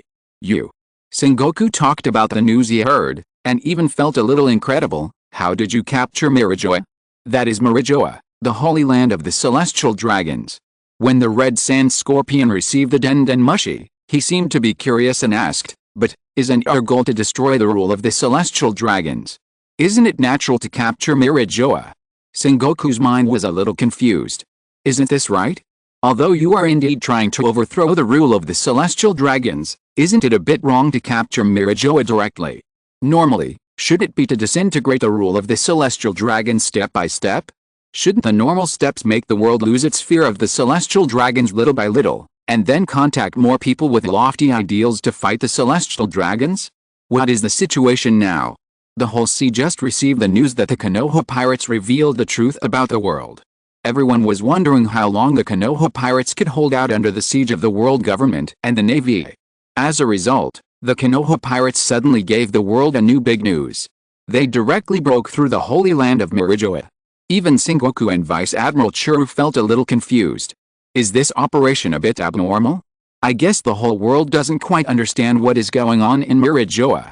Scorpion looked at a group of celestial dragons wearing chains and hoods being taken away, holding a white Den Mushi in his hand. We just took advantage of the fact that the 5 elders are not here, so we found an opportunity to quickly break through Marijoa. Okay. We have achieved our goal, and now we have to withdraw first. The Navy can come to chase us and finish off Marijoa. After Scorpion said this, he gave Sengoku a sweet treat. Kuiper Bone Sora should be your old boss, and we didn't kill him. Thank you. Sengoku could only thank the Konoha pirates for their kindness, and couldn't help asking, what is your purpose in breaking through Marijoa? In order to completely disgrace the world government and the Celestial Dragons. More than that. Scorpion shook his head and said calmly, there are too few Celestial Dragons patrolling outside in this world, and there will always be more Celestial Dragons who will be killed by everyone. For example, you and the 2 admirals of the Navy will always have some Celestial Dragon's blood on your hands, right? But it doesn't matter. Scorpion continued nonchalantly, after all, the biggest reason why we broke through Marijoa was because you, the Admiral of the Navy, attracted the 5 elders. Buddha Sengoku. That bastard Sengoku. That traitor of the world government. The Navy betrayed us. Suddenly, a group of celestial dragons cursed from the other end of the Den Mushi. The celestial dragons who were taken away by the Konoha pirates heard the communication in the Den Mushi, and immediately cursed Sengoku on the other side of the Den Mushi. The curses became more and more unpleasant, and they didn't seem to have any manners at all. Sengoku's expression looked particularly complicated. No, it wouldn't have come to this. The guys in the Konoha pirates didn't have to do things so ruthlessly, right? The admiral was silent for a long time before he slowly spoke. Are the group of celestial dragons you captured right next to you? The relationship between us needs to be kept secret, is that so? Scorpion of the Red Sands didn't care about this kind of thing at all, and continued softly, don't worry, only a small number of people heard it. It's enough to consume these celestial dragons as experimental consumables, speaking of which the king of the world is really able to endure. Scorpion of the Red Sand looked in the direction of Marijoa, and seemed a little surprised. It's so calm at this time since the other party refused to come out. The Konoha pirates would naturally not make trouble. The purpose of their trip was to capture enough celestial dragons. The Konoha pirates ended their journey in Marijoa, and directly left Marijoa with thousands of celestial dragons. The flowers of Marijoa. When the Konoha pirates left, a dark shadow suddenly appeared from the depths of the flowers, and it turned directly into a mysterious and strange creature. This dark creature seemed to have been hiding among the flowers. Perhaps it was frightened by the fighting power of the Konoha pirates. It suddenly appeared after the Konoha pirates left. What is that? It looks like a monster from hell. A group of world government officials were scared and fled. This group of people were frightened by the battle between the Konoha pirates and the celestial dragons and dared not move. Unexpectedly, after the Konoha pirates left, there were still hidden monsters popping up. This huge black creature standing in Marijoa suddenly exploded, and its body stretched out black tentacles, as if to vent anger. These tentacles directly penetrated the bodies of these awake world government officials and killed them on the spot. The enemy is a little strong. Mum is not sure of winning. The dark creature looked into the distance with its mouth, and its body quickly shrank and hid itself completely again. However, this dark creature did not attack the celestial dragons. A group of hiding celestial dragons came out of their homes trembling when they heard no movement. Soon, cries and howls were heard from every household. How could this happen? How could this happen to us? Saint Jester, wake up quickly. Princess Carissa, open your eyes and take a look. This group of high and mighty world nobles looked at the corpses and blood scattered around Marigia's, all wailing and calling for their dead relatives and friends. These gods who once claimed to be high and mighty had done more cruel things to ordinary humans in the world than the Konoha pirates, but they could not accept this fate that had befallen them. Some of them were unwilling to believe what was happening before their eyes. They were the high and mighty celestial dragons. The celestial dragons who wanted to take the whole world at their will. Why were the celestial dragons killed by a group of pirates like livestock? A group of celestial dragons were looking at the corpses lying on the ground with some mental breakdown. They looked at their relatives and friends who had affectionately given the captured slaves to them, now lying in a pool of blood without any sound, and even their bodies were twisted beyond recognition. There was even a group of wild beasts raised by the celestial dragons that jumped out and began to gnaw on the corpses of some celestial dragons on the ground. The corpses of the world's nobles who usually fed them seemed to be no different from the slaves they usually fed. A celestial dragon looked at the scene in pain, unable to accept what he saw. The hood of this celestial dragon had been torn apart when he was escaping and hiding. He sat slumped in a ruin, and couldn't help but smell the bloody smell that made him vomit.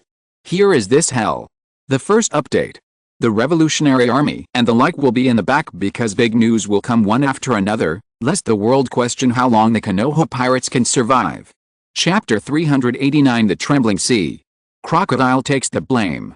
Akainu was the first to arrive at Marijoa. Because he had been stationed in Marineford, the distance to Marijoa was the shortest. Akainu had seen many bloody and cruel battlefields, and he had no special sympathy for the tragic situation in Marijoa, but he was a little suspicious of the identity of the dead.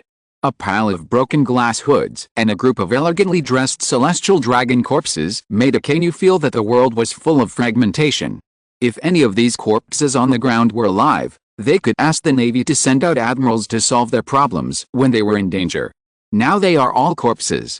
To be honest, it's a bit bad to look at. Akainu was wearing a neat and gorgeous red suit, which looked in sharp contrast to the tragic situation in Marijoa. Along the way, he had met many surviving celestial dragons who cursed at him and asked why the Navy didn't come to protect them in time. Do these celestial dragons have any brains? He is not a user of the flash fruit of Kizaru, so how could he rush here from the Navy headquarters so quickly?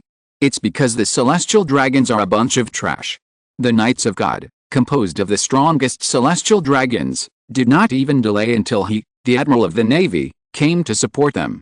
How could this group of celestial dragons not reflect on whether they had worked hard in their training and whether they had gone to the auction house to buy powerful devil fruits? How could they have the nerve to come and question him, the Admiral of the Navy? You were scolded a little badly, Sakazuki. Kizaru's voice suddenly appeared beside Akainu. As the user of the flash fruit, Kizaru was quickly asked to come to support him. He was still a little late when he arrived, but it would not be of any use even if he arrived in time. You're slow. Akainu looked back at his colleagues and fellow villagers, and said in a deep voice, the identity of the attacker has been confirmed. It's the Konoha pirates that exposed the blank history in Alabasta and created a major incident. Akainu suppressed his anger and learned specific information from some surviving celestial dragons. That pirate group took advantage of the opportunity when the 5 elders left Marijoa to attack here. Many celestial dragons died, and many others were captured by them. Really? Kizaru smiled and didn't care much about the casualties of the celestial dragons. This is a major event that has never happened before. It's bigger than the trouble in Alabasta. Huh? When Akainu said this, his eyes became deep. Borsalino, you fought with them in Alabasta, right? I saw the news in the newspaper. That group of pirates escaped from your hands. Kizaru nodded hesitantly. In fact, the enemy did not escape unscathed, but captured them all, and even branded them with the mark of the Konoha pirates. When Kizaru thought of this, he could even feel the curse mark on his arm was a little cool. Don't be too proud, Borsalino. Akainu looked at Kizaru who seemed unmoved, and couldn't help but frown. The enemy's retreat in Alabasta may be a conspiracy. They don't want to get injured or sacrifice much combat power when fighting with you, but want to come here to attack Mirajoa. When Akainu said this, he coldly advised his fellow countrymen. The enemy defeated General Sora in such a short time, and even captured the heavily defended Mirajoa. They must have the power to fight us to the death. They are a group of extremely dangerous guys. Kizaru could only chuckle. Akainu's vigilance was still a little low. There were probably not many people in the sea who understood how dangerous the Konoha pirates were better than him. Kizaru had seen Kaguya Akatsuki's attack with his own eyes, the power to change space in an instant, and the domineering aura that was so powerful that it almost made him lose the ability to fight. It was not a fight to the death, but just a case of the high-ranking navy being captured by a pirate group. Kizaru looked at Akainu in front of him, this fellow countryman who was extremely wary of the Konoha pirates, but was the only lucky or unfortunate one who escaped the net. Many officials of the world government also died. Akainu looked at the void on the faces of the world government officials one by one. His thinking logic was quite clear. What happened in Mirajoa will definitely cause complete chaos in the sea. We should not stay here now. We should use more severe means to suppress some troublesome guys and let the pirates realize one thing. The authority of the world government is not something most people can resist. Let's wait until the 5 elders and the marshal arrive. Kizaru shook his head, still looking leisurely as always. These things are not for us to decide. As the news of the attack on the holy land of Mirajoa by the Konoha pirates spread across the sea, the 5 elders and Sengoku finally rushed back to Mirajoa. Even though the bodies of the celestial dragons in Mirajoa had been collected, the anger in the hearts of the 5 elders did not dissipate. Along with the news of the attack on Mirajoa, there was also the most stringent wanted order issued by the world government in more than 20 years. However, the 5 elders were not completely brainless. Because they knew very well what the destruction of Mirajoa meant, the world government and the navy might not be able to capture the Konoha pirates. As the king of the world, I'm also recognize the power of the Konoha pirates and believe that before obtaining the spark power to drive weapons, it might not be possible to destroy the Konoha pirates. Directly conduct a worldwide conscription to increase the power of the navy and the world government as soon as possible. An old man proposed to launch a large-scale conscription to gather strength and establish authority as soon as possible. Another old man also put forward his own ideas very rationally. This is what Sengoku proposed. He believes that the prestige of the world government and the navy has dropped to the lowest at this moment. We must establish prestige as soon as possible to let the world know that we still have the power to maintain our rule over the world. Sengoku is a smart man to establish authority as soon as possible. An old man also had to decide that they had chosen the right navy admiral. Just in time, there is also one. An old man with a thick and white beard took out a bounty order and said in a deep voice, "Crocodile is the mastermind behind the Golden Palace incident. Abolish this position as the 7 warlords of the sea and increase his bounty. It would be best if he could be defined as a pirate at the level of the 4 emperors. Then catch him and execute him publicly." The last old man among the 5 elders added a plan. When the sea calms down, we will gather our forces to encircle and suppress the Konoha pirates and rescue the people who fell into their hands. Baldigo. The headquarters of the Revolutionary Army. As a revolutionary army determined to overthrow the rule of the celestial dragons, they have been chased and intercepted by the world government and can only hide in the secret island of Baldigo. A hooded figure sat at the headquarters of the Revolutionary Army, with a red tattoo on his face. He was the man who had fought with Admiral Aokiji in Rogue Town and covered a group of pirates escaped from Rogue Town. Monkey D. Dragon. The leader of the Revolutionary Army, the most dangerous man in the world. Naturally, this name sounds familiar. He is the son of the Navy hero Monkey D. Garp and the father of the Straw Hat pirate Monkey D. Luffy. As a father and son, Dragon is somewhat unqualified. He dedicated the rest of his life to overthrowing the rule of the celestial dragons and never took care of his son. Some time ago, Dragon went to Rogue Town in the East China Sea and took the initiative to stop Admiral Aokiji. This was the only time he helped his son. Now Dragon is back to his work. What he never expected was that Dragon had just returned to the Revolutionary Army headquarters, Baldigo, and received great news. A world-shaking event happened in Alabasta. The blank 100-year history was revealed. Dragon can also see that there are many contents in this history that contradict the history he secretly knows, but it is quite beneficial to the cause of their Revolutionary Army. The ancestors of the celestial dragons disregarded the survival of the world and stole the power of the goddess of the rabbit, which undoubtedly made the whole world full of doubts about the world government and the celestial dragons. This pirate group is really interesting. Dragon flipped through the newspaper with a smile on his face. Although the history they revealed makes me a little confused about the truth, but this history that appeared in the name of the ancestors of Alabasta is enough for us to overthrow the rule of the celestial dragons. Do you need me to contact them? A tall figure stood behind Dragon. Test the other party's attitude. Dragon grinned, seeming to be somewhat happy. They want to overthrow the rule of the celestial dragons, and we are like-minded colleagues. When Dragon said this, he put down the newspaper in his hand and lowered his voice. Although they just escaped the pursuit of the Navy Admiral and 2 admirals in Alabasta, the world government will definitely deal with them with more fierce means. You must have seen the military power of the celestial dragons a long time ago, and they may not be able to escape. Dragon. A crisp voice appeared in his ears. Something big happened. A young man with short blonde hair and a hat rushed in, holding a newspaper in his hand, waving the newspaper in his hand with shock on his face. Calm down, Sabo.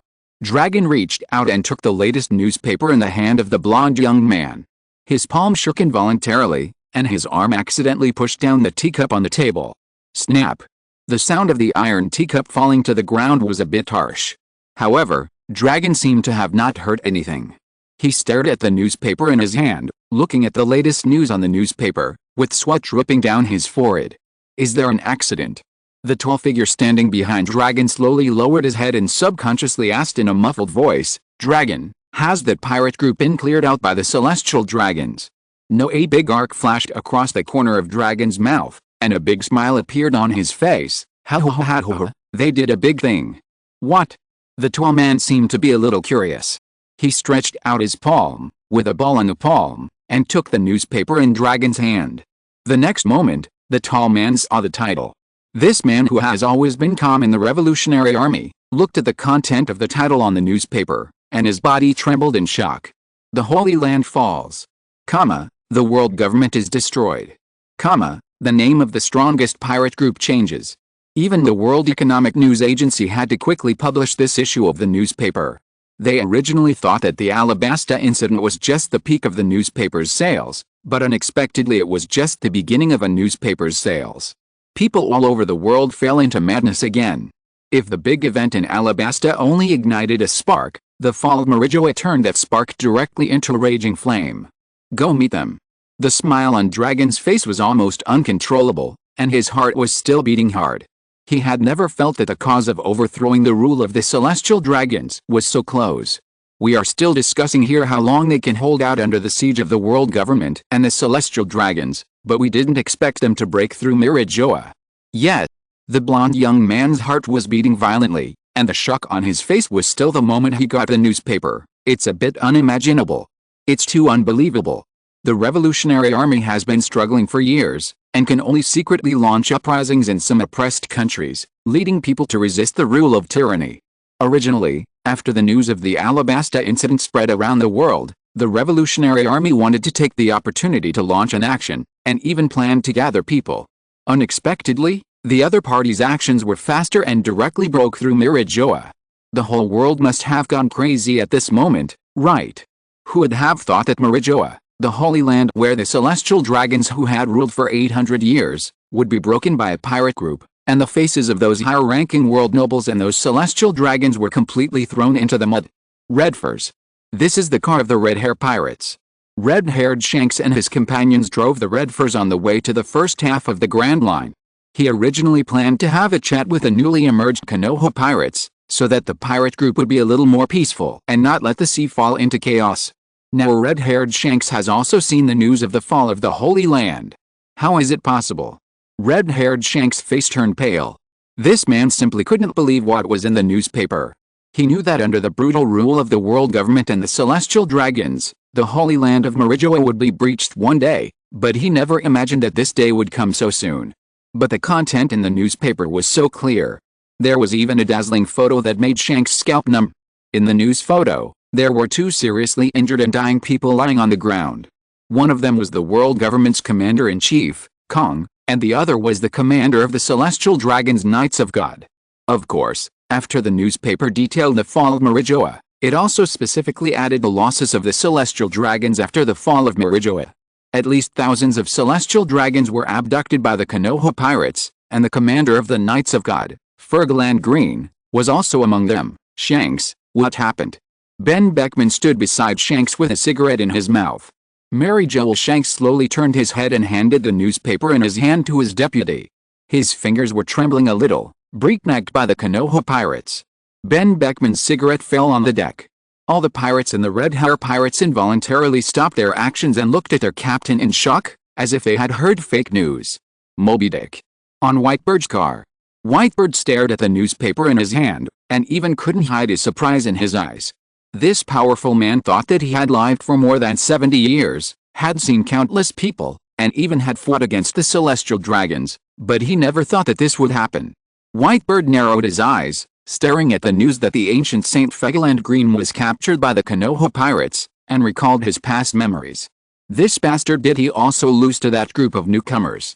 Dad the bounty Marco held several of the latest bounty orders in his hand, as if he couldn't believe the numbers he saw in front of him. Am I blurry-eyed? They all exceeded Dad?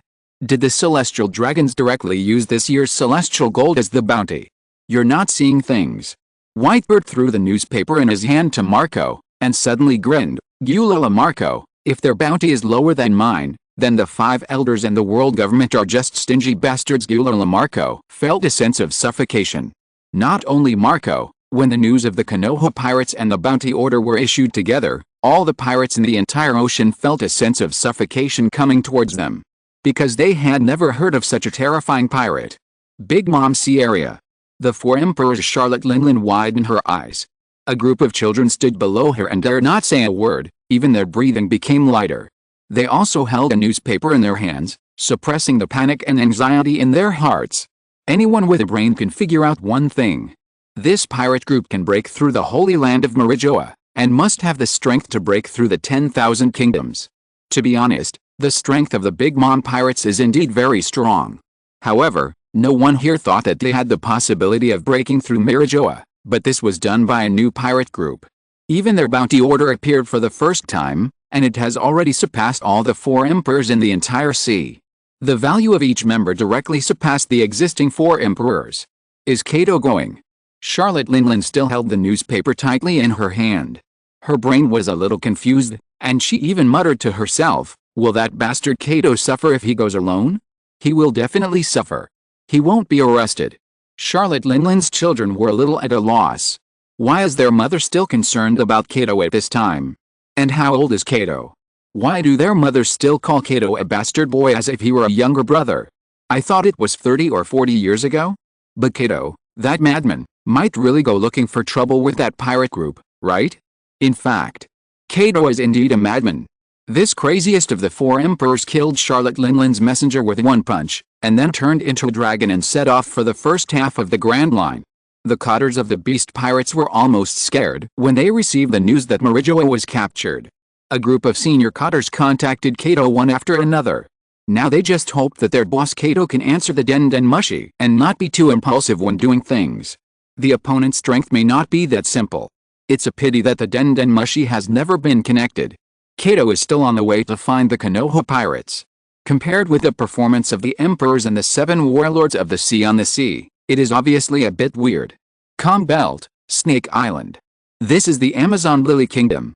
Because the Amazon Kingdom is located in the doldrums, it naturally has a barrier that prevents invasion of the Amazon Kingdom, which also made the kingdom have few natural enemies. Of course. This does not mean that the Amazon Kingdom is weak. The Amazon Kingdom is much stronger than many countries, because this is a country that defines beauty by force. Women in the kingdom always believe that the most powerful woman is the most beautiful person, and only the most beautiful woman can become the king of the Amazon. Amazon Palace. A woman born with peerless beauty is shaking constantly. This woman is Boa Hancock, the king of Amazon Lily, one of the 7 warlords of the sea, and is also called the Empress because of her beauty and strength. Next to this woman is a newspaper, which contains the news of the fall of the Holy Land Marijoa.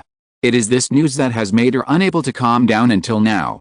Perhaps the panic of the past has emerged in her heart, or perhaps the fear of the past is constantly dissipating. I want to join that pirate group. Hancock's arms tightly grasped the armrest of the sofa, and she trembled as she made her request, "Help me hold the abdication ceremony immediately." "Hancock, calm down." An old woman with a cane knocked on the floor, her voice a little old and serious. "Such a powerful pirate group is quite dangerous.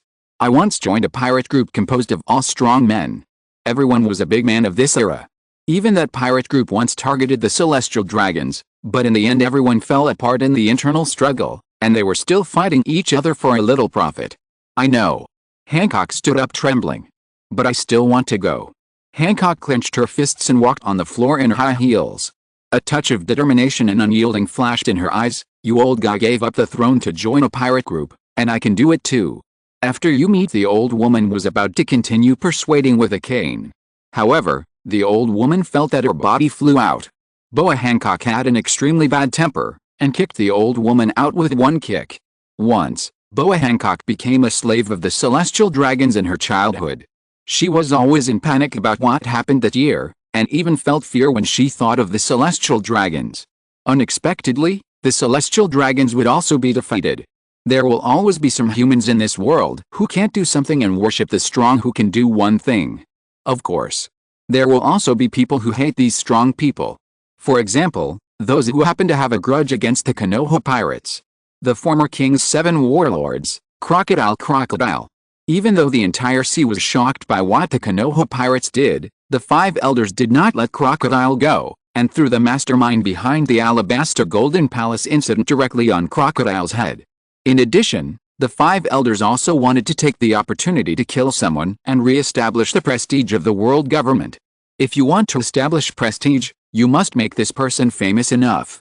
Crocodile used to have a big reputation, and his strength was not that strong, but he was involved in things that he should not be involved in. Crocodile's bounty also soared directly. 3.08 billion Baileys. Crocodile's face was not very good. Is he really worth such a high bounty? Although Crocodile doesn't care about the bounty, he really doesn't like the feeling of being blamed. Those bastards of the world government. Crocodile, smoking a cigar, sat on the deck of a small boat, looking at the newspaper news in his hand with contempt. In order to cover up the truth of history, they actually put the blame for the Golden Palace on my head.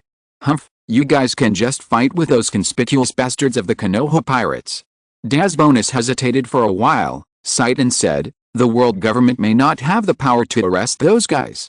The strength of those guys is indeed not weak." Crocodile nodded, and he finally saw the strength of the Konoha pirates. "No, wait, something seems to be wrong." Crocodile suddenly realized a problem. How could his bounty become so high? It even far exceeds the gold content of the title of the former 7 warlords of the sea. The bounty of more than 3 billion is almost the same as that of the 4 emperors. As a pirate with brains, Crocodile suddenly realized something. He was definitely not the mastermind behind the Golden Palace. At most, he just wanted to usurp the throne of Alabasta. This crime could not be much higher.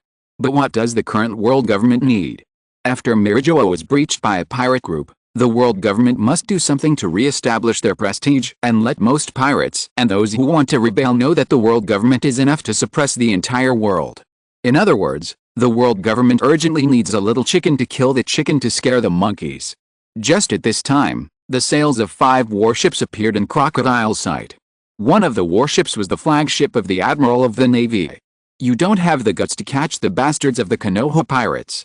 Crocodile quickly figured out all the levels and started to curse. "You came to catch me to establish your prestige. Do you think I'm easy to bully?" Too late. Chapter 390, Dover, something happened. Someone wants to sell the celestial dragons at your slave auction house. The world government did something that was really shameless. Many powerful people in the whole ocean could see through the tricks of the world government. It was nothing more than the world government's inability to deal with the Konoha pirates, so they first erected the target of Crocodile, and then hit it down, showing that the world government was still powerful. The powerful people who had been wandering in the second half of the Grand Line didn't bother to care about Crocodile's life or death, and they would not be scared by the world government's move. The world government didn't care about their attitude. The purpose of the world government was not to deter the real strong people on the sea, they just wanted to deter the large number of ordinary pirates. Admiral Akenu of the Navy headquarters personally brought 4 vice admirals of the headquarters to hunt down Crocodile. This lineup really gave enough face to capture a former Shichibuke. Do you still want to escape? Akainu also had a cigar in his mouth, looking at Crocodile's boat with an unhappy face. His palm slowly turned into a ball of magma, and suddenly punched into the air. The next moment, countless lava and flint fell down. A lava and flint instantly smashed through Crocodile's boat. The vice admirals on other warships quickly ordered their subordinates to cooperate with Akainu's attack.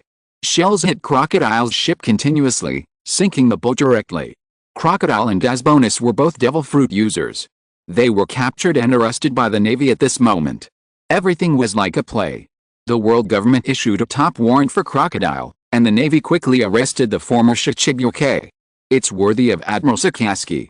A group of vice admirals looked at Admiral Akainu standing lightly on the bow, and a touch of respect flashed across their faces. After all, Akainu's absolute will for justice was worshipped by the Navy, who hated evil. Just a formality. Akainu bit a cigar in the corner of his mouth, watching a group of Navy salvage Crocodile nonchalantly. He couldn't help feeling a little unhappy. Let the dangerous pirate group continue to sail on the sea, and instead capture a waste like Crocodile. Crocodile is also an extremely dangerous pirate. Akainu's adjutant stood beside him and explained softly, the big event in Alabasta was manipulated by Crocodile, and the guys in the Konoha pirates were also one of the pawns he lured and used. Let's lock him up and impel down. Akainu shook his head, not caring about catching a sand crocodile. Huh? Can't a crocodile make them understand that the 7 warlords of the sea are never reliable? Akainu himself didn't want to leave anyone alive. However, whether it was the 5 elders or the Navy admiral, they all required him to leave someone alive, and even before sending him to impel down, Crocodile must not be in any danger of life. 7 warlords of the sea. Akainu looked at Crocodile, who was caught by the fishing net, and a sharp murderous intent flashed in his eyes. There is no place for pirates in absolute justice. The system of 7 warlords of the sea is undoubtedly a shame for the Navy. Akainu especially hates the 7 warlords of the sea, a group of lawless pirates. The existence of these 7 warlords of the sea has tarnished justice, and is the reason why the people doubt the justice of the Navy. If he can be promoted to the Admiral of the Navy one day, this system that shames the Navy must be abolished, and any existence that makes justice flawed must be eliminated at all costs. This is Akainu's absolute justice. There is a vacancy in the 7 warlords of the sea. Akainu's adjutant looked at Crocodile and Dasbonus being arrested and brought to justice, and sighed, I hope the world government will not fill this position. It's a pity that the world government will definitely fill the vacancy of the 7 warlords of the sea. After all, the current world government and the celestial dragons are weaker than ever, and even a certain 7 warlords of the sea dare to put forward conditions in front of them. Dressrosa. This is the kingdom of Doflamingo, one of the 7 warlords of the sea. Doflamingo has a complicated background. He was born into the Don Quixote clan of the celestial dragons. Although his father gave up his identity as a celestial dragon and caused his family to fall into poverty, his celestial dragon background also allowed him to gain a lot of convenience in the profession of pirates. In order to return to the holy land of Marijo and become a celestial dragon again, Doflamingo killed his biological father, but was rejected by those high-minded people of the same clan. For this reason, Doflamingo vowed to turn the world ruled by the celestial dragons upside down and make those people who once refused his return regret it. It has to be said that Doflamingo's brain is quite useful. Whether it is the territory of the Dressrosa kingdom or the position of the 7 warlords of the sea, Doflamingo has used all the means he can use to the extreme, and has become the famous flamingo on the Grand Line today, with a considerable influence in the world. After all, a person with a good brain will not be limited to one level. Doflamingo is not just an identity in the sun. He also has a lot of business in the dark world. Whether it is arms business or slave human trafficking, he dares to get involved in any business that makes money, even the business of the 4 emperors. The more chaotic the world is, the happier Doflamingo is. Now the situation in the entire sea is turbulent. The Holy Land Marijoa has been breached by the pirate group, and the history of the celestial dragons has been revealed. Doflamingo's mood can be imagined. A tall blonde man in a pink fluffy cloak was flipping through a newspaper in his hand, and his laughter almost never stopped. I don't know if I should be glad that I didn't return to Marijoa. If I had returned to the Holy Land to be a waste at that time, I would probably have been killed by that pirate group. It's hard to say. Dover, a wretched man with a runny nose, laughed. The strength of that pirate group is really scary. Fortunately, You didn't go back and now you have become a true king. Hehe. That group of arrogant bastards who looked down on me back then have now become prisoners of others. Even the most arrogant guy among you is no exception. Doflamingo looked at the news photo of the commander of the Knights of God being captured, grinning and sneering. He looks really embarrassed. Ancient Saint Green Dover the snotty man did not continue this topic, but brought up another thing. The world government has sent a conscription order. Do they want to order you to besiege the Konoha pirate group? Of course Doflamingo's mouth was more and more contemptuous. He thought of the misery of the world government and the celestial dragons, and felt unprecedentedly happy and joyful. The 5 elders are really confused. They actually want me to help rescue those captured bastards. This is a very dangerous operation. A tall figure appeared behind Doflamingo. His voice was a little weird and sharp, which was a huge contrast to his appearance. The bounty for each member of that pirate group is 10 billion Baileys. The bounty for any member is almost comparable to that of a 4 emperors pirate group. The pirate hunters in the underground world are going to be in chaos. To be honest, the bounty of the Konoha pirates is quite tempting. Most people in this world don't have smooth information, so their brains are naturally not very useful. Many people even think that the Konoha pirates just took advantage of the gaps when the Navy and the world government were not prepared, and took the opportunity to break through Mirijoa. The celestial dragons are a bunch of rubbish in the eyes of most people in the world. However, only those who truly understand the truth will know how terrifying the Konoha pirates are, and Doflamingo happens to be one of them. Seeking death for a little Bailey, Doflamingo still had a sneer on his face. He knew very well the strength of the celestial dragons. Those guys were able to break through Mirijoa and escape unscathed, and even took away a lot of prisoners. At least they have the power to subvert the entire world. The voice of Denden Mushi came over quickly. Doflamingo frowned, and after connecting the Denden Mushi impatiently, he heard the voice of the Navy Marshal Buddha Sengoku from the Denden Mushi. The former Shichibukai crocodile tried to falsify history and subvert the world government and has been arrested by the Navy. Doflamingo, the world government invites you to come to Marineford to attend the roundtable meeting to discuss filing the vacancies of Shichibukai. Oh. Doflamingo couldn't help laughing wantonly when he heard Sengoku's invitation in the Denden Mushi. Phew Sengoku, why don't you invite me to Mirijoa? Don't be so arrogant, Doflamingo. Sengoku on the other side of the Denden Mushi couldn't help but secretly clenched his fists. The news that the Konoha pirates had captured Mirijoa spread throughout the sea. Doflamingo, this bastard, was clearly deliberately provoking them. This bastard had better not be too arrogant at this time. Although it is not convenient for the world government and the Navy to deal with this Shichibukai, he, the Navy Admiral, has secretly colluded with the Konoha pirates, and can ask the Konoha pirates to help clean up this scum. I feel like the world government seems to be unable to suppress the sea anymore. The smile on Doflamingo's face became more and more intense. He didn't care about Sengoku's thoughts at all, or he just thought that Sengoku was angry that he had exposed the scars of the world government. But this kind of talk is just a joke. The world government may not have the power to suppress the entire world, but it is more than enough to suppress him, one of the 7 warlords of the sea. But this does not prevent Doflamingo from continuing to negotiate with Sengoku. Doflamingo held the phone number in his hand and put forward his own conditions grimly. You should be very short of power now, right? If you let me continue to serve as one of the 7 warlords of the sea, please tell the 5 elders that I want something. Don't be wishful thinking. Sengoku rejected Doflamingo coldly. A mere 7 warlords of the sea dares to threaten him? Now it is only because the world government and the 5 elders are still there that he is willing to chat with this bastard. Does this bastard really think he is a strong man? Don't be in a hurry to refuse.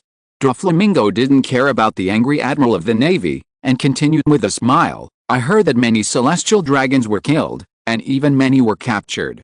The Don Quixote family should have suffered heavy losses. Was the Knights of God wiped out? What exactly do you want to say? Sengoku frowned. Give me back the celestial dragon's identity chip.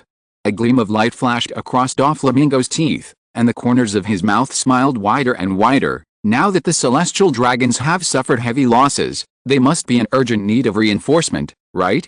How about letting me, an abandoned celestial dragon, regain the identity of a celestial dragon? Anyway, I was once a celestial dragon, so it doesn't matter if I get the privileges of the past again. Of course.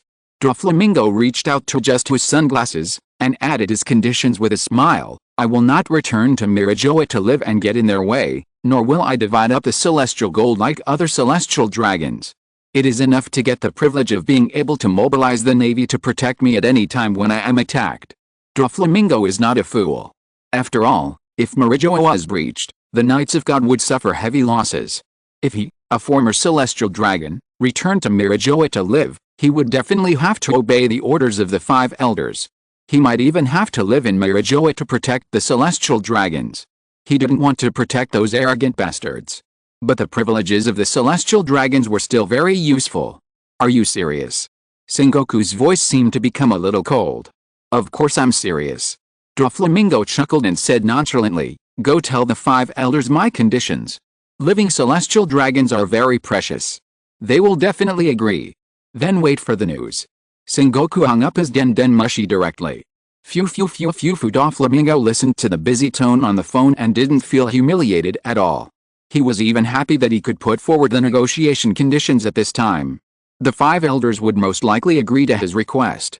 Dover. Bellamy was knocked down. A little girl leaned on the window and shouted to Doflamingo, the people from the Bellamy Pirates report that Bellamy was knocked down by a kid named Straw Hat Luffy. Doflamingo's mood was suddenly overshadowed. How could such an annoying trouble come out when he was so happy? A small pirate group that relied on him lost her newcomer, which inevitably made Doflamingo unhappy. I'll go get rid of him and relax by the way. Doflamingo jumped up and wanted to leave here, but the den mushi in front of him rang again. It was a call from the slave auction house in the Sabaody archipelago. Hey, Disco. Doflamingo picked up the den mushi with one hand and asked gloomily, you'd better report me some good news. I'm in a bad mood right now. Dover, we may be in a bit of trouble. Disco, the person in charge of the slave auction, trembled, and his voice was a little stuttering as he spoke, maybe more than a little. What happened? Doflamingo picked up the den mushi and said in a cold voice, although the slave human trafficking business will soon be out of date, I don't plan to completely abandon it now. Konoha Pirates, the person in charge of the slave auction on the other side of the den mushi, proposed the name that made Doflamingo's heart tremble, and continued to add, they want. When the person in charge of the slave auction said this, his voice trembled, and he was almost about to cry, they want to put a group of celestial dragons here for auction. Doflamingo's cheek twitched suddenly. Even as a man who has seen the world, Doflamingo did not expect this to happen, and his heart beat rapidly. Doflamingo knew very well that once the celestial dragons were auctioned as slaves, it would surely cause an uproar again. The guys in the Konoha Pirates were more capable of causing trouble than anyone could imagine. To be honest, Doflamingo was very tempted. Even Doflamingo himself wanted to host this auction. However, he had just put forward conditions to Sengoku, and if he turned around and held such an auction, it would surely cause the wrath of the 5 elders. Dover, the guards of my slave auction house were all killed. Disco, the person in charge of the slave auction house, was still trembling, and asked cautiously, can you come over to support and drive these guys away? I dare not auction the celestial dragons. Doflamingo's eyes twitched. Did this bastard in the slave auction house overestimate his strength? The celestial dragons of Mirajoa were no match for the Konoha Pirates. Even the Holy Land was breached by them. The world government and the 5 elders were helpless with the Konoha Pirates for a while, but Disco asked himself, the Shichibuke, to drive the Konoha Pirates away? What gave Disco the illusion that he, the Shichibuke, could solve the Konoha Pirates? Even if he became the Pirate King, he might not be able to solve it. Moreover, he had always been walking on the line of danger but had never been in any danger of his life. The most important thing was his identity as a former celestial dragon, but this important identity was of no use to the Konoha Pirates. A group of celestial dragons died in the hands of the Konoha Pirates. There was even a group of celestial dragons who were going to be auctioned off as slaves. The big men of the Konoha Pirates who killed celestial dragons like killing chickens and dogs, would they care about killing an abandoned celestial dragon like themselves? Did Disco, the bastard, want himself to be auctioned off as a slave like those captured celestial dragons? I never expected that a slave auction house would become such a hot potato. Disco, I'll give you that slave auction house. Doflamingo directly gave a very profitable industry to the person in charge of the auction house. He was very straightforward in his words, and he didn't even feel sorry for it. Now I have nothing to do with this slave auction house, and we have never had any contact. Can you give me the den mushi? A mechanical voice appeared on the other end of the den mushi. Along with the sound of Disco's trembling movements, it seemed that the den mushi in his hand fell into the hands of another person, a person that Disco dared not refuse. Doflamingo subconsciously wanted to hang up the phone. Doflamingo didn't know what the person on the other end of the den mushi wanted to say, but if he heard it, it would definitely be a big trouble. I am Shirato Scorpion. The mechanical voice on the other end of the den mushi was very gentle. Phew, hello. Doflamingo immediately smiled, and his finger stood on his lips, indicating that everyone around him should not disturb him to answer the phone. He slowly took out a wanted order from in front of him.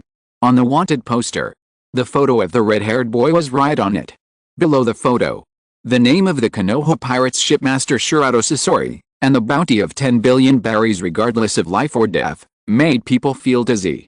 Doflamingo waved his hands to signal his subordinates to leave, while looking at the wanted poster in front of him, with a smile on his face that was even more gentle than ever before. Phew, I never thought that one day I would be able to chat with a big shot like you. It's late, let's go eat first. Chapter 391. The slave auction is just a bait, the celestial dragon hunting game is the real meal. Doflamingo is very polite. What is the most important thing to survive safely on the sea? In addition to fighting and killing the weak, there is also the human relations with the strong. Doflamingo is another one wearing shoes. As the king of Dressrosa, Doflamingo is conscientiously building his own pirate kingdom. If he accidentally offends the Konoha pirates, the other party will just send one person to Dressrosa, and the family business accumulated by years of hard work will be wiped out. Being polite can reduce a troublesome enemy. Doflamingo doesn't even dare to offend the Madman Kato, the four emperors, let alone the Konoha pirates who are more unscrupulous than the four emperors Kato. This kind of pirate group must not be offended. Be patient for a while and the sea will be calm, and take a step back and the sky will be wide. Doflamingo lowered his voice, trying to speak in a way that is neither humble nor arrogant, but the words he said deliberately put himself in a low profile. If it's about you wanting to auction the celestial dragons at my slave auction house, I will give that auction house to you directly. We are not the kind of people who take advantage of others. Scorpion's voice in the den mushi was also very polite, and he invited sincerely. I just came to invite you to participate in this auction, so that our slaves will not be sold at a high price. Doflamingo frowned, and then as if he remembered something, he showed a weird smile. Phew, okay, I agree, let him think about it. The arrogant bastard who didn't allow him to return to Mirijoa, is now waiting for him, the abandoned person who was driven out of Mirijoa, to bid for the auction like a slave. Doflamingo couldn't help but feel secretly happy. Moreover, he could tell the 5 elders that he was attending the auction to rescue the celestial dragons, and use this as a condition for negotiating with the 5 elders. Then please help us promote it a little bit. Scorpion of the Red Sand casually put forward his request. I heard that you have a good relationship with the people in the underground world. Let the news of the celestial dragons being auctioned spread. This business can be regarded as an apology for your unwillingness to personally receive us as the boss behind the slave auction. Phew, okay, I will help you get it done. Doflamingo did not hesitate, and immediately nodded and agreed with a smile. This kind of slave auction will definitely cause chaos in the world. Doflamingo also likes to make such a big mess. However, after Doflamingo hung up the den mushi, he immediately called the Navy Marshal Sengoku again, and told Sengoku of Buddha that the Konoha pirates asked him to participate in the Celestial Dragon slave auction and coerced him to promote the auction. Doflamingo is particularly good at eating both ends. When Admiral Sengoku heard the news, his attitude was obviously a little strange. Perhaps the Admiral had never heard of the Celestial Dragons being auctioned as slaves. Sabaody Archipelago, all in number 1.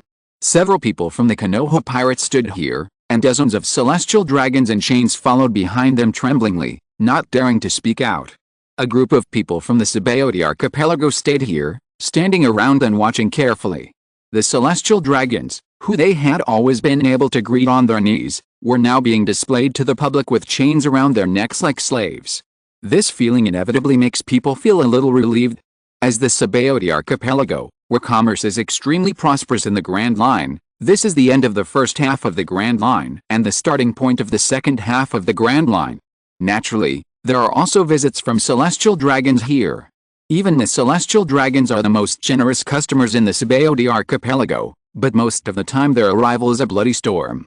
They will inevitably take away the wives of ordinary people, kill the husbands who want to resist, or capture and use as slaves any interesting pirates. Give my son back. One of the old men picked up a stone and smashed it on a celestial dragon with tears in his eyes. I remember what you look like. You killed my son. And my child. Soon there was another cry of pain from the crowd. Stones were smashed one after another. A bunch of lowly people, are you looking for death? A celestial dragon's head was smashed and bleeding, and he looked back angrily, which scared the crowd and made them want to kneel down subconsciously. Who told you to speak? Accompanied by a cold voice, a sharp knife flashed. The head of this celestial dragon suddenly fell to the ground, and blood immediately gushed out.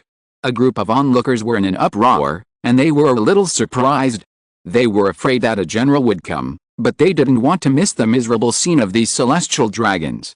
After all, this scene is really not seen once in 100 years. Kill one to warn the 100. When the other celestial dragons saw the death of their own people, they immediately dared not make any sound. After all, the Konoha pirates really dared to kill people.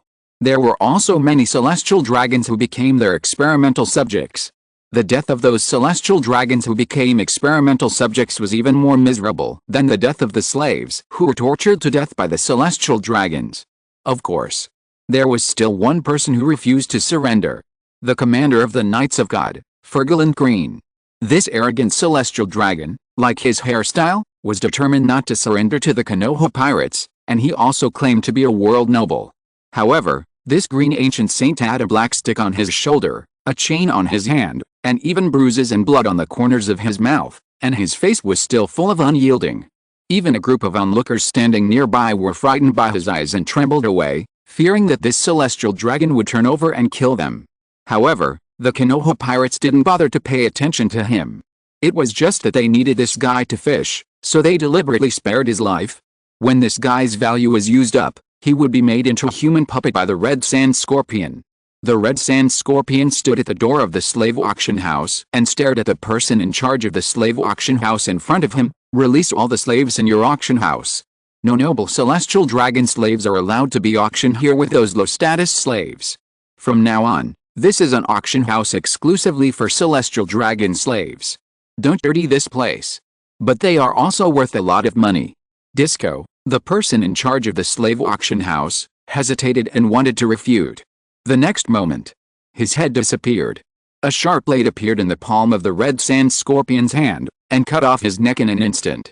The red-haired boy's eyes fell on a guard next to the corpse. The guard was so scared that he nodded repeatedly and hurried to the venue to bring everyone out. It must be said that the business here is quite hot. Many slaves were caught in this slave auction. The guards of the slave auction opened the shackles of these slaves with fear on their faces and let them go directly, fearing that they would provoke the evil stars of the Konoha pirates. Brother, what happened? A gentle old man wearing glasses asked the guard with a smile. Don't worry about it, get out of here quickly. The guard didn't care who this old guy was, and directly opened the shackles on his hands and pushed him out of the auction immediately. The old man narrowed his eyes, wondering if there was any big shot coming here, but when he left, he saw a familiar figure. Gringu, the old man, looked at the commander of the Knights of God with towering hair, and his face was involuntarily startled, remembering an incident many years ago. However, the image of this person is very different from the past memories. The man who was once high and mighty now looks so embarrassed. Fergal Green, who is also a strong man among the celestial dragons, is shackled like an ordinary slave, and is so conspicuous among a group of celestial dragon slaves. Old man Sven had heard about the news that the Holy Land, Marijoa, was breached a long time ago. He also guessed that the end of Old Saint Green might not be good, but he didn't expect that the other party would fall to such a point. It's really unpredictable. Just when old man Sven didn't want to get involved and planned to slip away, he noticed a sharp look, which made him look back subconsciously. The deputy of the Pirate King, Pluto Rayleigh Scorpion, stared at the figure of old man Sven and revealed his identity in one sentence. Are you interested in hosting an auction here? Yes. This old man Sven is the deputy of the Pirate King Gulda Roger, the deputy captain of the Roger Pirates, Pluto Rayleigh. Since the disbandment of Roger's pirate group, Pluto Rayleigh has completely retired. He has been hiding in the Sabaody archipelago for these years, pretending to be a slave from time to time to make some money. Unexpectedly, Someone exposed his identity today. I'm old enough to retire a long time ago. Rayleigh waved his hand quickly, chuckled and was about to refuse. Rayleigh, when the ancient Saint figure in green heard this name, his eyes suddenly fell on Pluto Rayleigh, and his teeth clenched instantly. This bastard actually dared to show up here. Even when he was in the most embarrassing time. There is no more miserable time for the ancient Saint figure in green than meeting his old enemy now, but he is a prisoner. Oh. The Red Sand Scorpion did not care about the other party's refusal to refute his face, and continued calmly, if you are interested, you can come to the auction of celestial dragon slaves. Although there will be many opportunities in the future, at least this is the first time in so many years. Definitely. Rayleigh nodded with a smile on his face. He couldn't miss this kind of excitement.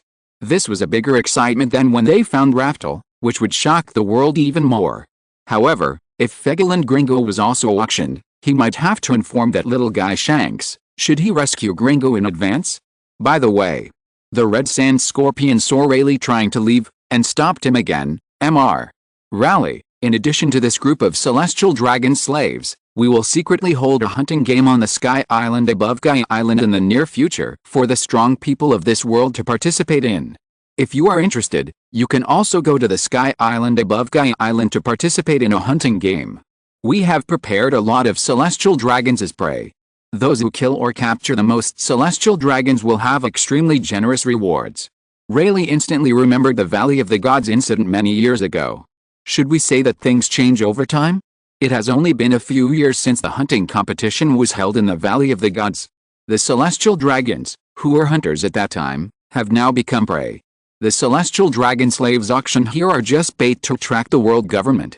The Red Sand Scorpion looked at the dozens of celestial dragons behind him and said indifferently, the hunting game held on the Sky Island above Gaia Island is the real fun for the strong people in this world to participate in. It also hides their real conspiracy. Rayleigh's eyes twitched. I just want to see the excitement, but I don't want to get involved in any big trouble. The Konoha pirates only broke through Mirijoa, and the world government and the navy are still there. They will definitely get the news that the hunting game will be held on Sky Island, right? Those who were once forced to lose their families by the celestial dragons and wanted to bite their flesh alive, those who once wanted to take revenge desperately but were unable to take revenge, may also go to participate. There are many strong people in this world who were forced to be born by the celestial dragons.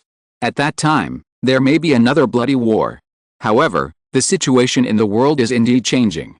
Under the operation of the Konoha pirates, the threat of the celestial dragons to the world is constantly decreasing. Perhaps this sea has already blown up a storm against the rule of the celestial dragons. In fact, this is exactly the case. When the historical truth of the world was revealed, when the news of the capture of Mirijoa came out, more than a dozen kingdoms simultaneously issued a notice against the world government, announcing that they would no longer pay tribute to the celestial dragons with heavenly gold. The biggest contributor is the Konoha pirates, who have been constantly making big news. Many countries have even regarded the Konoha pirates as heroes. The Konoha pirates don't care. Saving the oppressed people and killing the celestial dragons who cruelly rule the world is like reaching out to the Konoha pirates to brush the sea breeze. Pulu pulu pulu. Just when the Konoha pirates had just arranged these celestial dragons to be auctioned, the urgent voice of the Den Den Mushi came from the Navy Marshal Buddha Sengoku. Did you ask Doflamingo for help?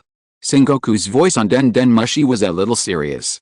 He directly reported to Scorpion about Doflamingo's betrayal of the Konoha pirates. Doflamingo betrayed you and asked me to report to the 5 elders about your auction of celestial dragons in the Sabaody archipelago. That sea scum actually wanted to have the best of both worlds. That sea scum must not have thought that he had a channel of contact with the Konoha pirates.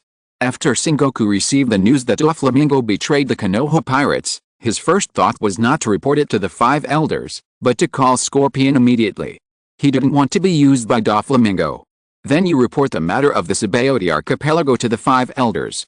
Scorpion held the Den Den Mushi in his hand and continued nonchalantly, find a way to tell the 5 elders that the slave auction in the Sabaody archipelago is just a bait.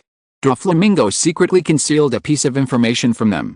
The Konoha pirates secretly held a hunting game on the Sky Island above Gaia Island, where only the strong can participate, with the celestial dragons as prey. Doflamingo has already rushed to the Magic Valley town on Gaia Island to participate in this hunting game. Dressrosa Palace. Doflamingo dressed quite comfortably. He received a lot of good news in the same day, which made him quite happy. The king of Dressrosa planned to go to the Magic Valley town on Gaia Island first, deal with Bellamy who was knocked down by Straw Hat Luffy, and then go to the Sabaody archipelago to participate in the auction of celestial dragon slaves and buy the group of celestial dragon relatives who had mocked him. Thinking about it, Doflamingo felt even happier. After I take photos of those relatives, I can ridicule them and then throw them to the 5 elders and the world government to get more benefits. This way, I won't offend anyone. Phew, what a pleasant day. Let's go eat. The main reason is that this conspiracy is not easy to write. It's hard to make fun of people. I have to make up a conspiracy myself. It's really hard to write a chapter with both fun and conspiracy. After all, Sky Island is about to be a climax. If you're listening to this novel on a channel other than Fanfic World, it means they downloaded and uploaded it without effort. We cordially invite you to visit our channel, Mundo Fanfic Novelis. There you'll find the original version of this story and you can explore many other novels of various genres. We're waiting for you to immerse yourself in a world of incredible novels. Chapter 392 The 5 Elders, let Nico Robin prove that the history of Alabasta is false. Judicial Island. This is the direct territory of the world government. Since the Holy Land Marijoa is still under reconstruction, all the offices of the world government have been moved to Judicial Island. It is relatively close to the Marine headquarters, Marineford. Once any party is attacked, it is convenient for both parties to immediately support each other. After all, the idea of the Konoha pirates is too weird. No one can be sure whether the Konoha pirates will suddenly appear and raid Judicial Island or the Marine headquarters, Marineford, again. The 5 elders are personally in charge of Judicial Island. I have to say, the oppression of the 5 elders is still quite scary. At least the departments and institutions of the entire world government were quickly rebuilt, and even received good news one after another, such as the predetermined historical scapegoat Crocodile has been sent to impel down. But the effect is not very good.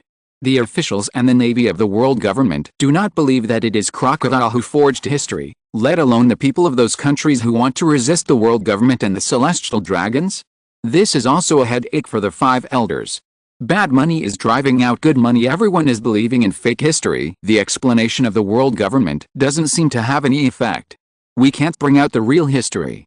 Even people in the world government are doubting it. Spandim, the head of Judicial Island, has proposed a plan. One of the 5 elders held a cane and said in a deep voice, "Send CP9 to arrest Nico Robin, and let Nico Robin, the only one in the world who still knows ancient characters, personally announce that the news spread in the Golden Palace of Alabasta is false. This is ridiculous." Another old man frowned. In the past, the world government strictly prohibited anyone from studying ancient characters, and even destroyed the omniscient town of O'Hara for this purpose, killing a large number of scholars who knew ancient characters. Who would have thought that they would need the help of a remnant of O'Hara? Just using her. The old man holding the cane frowned and continued nonchalantly, "Now we must do whatever it takes to restore the reputation of the world government and our authority. Besides that, maybe we can get the whereabouts of Pluto from her." When the old man mentioned this, a sharp light flashed in his eyes. "Wait until Kanu escorts Crocodile back. We will combine the information of Nico Robin and Crocodile, and maybe we can find Pluto. As long as we have Pluto, we can solve the problem of those pirates." Pluto. The legendary ancient weapon. Now they can only pin their hopes on the ancient weapon. After all, even Lord M believes that the Konoha pirates are extremely dangerous, and only ancient weapons can be sure to destroy the other party. These old guys can only obey IM's orders. Once the matter of Pluto was mentioned, the 5 elders present all fell silent. They all knew that this idea was the most correct. Only by finding the ancient weapon can Pluto regain the power to suppress the entire world. Agree. Agree. Agree. Agree. The other 4 elders of the 5 elders also voted in favor. Now, the only question is, where is Nico Robin, the remnant of O'Hara? When can CP9 bring Nico Robin back to Judicial Island? The 5 elders soon received detailed news. Nico Robin joined the Straw Hat Pirates, and the captain of the Straw Hat Pirates is Monkey D. Luffy, the user of the rubber fruit. But the 5 elders are not ignorant people who don't know the truth. They know very well the real name of the rubber fruit, the human fruit, mythical beast, Nika form, and the ability of the former liberation warrior Joy Boy. In order to conceal the existence of Joy Boy, the world government changed the name of the Nika fruit to the rubber fruit, hoping that no one would ever remember the word of liberation again. But everything is like fate. Nico Robin, the only remnant of O'Hara who knows ancient characters, is actually involved with a Straw Hat Luffy, a pirate with a destiny. This is a big trouble. We must get rid of them immediately. The five elders took a deep breath and realized the seriousness of the problem. The Konoha pirates are already a huge problem, and if a new Joy Boy emerges, the world government will really be in danger of destruction. However, before they could think of solving the troubles of the Straw Hat Pirates first, Navy Marshal Sengoku led the Navy Staff Vice Admiral Churu to come to Judicial Island to report the news, which directly brought them a lot of headaches. The first thing is, Doflamingo wants to become a Celestial Dragon again and reinstall the Celestial Dragon chip before he is willing to continue to perform the duties of the Shichibukai. Doflamingo proposed that he could not live in Marijoa, and only asked for the privileges that the Navy needed to protect him. That ambitious kid. The son of the ancient Saint Homing of the Don Quixote family. When his family gave up their identity as Celestial Dragons, they no longer had a chance. Does he think that a mortal can become a Celestial Dragon if he wants to? But his identity is also very important. An old man had to remind the people present, and spoke of Doflamingo's problem in a muffled voice. Doflamingo is also the trading intermediary between us and the four emperors Kato. Only through his channels can the world government obtain a sufficient amount of sea stone. The Celestial Dragon identity chip will not be transplanted for him, so that he won't spy on any secrets. Another old man expressed his approval and didn't care about this little thing. The privileges enjoyed by other Celestial Dragons in the world can be given to him.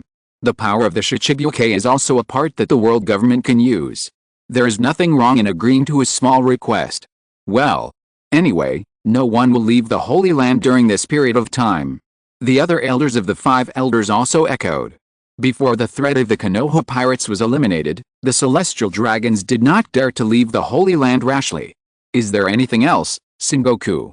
After discussing this matter, the five elders looked at the Buddha Sengoku again. If it's just a small matter, it's not worth it for you to come here in person, right? There is another troublesome thing. Sengoku took a deep breath and continued in a deep voice. Doflamingo reported another thing. The Konoha pirates left dozens of world nobles including the ancient Saint Fegaland Green on island number 1 of the Sabaody archipelago, and used Doflamingo's slave auction house to auction them. What? A group of pirates dared to? How dare they do this? The faces of the five elders suddenly turned ugly. How dare that group of lowly pirates auction the noble Celestial Dragons as slaves? That group of pirates could have used the Celestial Dragons as bargaining chips and negotiated with the world government to demand something that ordinary people could not get. Why did they auction the Celestial Dragons as slaves? Did they know that doing so would lead to a fight between the two sides? But it seemed that they were fighting to the death. The Konoha pirates broke through the Holy Land and killed so many Celestial Dragons. The Celestial Dragons regarded it as a great shame and humiliation, and they wanted to grind the pirates to ashes. The eyes of the five elders jumped, and everyone felt a little headache. If other pirate groups dared to do this, the five elders would definitely find ways to mobilize all their forces to destroy the other side. Even the Four Emperors pirate group was no exception. The problem was that the Konoha pirates were a little too powerful. But as the five elders, they couldn't just sit back and do nothing. They couldn't just turn a blind eye to the Konoha pirates auctioning off the Celestial Dragons, right? This would ruin the reputation of the Celestial Dragons, and they would no longer be able to maintain the authority of the Celestial Dragons. And we have to find a way to save people. One of the old men sighed and had to give an order: send warships to monitor the Sabaody archipelago immediately, and find a way to rescue the world nobles who were kidnapped by pirates. We will dispatch all the generals if necessary. We will dispatch them together when necessary. We still need to make a careful plan. Another old man mentioned his own idea. We also need to send people to sneak into the Sabaody archipelago, and then rescue the ancient Saint Green together. His combat power can also be used. We must stop this auction. When necessary, go and call Red Hair.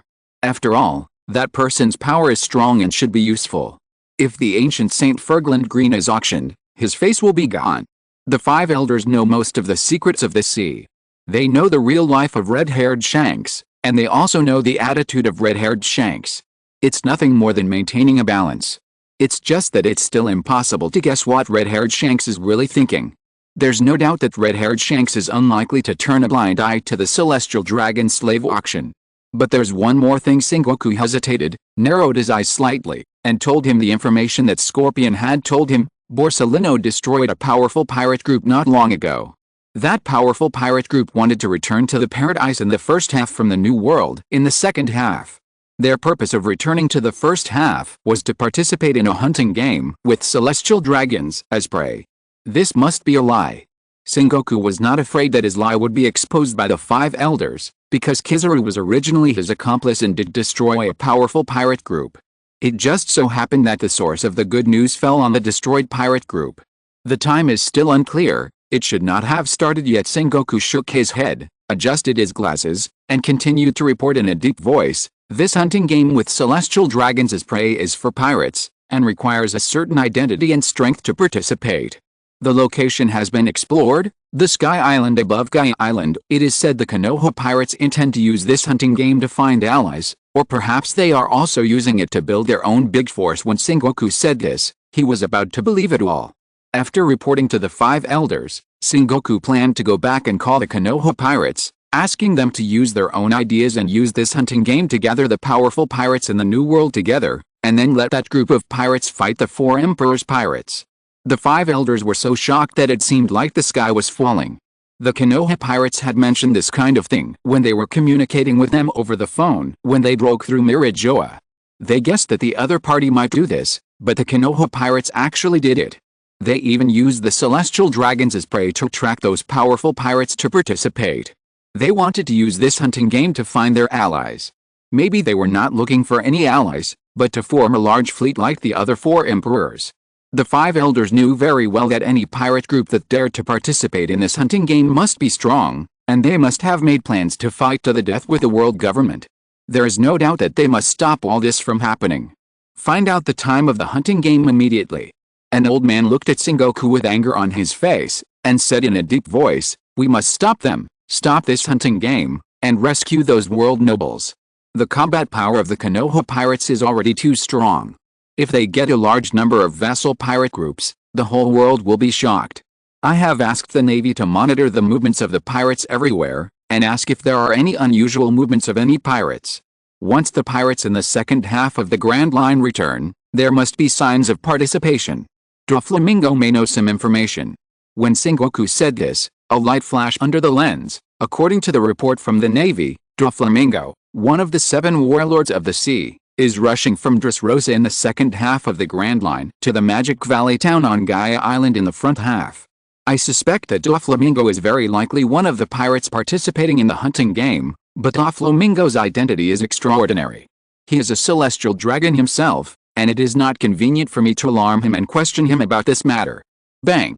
An old man smashed the table in front of him angrily, and even a burst of black air emanated from his body, making his breath seem particularly strange and gloomy.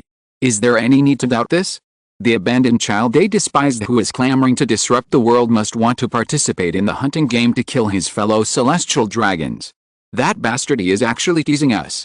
That bastard is asking us to regain the privileges of the celestial dragons, while trying to get the best of both worlds with the Konoha pirates. He thinks the Konoha pirates are Kato, the beast.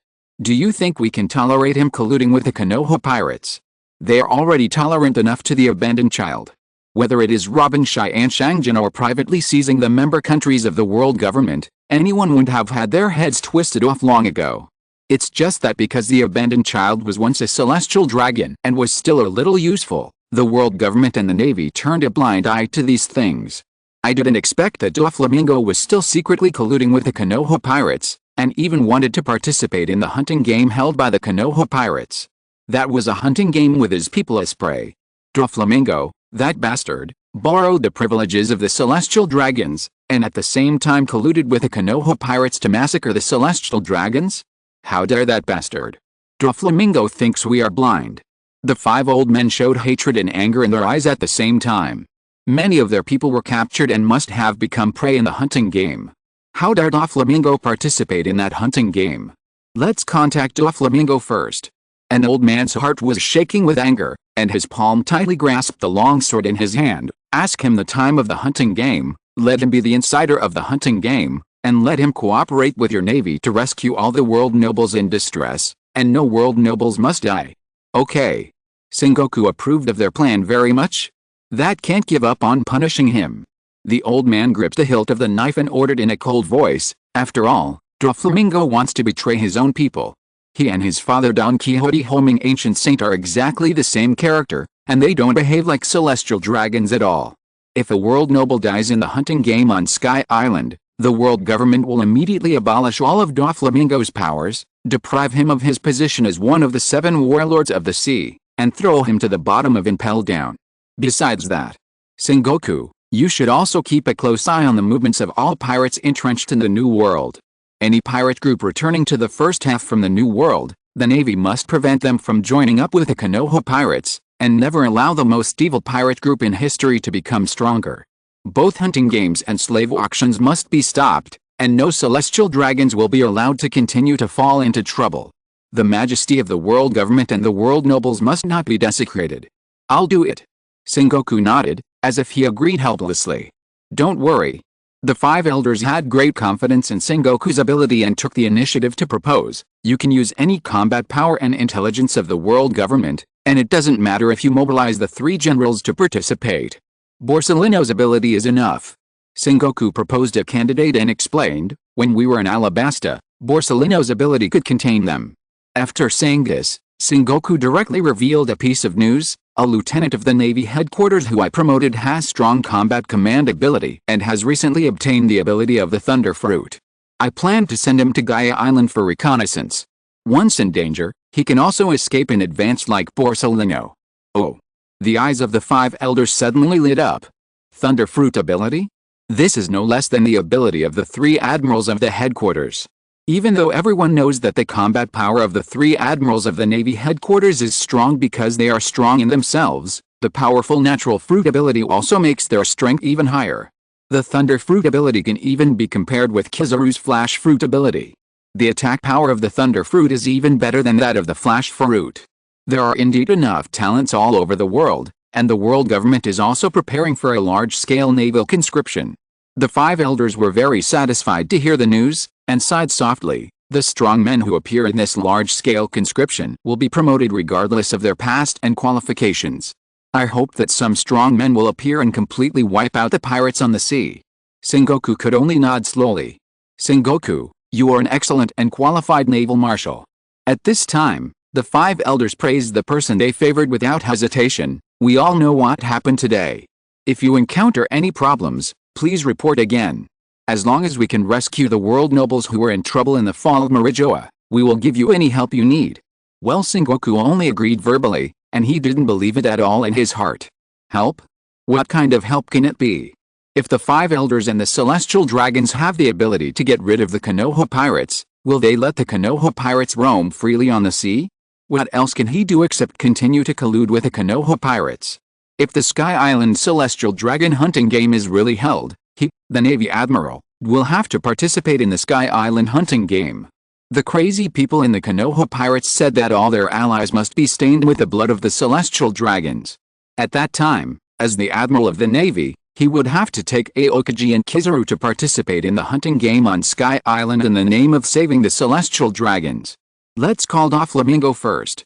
An old man with a gray beard among the 5 elders took out a den mushi and called Doflamingo, intending to get information about the hunting game from him first.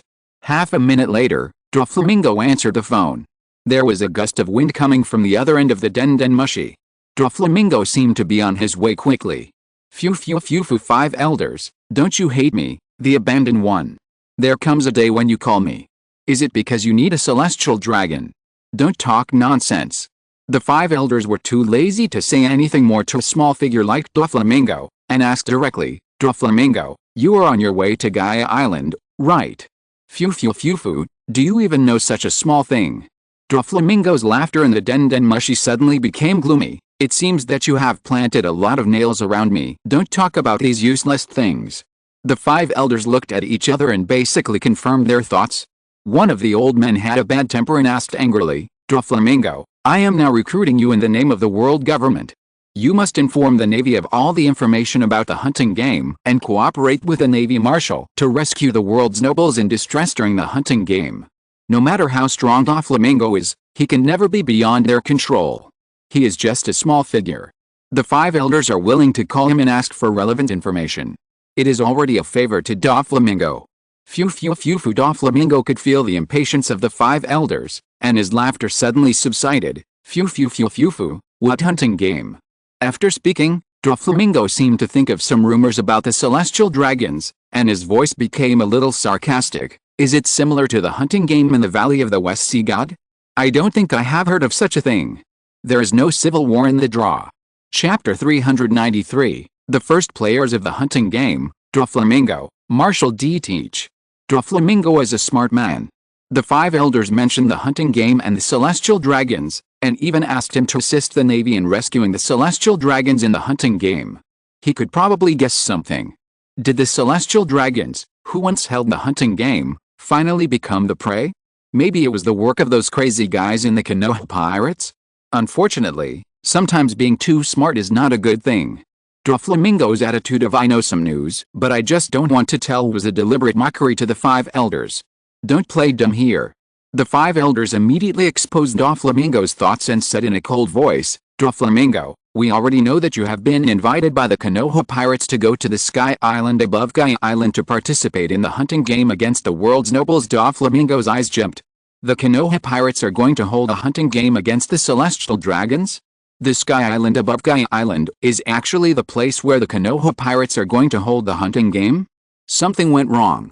I was just going to the Magic Valley town on Gaia Island to deal with the defeated Bellamy pirates. How did it become a hunting game against the celestial dragons? And I didn't get an invitation from the Konoha pirates. You misunderstood. Doflamingo chuckled and took the initiative to tell the truth and explained, one of my men is in the Magic Valley town on Gaia Island.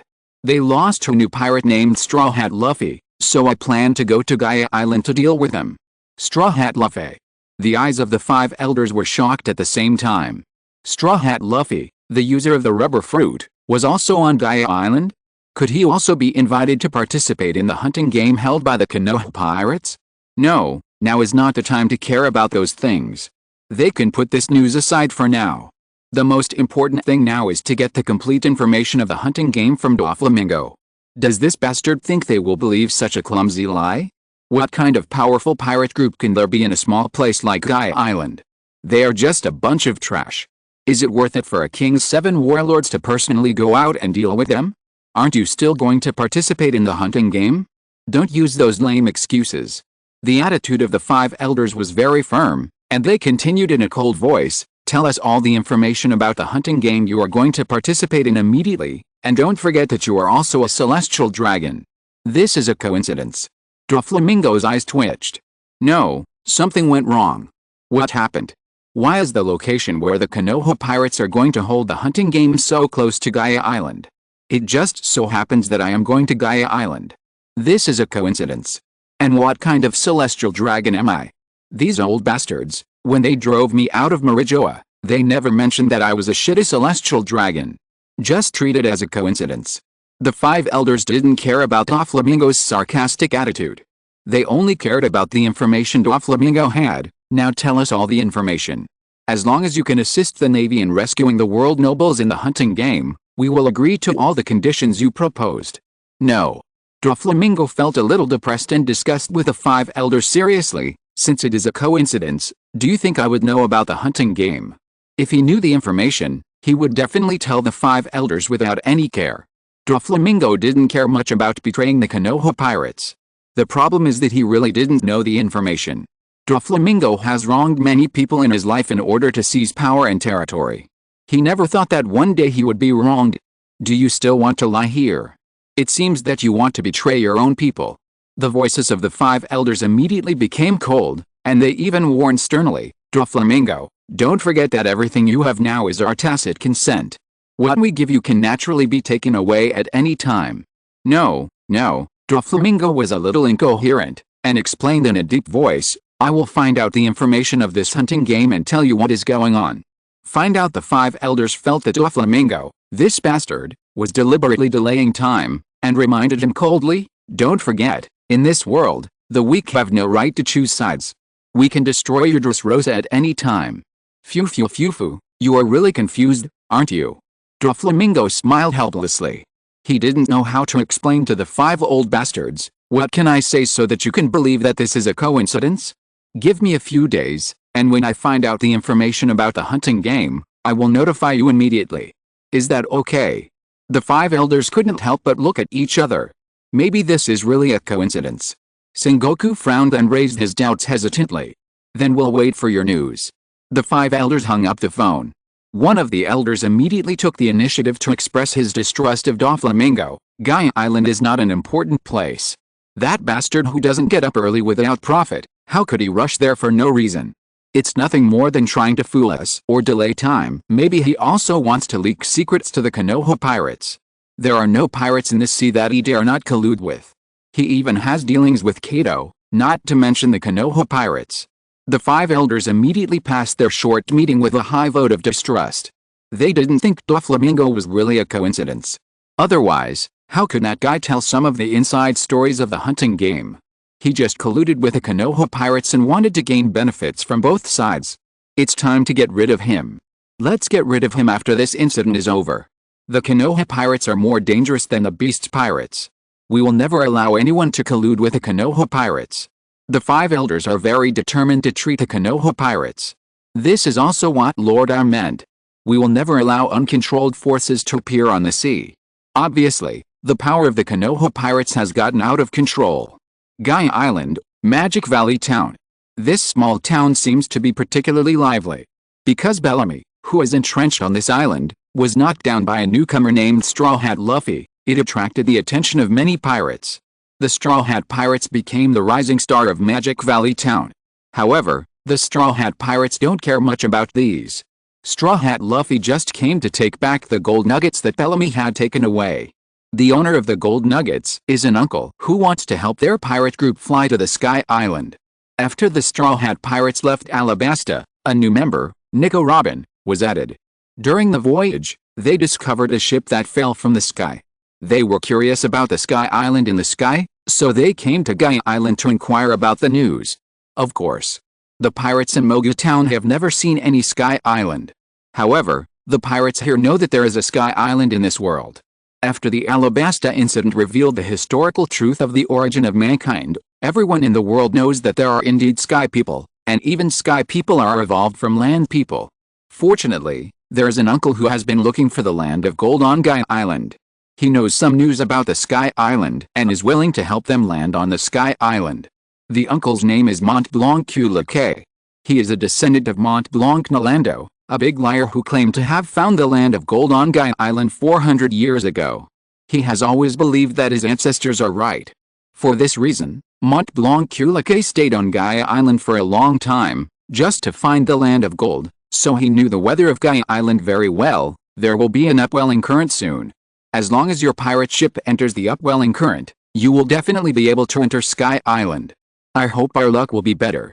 Nami, the navigator on the ship, could only hope sadly that there would not be any great danger this time, and it would be better to be safe. The risk of flying to Sky Island is too high.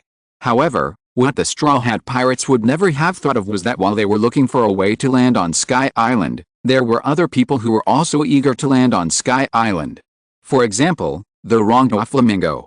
Doflamingo himself just wanted to rush to Gaia Island to deal with the defeated Bellamy and his gang, but he didn't expect that he was wrongly accused of coming to Gaia Island to participate in the hunting game. In order to clear his innocence and give an explanation to the 5 elders, Doflamingo had to speed up his journey, eager to find out the information about the hunting game from the Magic Valley Town on Gaia Island. However, a little pirate like Bellamy is obviously a waste. He has been entrenched on Gaia Island for so long, but he doesn't know anything about hunting games, and he hasn't even found any traces of the Konoha pirates. What a useless waste. Doflamingo sat in the bar in Magic Valley Town, looking at Bellamy in front of him, wishing to kill him on the spot. Forget it, help me prepare, and accompany me to the Sky Island. Since it is to explore intelligence, it is natural to go to the Sky Island above Gaia Island. Doflamingo can't find any information here, so he can only go to the Sky Island to explore intelligence. He can only use the power of the string fruit to entangle the clouds in the sky to fly, but he himself has no flying ability. However, there are ways to get to the Sky Island all over the world. Places like Gaia Island must also have means to get to the Sky Island. I don't know how to get to the Sky Island. Bellamy lowered his head in fear. As a local snake entrenched in Magic Valley Town, he didn't even know this little thing, and he was so scared that he knelt on the ground and trembled. Don't know. Doflamingo was so angry that he couldn't speak. Instead of being angry, he laughed and said, "Phew phew phew phew, I don't know either. What's the point of keeping you alive in this world, Bellamy?" Straw Hat Luffy. The Straw Hat Pirates are looking for a way to get on Sky Island. Bellamy remembered that when the Straw Hat Pirates first came to Magic Valley Town, they were looking for a way to get on Sky Island. They must have found a way to get on Sky Island. But I remember you lost to them. A shadow appeared on Doflamingo's face, and a silk thread appeared on his fingertips. He smiled sinisterly and questioned Bellamy, "How are you going to get them to tell you how to get on Sky Island?" "Phew phew phew phew Bellamy, are you going to kneel on the ground with the flag of Don Quixote on your back and beg them to tell you? I won't lose again." Bellamy gritted his teeth and expressed his position to Doflamingo. However, Doflamingo chuckled, but didn't believe him at all. He just raised his finger, and a silk thread appeared on his fingertips. "I don't believe you anymore, Bellamy." Doflamingo's finger slowly pointed at Bellamy, and a cruel smile flashed across his face. "Phew phew phew phew, I didn't expect that I would have to meet the little pirate named Straw Hat Luffy in person. Ho ha ho ha. Maybe I can help you." At this moment, a loud laugh appeared in the bar in Magic Valley Town, and a fat black man with a beard walked in. "I didn't expect to meet a big shot here. Ho ha ho ha. His Majesty the Seven Warlords Don Quixote Doflamingo."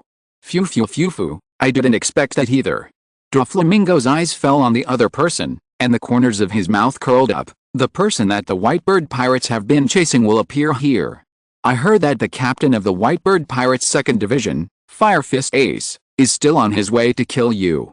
As the most well-informed person in the underground world, Doflamingo naturally knew that Ace, the Fire Fist of the Whitebird Pirates, had been tracking down a man named Marshall D. Teach. He never expected that this man would appear here. Marshall D. Teach actually came to Magic Valley Town because he heard that there were many powerful pirates in Magic Valley Town, and he was looking for his hunting target here. Marshall D. Teach was planning to become one of the 7 Warlords of the Sea, so that he could implement a larger plan. He must also give the Navy and the world government a suitable meeting gift to show that his strength was enough to become one of the 7 Warlords of the Sea. Only the 7 Warlords of the Sea could facilitate him to implement his larger plan. The trend of the Great Pirate Era has long been clear. The 4 Emperor's pirates and the 7 Warlords of the Sea have already divided up the pirate forces of this world. Marshall D. Teach has already realized that the quality of the men he recruited is not very good. Such men of quality cannot make him realize his dream. He needs more and more powerful companions to realize his dream of dominating the world. After all, Marshall D. Teach has been in the Whitebird Pirates for more than 20 years. His purpose is not just to find a few companions to adventure around the world. He wants to become the king of the entire world and replace Whitebird as the new emperor of the sea. One's own strength is important, but the power of his subordinates must not be weaker than others. Marshall D. Teach looked at Doflamingo in front of him, and a hint of greed flashed in his eyes. He was eager to get Doflamingo's identity. Only by becoming one of the 7 Warlords of the Sea can one have the power to enter the heavily guarded underwater prison Impel Down under the jurisdiction of the world government. He wants to find more powerful pirates from Impel Down to join his team. Only in this way can he occupy a place in the sea. Ha ha ha ha, I heard everything just now. You were on Gaia Island to find out about Sky Island and Konoha pirates. Marshall D. Teach spread his hands, grinned and asked, "It seems that the people of Konoha pirates are on Sky Island, right?" Phew phew phew phew phew. Doflamingo's small sunglasses reflected the candlelight in the bar, and he also showed a sinister smile. "Are you very interested in their affairs?" "Of course." Marshall D. Teach nodded slowly. Who in this world is not curious about the Konoha pirates? That pirate group has caused huge incidents in Alabasta and Marijoa, causing the entire sea to fall into agitation. Marshall D. Teach is also a little envious of the other party's powerful strength. If there's a chance, Teach also wants to get the fruit ability of that pirate group. He doesn't know the information of the Konoha pirates, but he is sure that the other party must have a powerful devil fruit ability, otherwise it would be impossible to create such a big trouble. Teach really wanted to find out why Doflamingo wanted to find out the information about Sky Island and the Konoha pirates. He guessed that it might be an order from the world government. The world government would definitely not let the Konoha pirates do what they wanted. This might be an opportunity. because he might be able to use this to get the world government to agree to him becoming one of the 7 warlords of the sea, so that he could carry out his next plan. Above the bar, 2 people in navy uniforms stood on the roof and eavesdropped on all this. Neither Doflamingo in the bar nor Blackbeard Marshal D. Teach noticed the 2 eavesdroppers. It was Akihara Kagura and Karin. These 2 people. Karin frowned and sensed the breath of the 2 pirates. Karin's perception ability can not only sense the other party's breath, but even sense the other party's good and evil and psychological fluctuations. She can clearly sense the evil in the 2 pirates in the bar. The extreme evil in them exceeds anyone I have ever seen, even Orochimaru is inferior. Karin, you can't just see the evil in them. Akihara Kagura shook her head and took the initiative to teach her subordinates, whether it is Doflamingo or Marshal D. Teach, they are all people who can achieve their goals at any means, and their will is more determined than anyone else. They have the possibility of becoming the Pirate King, but if you want to become the king, it won't work to have the best of both worlds. You still need to go through a painful and difficult training. Akihara Kagura shook her head with emotion, and said softly, then let's decide on these 2 people. Let the Konoha pirates start to clear the field, catch the experimental subjects that should be caught, and drive away the people who should be driven away immediately, and release the celestial dragons as the prey of the hunting game, and let them 2 serve as the first batch of players in the hunting game. I heard that Mr. Madara and his team bought a video Den Mushi in the Sabaody archipelago. It just so happens that a grand global live broadcast will be launched on Sky Island, so that people from all over the world can see this real-life hunting game. Anyone who wants to participate can rush to Sky Island as soon as possible to participate. But Karin frowned and seemed hesitant. Lieutenant Kagura, if the celestial dragons live miserably as prey in the hunting game, maybe someone in the world will sympathize with those celestial dragons. Does this have anything to do with us? Akihara Kagura raised her eyebrows and waved her hand nonchalantly. If someone sympathizes with the celestial dragons and blames us, let them go to see the celestial dragons. As long as they see the living celestial dragons, they can see the dead celestial dragons. No one should empathize with the celestial dragons. Chapter 394, Miss Nami, you can choose gold or a brand new boat. Akihara Kagura and Karin left the town of Magic Valley, because they still need to find a suitable means to board the Sky Island. After all, an ordinary lieutenant and sergeant major of the Navy do not have the ability to fly, and he can only board the Sky Island with the help of other people. Doflamingo and Blackbeard Marshal D. Teach knew nothing about this, and they were still scheming in the bar in Magic Valley Town to use each other. Both of them are quite smart. Even the methods of the 2 are equally cruel and ruthless. 2 guys who can be called extremely evil among pirates reached an alliance agreement in this shabby bar. Doflamingo will do his best to help Teach become one of the 7 warlords of the sea. Teach will help Doflamingo obtain information about the hunting game held by the Konoha pirates, and perhaps he will need to help the world government to prevent the holding of this hunting game later. Doflamingo was not lying. As long as Teach showed the strength and will to fight the Konoha pirates, the world government would never be stingy with a mere position of Shichibuke. The 5 elders wished that all the pirates in the sea would be enemies of the Konoha pirates. Ha ha ha, happy cooperation. Teach was very excited that his plan had taken an important step. If the world government wanted to appoint new Shichibuke, it would definitely have to consult the opinions of the other Shichibuke. Doflamingo's support would be of great benefit to him. In addition, perhaps he could also take advantage of this hunting game to instigate a war between the world and the Konoha pirates, and he would benefit from it. Although the Konoha pirates were very dangerous, the world government and the Navy would definitely take the initiative. He only had to hide nearby and wait for the opportunity. Teach was very happy. Phew, happy cooperation. Doflamingo reached out to adjust his sunglasses, and the corners of his mouth smiled with a hint of conspiracy. He was very happy to see the world in chaos. Teach, this bastard, is not a good guy. He took the initiative to jump in and fight against the Konoha pirates. Once something goes wrong, he will push this bastard out.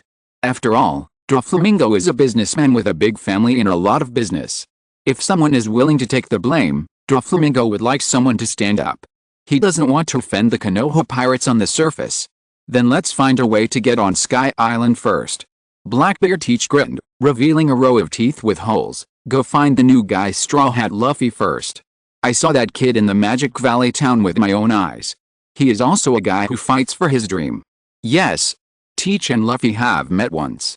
It's just that the 2 people have completely different tastes, and can even be said to be completely opposite. However, Teach has a good impression of Straw Hat Luffy. He can see the desperate posture of Straw Hat Luffy. He knows that the other party's future will definitely not be limited to a small pirate. Phew dream. Doflamingo's mouth flashed a hint of disdain. As a man who has long been accustomed to the cruel reality, Doflamingo's dream in his heart has long been thrown away. He prefers to believe in his own means. Unexpectedly, this bastard named Teach still believes in dreams. What is a dream? Only power is everything. Only powerful power can represent everything. Whether it is justice or evil, whether it is good or evil, all can only be decided by the strong, and only the winner can decide everything. Doflamingo and Marshal D. Teach acted quickly. The two quickly searched for the traces of the Straw Hat Pirates on Gaia Island, but found that the Straw Hat Pirates had already set out to sea. In order to find the Straw Hat Pirates, Doflamingo and Teach's Blackbeard Pirates took a huge raft and tracked the direction of their sailing all the way. This huge raft soon attracted the attention of the Straw Hat Pirates. Straw Hat Luffy sat on the mast on the top of the ship, put his hands on his eyes, and looked at the raft following them curiously. It seems that someone is following us. They look like a group of very fierce people. Nami looked at the raft curiously and frowned immediately. Although those with fierce looks are not necessarily bad people, the pirates of the Blackbeard Pirates all look a little too fierce, which inevitably makes people feel scared. It's a pirate group I haven't seen before. Nicole Robin took a look at the flag of the Blackbeard Pirates. When she thought that the other party might not be a strong one, a string of pink suddenly flashed in her eyes. Pink? Nicole Robin looked at the raft again, but on the mast of the huge raft, she saw a blonde man wearing a pink downcoat and sunglasses. That's Doflamingo, one of the 7 warlords of the sea. Nico Robin's face changed immediately. She knew many big figures on the sea, and had been in the dark underground world for a while. Naturally, she knew what Doflamingo looked like and how terrifying his name was. If there's someone who can decide the direction of the underground world and the price of world trade with just one sentence, Doflamingo is undoubtedly one of them. Another 7 warlords of the sea. Nami's eyes flashed with surprise. They were defeated by the former 7 warlords of the sea, Crocodile, in Alabasta. Nami has already seen the horror of the 7 warlords of the sea. How come they met another 7 warlords of the sea? Straw Hat Boy. Blackbeard Teach didn't know that the other party was afraid of Doflamingo, and laughed at the Straw Hat Pirates. Don't be afraid, thieves. We are not here to cause trouble for you. We just want to know how to get to Sky Island. Humph, how could he tell you such a thing? Doflamingo laughed sinisterly, feeling that this bastard was a little stupid. However, Blackbeard's inquiry was soon answered. Are you going to Sky Island too? Luffy was not afraid at all, and even had a smile on his face. Then just follow us and ride the rising current. We will find the rising current soon, idiot. Nami looked up at Luffy sitting on the mast angrily, and cursed. How could you tell the other party the news so easily? What if the other party is a bad guy? Huh? Is it a bad guy? Luffy tilted his head in surprise. No matter how Nami objected, Luffy had already told the other party the news directly, and the Straw Hat Pirates had no choice but to let the other party's raft follow them. However, the other party's raft was obviously not very reliable. In order to board the Sky Island, the Straw Hat Pirates specially modified wings on their Golden Mary. A raft is likely to fall when landing on the Sky Island. Even though Luffy kindly wanted to invite the other party to come to the Golden Mary together to avoid accidents when riding the rising current later, he was unanimously opposed by all the crew members. They didn't think that the other party was really a good person. The other party is not a good person, and they must not be allowed to board the ship. Nami firmly opposed showing any mercy and kindness at this time. Even Nico Robin agreed with Nami's opinion and took the initiative to introduce the other party's personnel. The man in the pink coat is Doflamingo. Nico Robin remembered her experience in the underground world, and her eyes were more serious than ever. Doflamingo is a powerful figure in the entire underground world. Whether it is human trafficking or arms trade, all business must go through his hands. The Straw Hat Pirates were trembling with fear. This kind of person Usopp hugged Chopper for warmth, hoping to get some psychological comfort from Chopper. Let's not let them board the ship, we will be killed too. Scary. Chopper was so scared that tears welled up in his little eyes. Yes, they are too bad, we must not let them come up. A somewhat familiar voice appeared in the ears of the Straw Hat Pirates. Everyone felt a little familiar, but they didn't go into detail about who was talking, and even subconsciously echoed the voice. Yet, Nami nodded involuntarily. When she wanted to praise the other person for being right, she suddenly found that she couldn't remember the name of the person who said that. Nami subconsciously looked in the direction of the voice. Her mind immediately went blank, and her soul seemed to be so scared that it left her body. A man in navy clothes sat on a chair on the deck at some point, lying leisurely on the back of the chair, slowly holding a teacup. A red-haired woman in navy clothes stood beside him and took the initiative to pour tea for him. Clang. The vice captain of the Straw Hat Pirates reacted the fastest. Zoro directly pulled out the 3 knives in his hand and entered combat mode in an instant. Chef Sanji was not far behind. He quickly landed beside Zoro and watched the 2 Navy officers nervously, fearing that the 2 Navy officers would suddenly attack. Luffy's figure also jumped directly from the mast, looking at Akihara Kagura with a serious face, as if he was also worried that the other party was here to cause trouble for him. "It's you." Akihara Kagura. Everyone present recognized the other person's identity. Whether it was Nami's hometown, Kakosha village, or in Alabasta, this man who appeared left them with a huge psychological shadow. "Don't be afraid." Akihara Kagura blew the hot steam on the tea, stretched out her hand to signal them to calm down. "I just took your ship to the Sky Island. When did you come?" Zoro looked at the sitting Akihara Kagura, and while asking, he secretly judged how much gap there was between him and the other party. Before you set out to sea, Akihara Kagura was not stingy in answering, and continued softly, "Please don't worry, I'm not here to arrest you. Your bounty is not high, and the threat to the world government is not great, and I don't need to arrest you to get to a high position." Before boarding the Sky Island, Akihara Kagura raised her eyes and drank tea slowly. "It's better not to do it, lest the ship fall apart." A group of people looked at each other. Nico Robin didn't know the other party's situation. She only knew that the other party was a navy.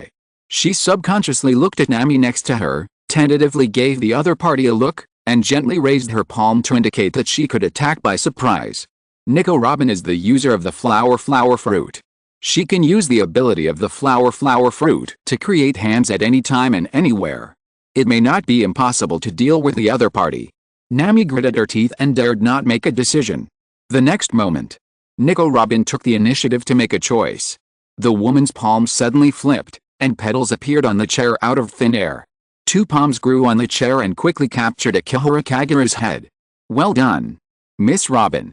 Sanji's eyes flashed with surprise. He didn't expect that the opponent would be captured so easily by Nico Robin's flower fruit ability. It seems that this is not surprising because Nico Robin's flower fruit ability is indeed very powerful. "Do you want to kill him?" Nico Robin directly asked her companions on the ship. "Let them hand over the money first." Nami stood up directly with the power of a bully, and the pride of revenge finally flashed on her face. "He robbed a lot of money from me at the beginning." Akihara Kagura was still drinking tea slowly. His head seemed not to be affected by the 2 hands clamping his head, and he even shook his head with interest. Hey. Nami looked at Akihara Kagura angrily, and was about to walk over and grab Akihara Kagura's collar. "Hurry up and hand over the money that was robbed from me." Karin's palm pressed down on her ninja sword. "Don't do it." Akihara Kagura stopped Karin and turned to look at Nami, who was walking over. "This woman is the navigator of the Straw Hat Pirates. If we want to land on Sky Island, we have to rely on her pay back the money." Nami angrily raised her demands, but under Karin's stare, she didn't dare to do anything, but just angrily asked Akihara Kagura to pay back the money. "Do you want money?" Akihara Kagura put down the teacup, looked up at Nami. "But I can give you 2 choices. The first choice is a brand new boat, and the second choice is to return you 200 million Bailey's worth of gold." "Of course it's gold." Nami's eyes were instantly full of little stars. "What about you?"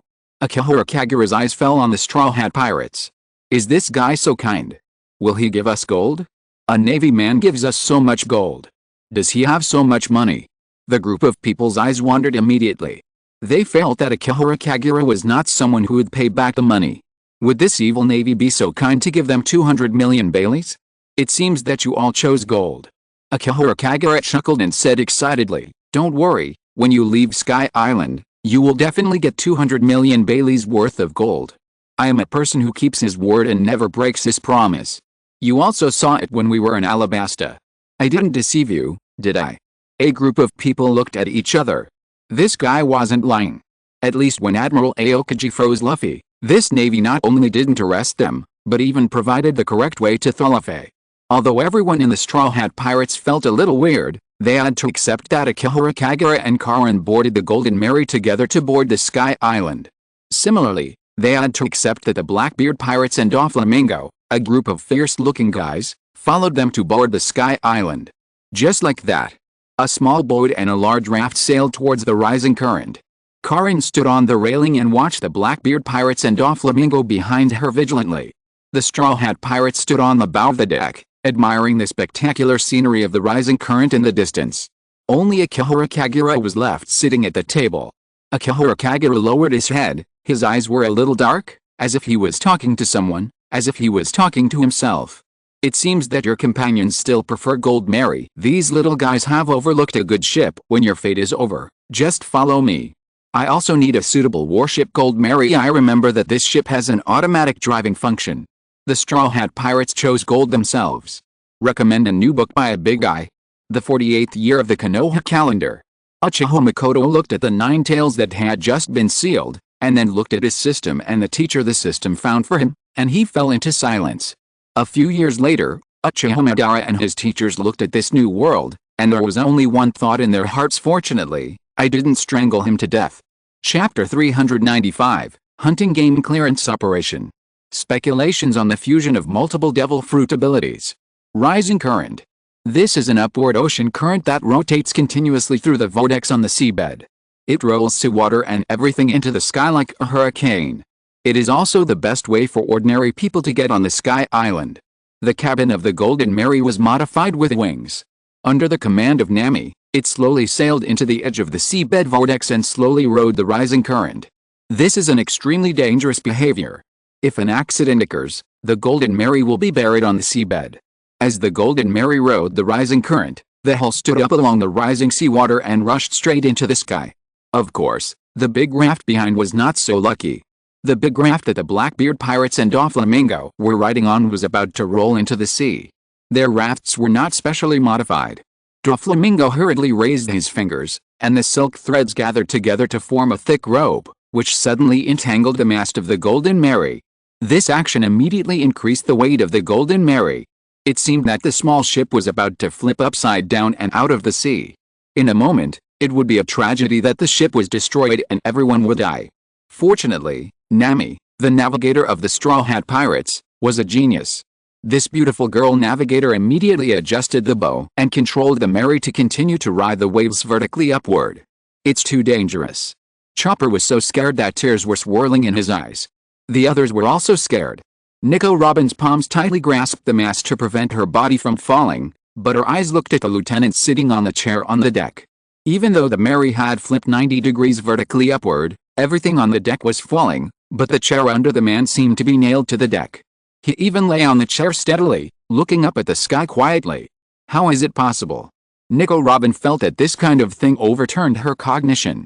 Even the body of the red-haired female Navy was still standing steadily on the deck. Her feet were like magnets, and she could walk as if she was accustomed to this kind of thing.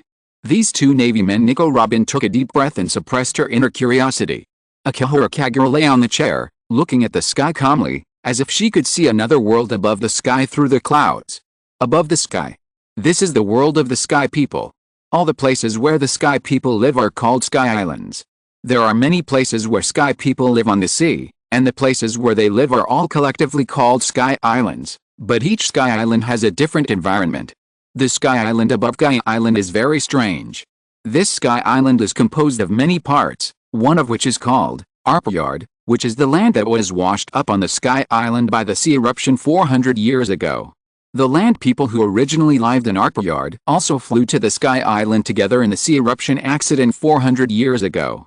All land symbolizes richness. The Sky People and the Land People started a war for hundreds of years to compete for the richer Payato, and their war never stopped. Until 6 years ago, a man named Enelu appeared. Enelu's strength was extremely strong. He could hear the voices of everyone on this Sky Island, and he could also send down thunder punishments at any time and anywhere, easily defeating the Sky People and Land People. From then on, Enelu became the ruler of the Sky Island in the name of God. God? Naturally, he wanted to get the best. The rich, Arpeado, naturally became the sanctuary where Enelu lived. Only Enelu and his messengers could stay here, The other part was called Angel Island, which was the area where the Sky People on the Sky Island lived. Over the years, all the residents of the Sky Island lived in fear under the rule of Enelu. Whether it was the Sky People or the Land People, they could not challenge the majesty of Enelu. Anyone who wanted to overthrow Enelu's rule died under Enelu's divine punishment.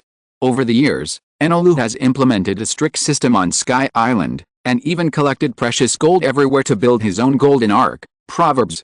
He disliked the fact that the territory he ruled was too small, and wanted to use the golden ark to rush to the infinite land outside the sky. However, Enelu's rule was overthrown because a group of pirates who claimed to be the Konoha pirates broke into Sky Island. Anyone who broke into Sky Island and was unwilling to follow the rules set by Enelu would be punished by him, and this group of pirates would naturally be no exception. As a result, Enelu kicked the iron plate. This ruler who called himself a god on Sky Island was easily suppressed. After being attacked and humiliated by others, Enelu released a huge thunder god like a god, but was directly hammered by a huge wooden man in an instant. Enelu himself was captured.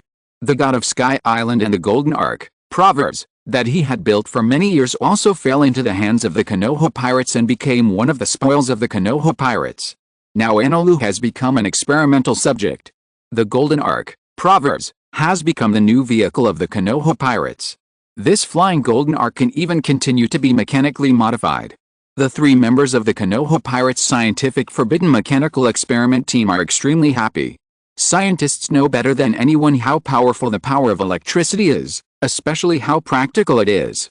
In the new laboratory of the golden ark, the laboratory has been rearranged. A row of circular biological cabin instruments are set up next to the laboratory. Inside are a group of pale-skinned white Zetsu, and these white Zetsu have tubes inserted into their bodies. There is no way. No matter how many experimental subjects there are. After all, they are not as useful as white Zetsu. White Zetsu's body is like a blank piece of paper that has not been covered with any genes. If you need to experiment with any ability, you can directly use the known genetic technology to edit the genes of white Zetsu. So far, they have succeeded a lot. The ability of the sand fruit comes from Crocodile, the ability of the ice fruit comes from Admiral Aokiji, and the ability of the flash fruit comes from Admiral Kizaru. Now they have obtained the ability of the thunder fruit from Ainel. Unfortunately, these abilities are not as good as the original devil fruit users, and they cannot even merge with each other, which also means that the fruit abilities do have rejection. The scientists of the Konoha pirates conducted experiments using white Zetsu and celestial dragons respectively. All those who transplanted the 2 genetic abilities died of body explosion. But how could they give up? Even if the devil fruits on this sea are so weird, can they be weirder than those who can travel through the world? Even if these devil fruit users are so horrible that they reject each other, can they be compared to the horror of Hashirama Senju's cell phagocytosis? Orochimaru and Tobirama Senju tested it and tried to merge all the genes with Hashirama's cells. The cells of other cloned people were all swallowed and assimilated by Hashirama's cells. In the end, only a pile of squirming Hashirama cells were left in the experiment. Big Brother's cells are too dangerous. Tobirama Senju could only praise his big brother. But our experiment is not complete. Orochimaru sighed for a lifetime, and had to collect Hashirama's cells again, and said softly, the first generation cells will devour all the genes. In the end, we will only get the wood release bloodline, and it is impossible to get their abilities. It's really a pity. Senju Tobirama's eyes fell on a petri dish in the corner of the laboratory. There was a figure soaked in seawater and unable to move. It was the god of Sky Island, Enelu. Senju Tobirama frowned and thought about Enelu's thunder fruit ability, and put forward an idea in a deep voice. If it really doesn't work, then all the abilities of the White Zetsu army will be replaced with thunder fruit abilities. Compared with the flash ability and freezing ability, the thunder fruit ability is more comprehensive, which can allow them to awaken powerful observation haki. Don't give up so early. The figure of Shirato Scorpion appeared in the laboratory, and said softly, maybe if you get the genes of another person, you can get the possibility of fruit abilities to merge? I know there is a person who may have 2 fruit abilities. Oh. Orochimaru and Senju Tobirama's eyes lit up at the same time. Before that, Shirato Scorpion tilted his head. The eyes of the mechanical puppet were still dull. Can you 2 help to set up the hunting ground first? The players participating in this hunting game will be here soon, and I heard that only the captain is busy. We want to use violence. Senju Tobirama frowned and said in a deep voice, But the eldest brother insisted on solving this matter alone, and it is really difficult for us to intervene. Sky Island. Arpedo. With the death of Enelu, the Sky People and the Land People gathered again, and there was no conflict between the two sides of the war. This group of Sky People and Land People were gathered together by the Konoha pirates. They were all a little worried about what Senju Hashirama, who defeated Enelu, wanted to do. Kill them all? Everyone was a little nervous and uneasy. However, Senju Hashirama knelt directly on the ground. The captain of the strongest pirate group on the sea knelt down in front of these people and begged them to move. Please don't stay in Arpeado for the time being. It will be dangerous here soon. Please go somewhere else for a while. Please. Senju Hashirama personally took care of this matter because he didn't want to harm these innocent people. After all, these natives were not bad people. A group of Sky People and Land People looked at each other.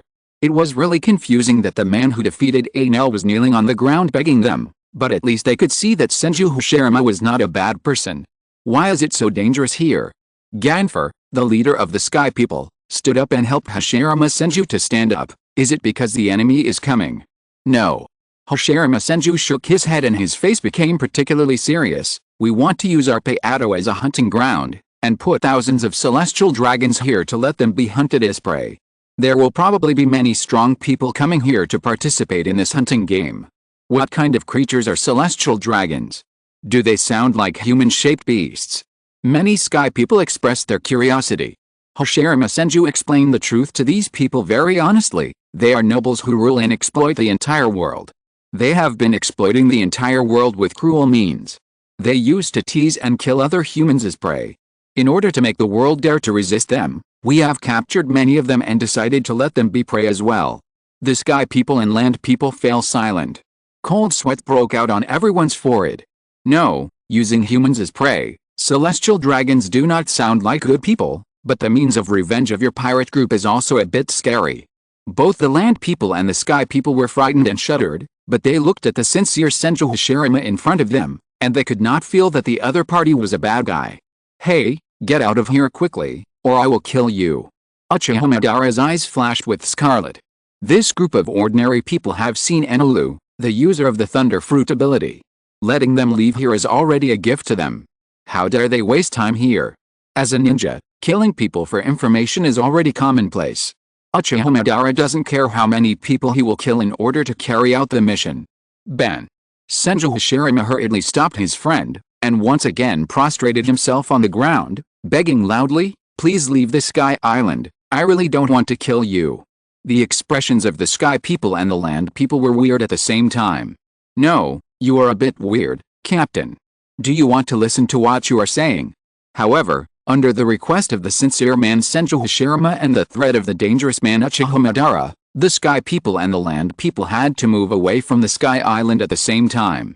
It happened that there was a huge python named the Lord of the Sky on the Sky Island. This python liked humans very much. After Orochimaru communicated with the python, he took the initiative to move with everyone on his back and swam away with these humans from the clouds. After the Sky People and Land People on the Sky Island moved, the Konoha pirates finally began their arrangements in Arpyard. They set up video recording telephone bugs everywhere in Arpyard, and released all the celestial dragons they had captured in Arpyard. Except for the slaves left in the auction house of the Sabaody archipelago, those killed by Uchiha Madara on the way, and those consumed by them for experiments, the remaining celestial dragons are here. There are almost less than 1,000 people left. These are the prey of the hunting game. Since it is a game, there must be rewards. The Konoha pirates found a historical text, a huge golden bell, and a pile of gold on the island of Arpyard. Take this as a reward.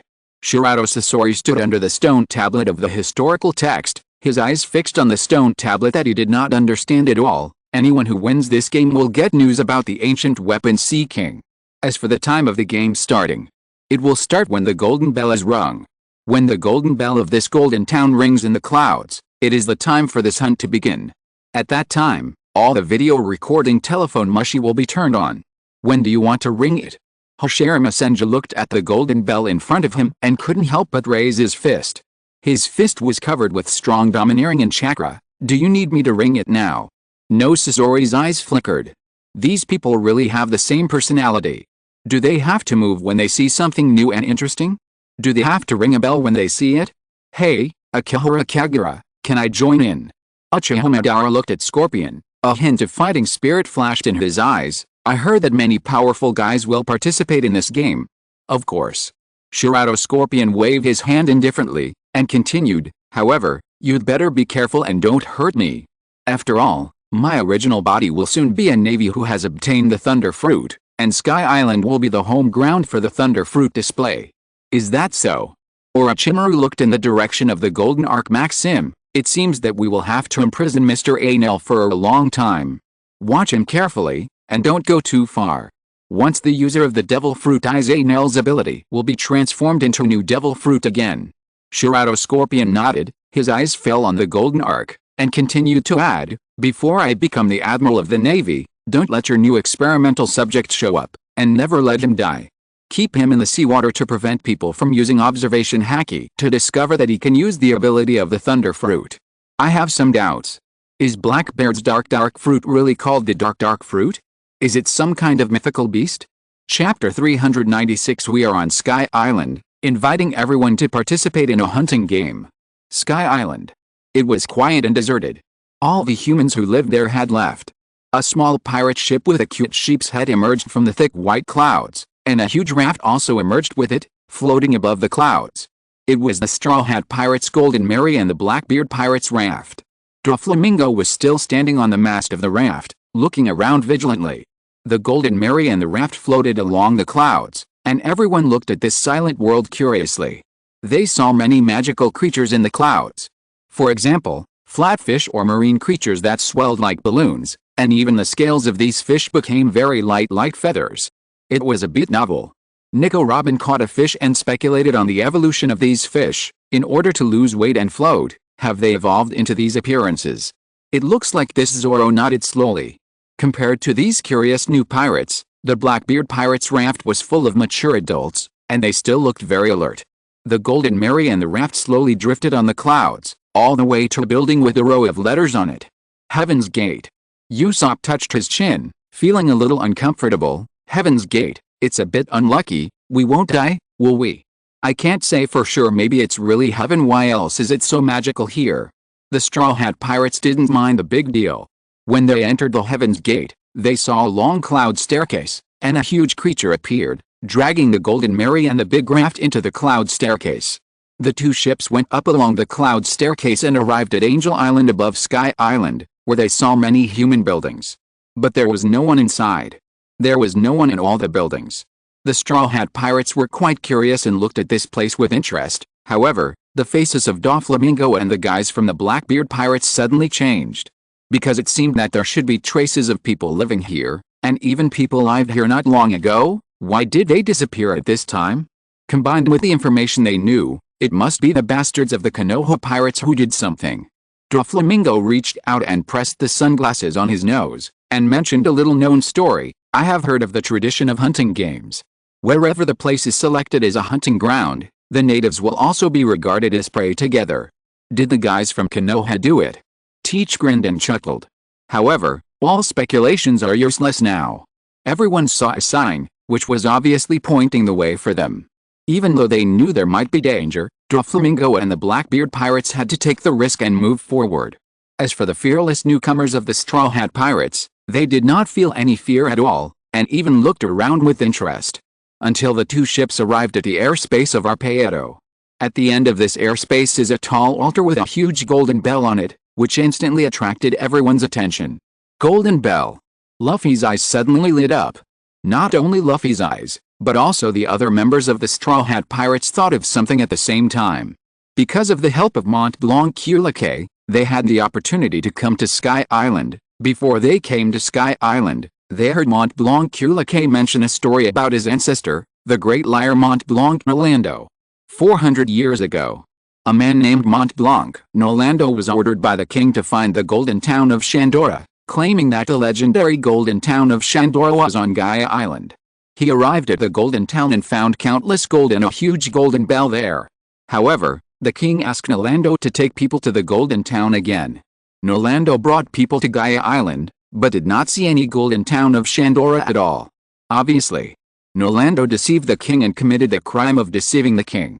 Before the king executed Nolando, Nolando had always claimed that he had seen the land of gold, and that the land of gold, Shandora, had simply sunk to the bottom of the sea. From then on, the legend of the great liar Nolando remained in the North Sea.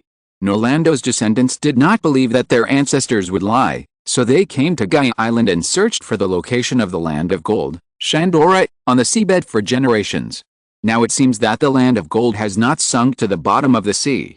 Nico Robin looked at the golden bell and slowly said, 400 years ago, the land of gold, Shandora, did not sink to the bottom of the sea, but was washed to Sky Island by the rising current.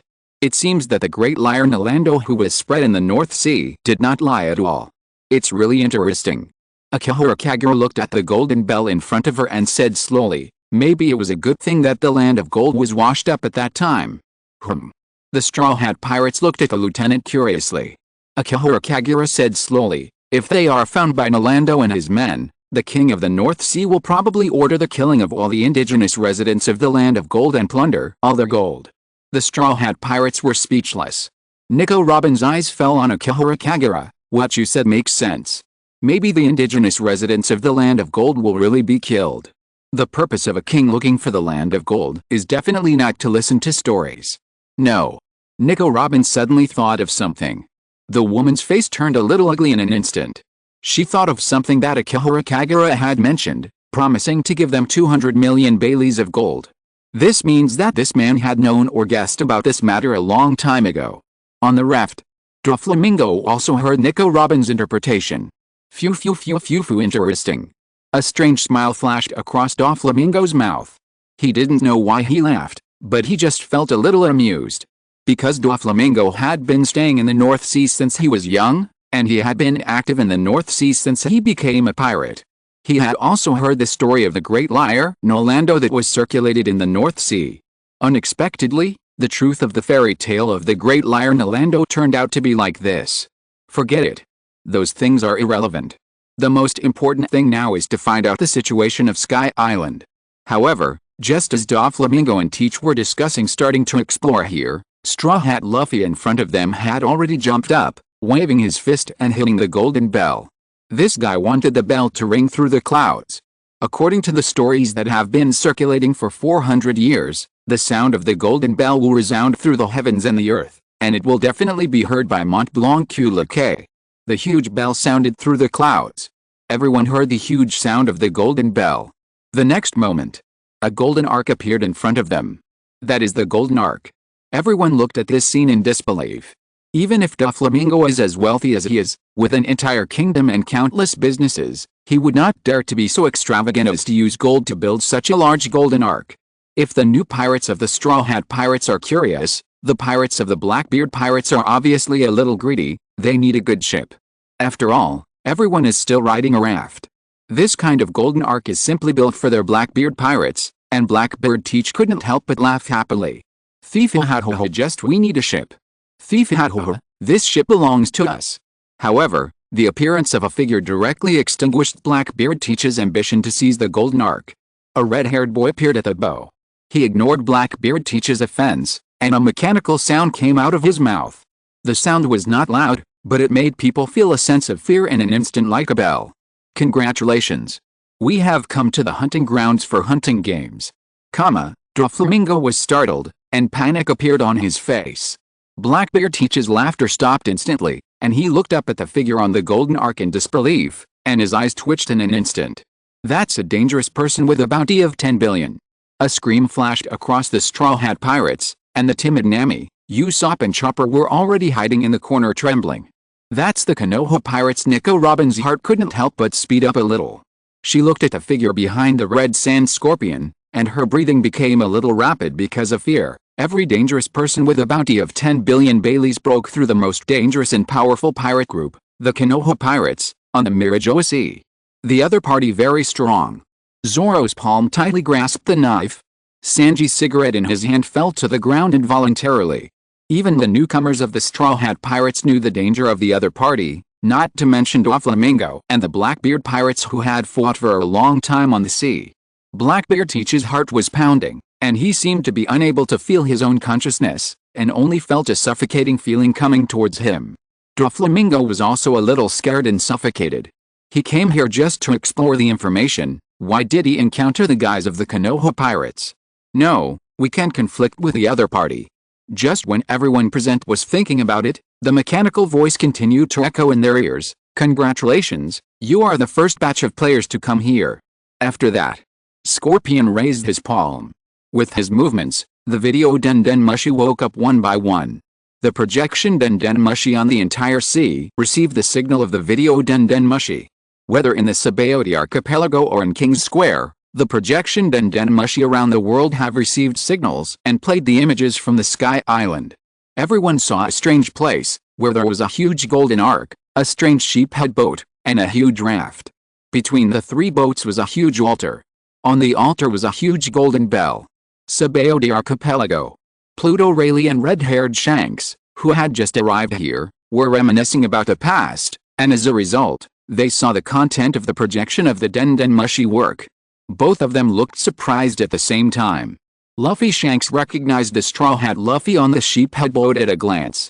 His eyes slowly moved and fell on the figure on the raft, which immediately made him alert. Wait, that's Teach.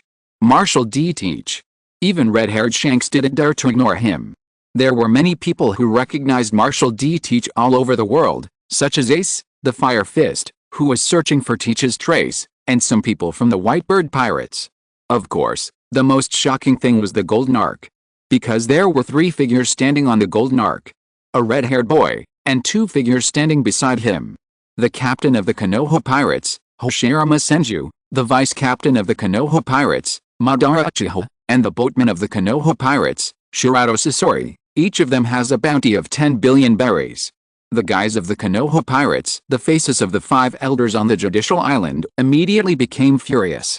Whether it is pirates or the Navy, whether it is ordinary people or high-ranking officials of the world government, anyone who can see the image knows that something big is about to happen in this world again. The Konoha Pirates never cause trivial matters. Wherever the Konoha Pirates appear, it will probably lead to a big mess in the whole world. Even the people sailing on the entire sea, after hearing that the Konoha Pirates initiated a world live broadcast, hurriedly found a small island nearby that could receive the projection Den Mushi signal. For example, the leader of the Revolutionary Army, Monkey D. Dragon, and his gang, were originally looking for the Konoha Pirates. When they heard the news that the Konoha Pirates had started a world live broadcast, they immediately looked for a large island nearby. Only large islands have projection Den Mushi signals. The influence of the Konoha Pirates is so great that even the four Emperor's pirates cannot miss it. Whether it is Kato, the Beasts, who is on the way, or Big Mom, or Whitebird on the ship, they are all trying to find a way to see the image of the Konoha Pirates. As for the Navy headquarters, Buddhist Sengoku has already made preparations. This Navy admiral has not yet set out, but is watching the live broadcast with his subordinates, waiting for orders from the five elders. Similarly, Sengoku is also a little curious about what the Konoha Pirates are going to do. Sky Island. On the Golden Ark. The voice of the Red Sand Scorpion is still steady. This is the Sky Island above Sky Island in the first half of the Grand Line. The Konoha Pirates are here to invite strong people from all over the world to come and participate in an interesting hunting game together. In order not to disappoint everyone, the Konoha Pirates will prepare rich prizes for the winners of this hunting game. One of the three ancient weapons, the whereabouts of Poseidon, the Sea King. Everyone around the world couldn't help but flash a look of shock. I want to add the rules of the game. Chapter 397 The Strong Men Flocking to the Sky Island. Special rewards for the hunting game. Ancient weapon Sea King Poseidon. Most people in this world have never heard of what ancient weapons are, but those who really know ancient weapons are undoubtedly very clear that it is a terrifying power. The three ancient weapons. Uranus, the king of the sky, Pluto, the king of the sea, Poseidon. Any ancient weapon has the ability to influence the world situation. I never expected that the Konoha Pirates would use ancient weapons as the winning prize of the hunting game. It happened that the first batch of players on Sky Island, the Straw Hat Pirates, Blackbeard Teach and Doflamingo, had heard of the name of the ancient weapon. The Straw Hat Pirates didn't care much about it. Blackbeard Teach and Doflamingo's faces flashed a touch of greed at the same time. They both knew what it meant to get an ancient weapon. As long as you have an ancient weapon, you can immediately leap to the top of the sea. In the future, It is possible to become the pirate king or even the king of the world.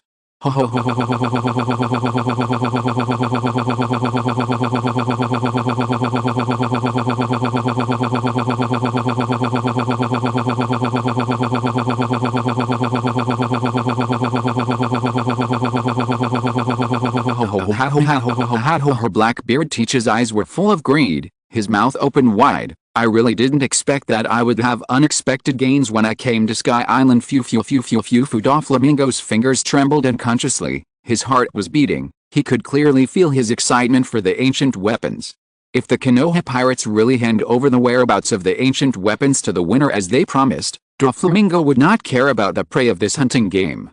In addition to these two guys on Sky Island, ambitious people from all over the world couldn't hold back.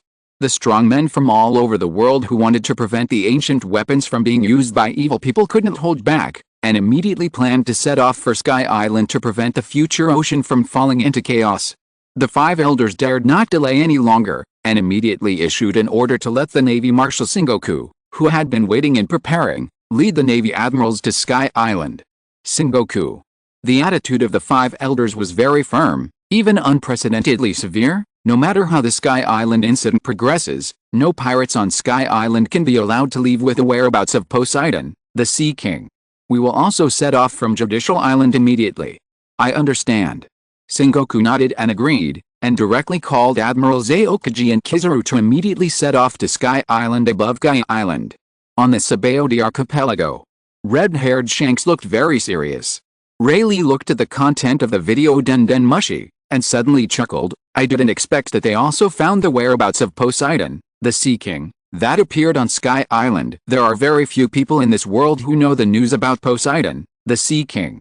Rayleigh is the vice captain of the Roger Pirates, and he happens to know many historical secrets. I'm going to Sky Island. Red-haired Shanks stood up and bowed politely to his former vice captain. No matter what, I must stop this from happening. If the Konoha pirates really spread the whereabouts of the ancient weapons, it will undoubtedly cause the already precarious situation to collapse completely. What's more, there is a person on Sky Island that red-haired Shanks is very concerned about, Blackbeard Marshal D. Teach. This is an extremely dangerous person. Red-haired Shanks absolutely dare not underestimate Teach's power and ambition, and he also knows that the other party will definitely stir up waves on the sea.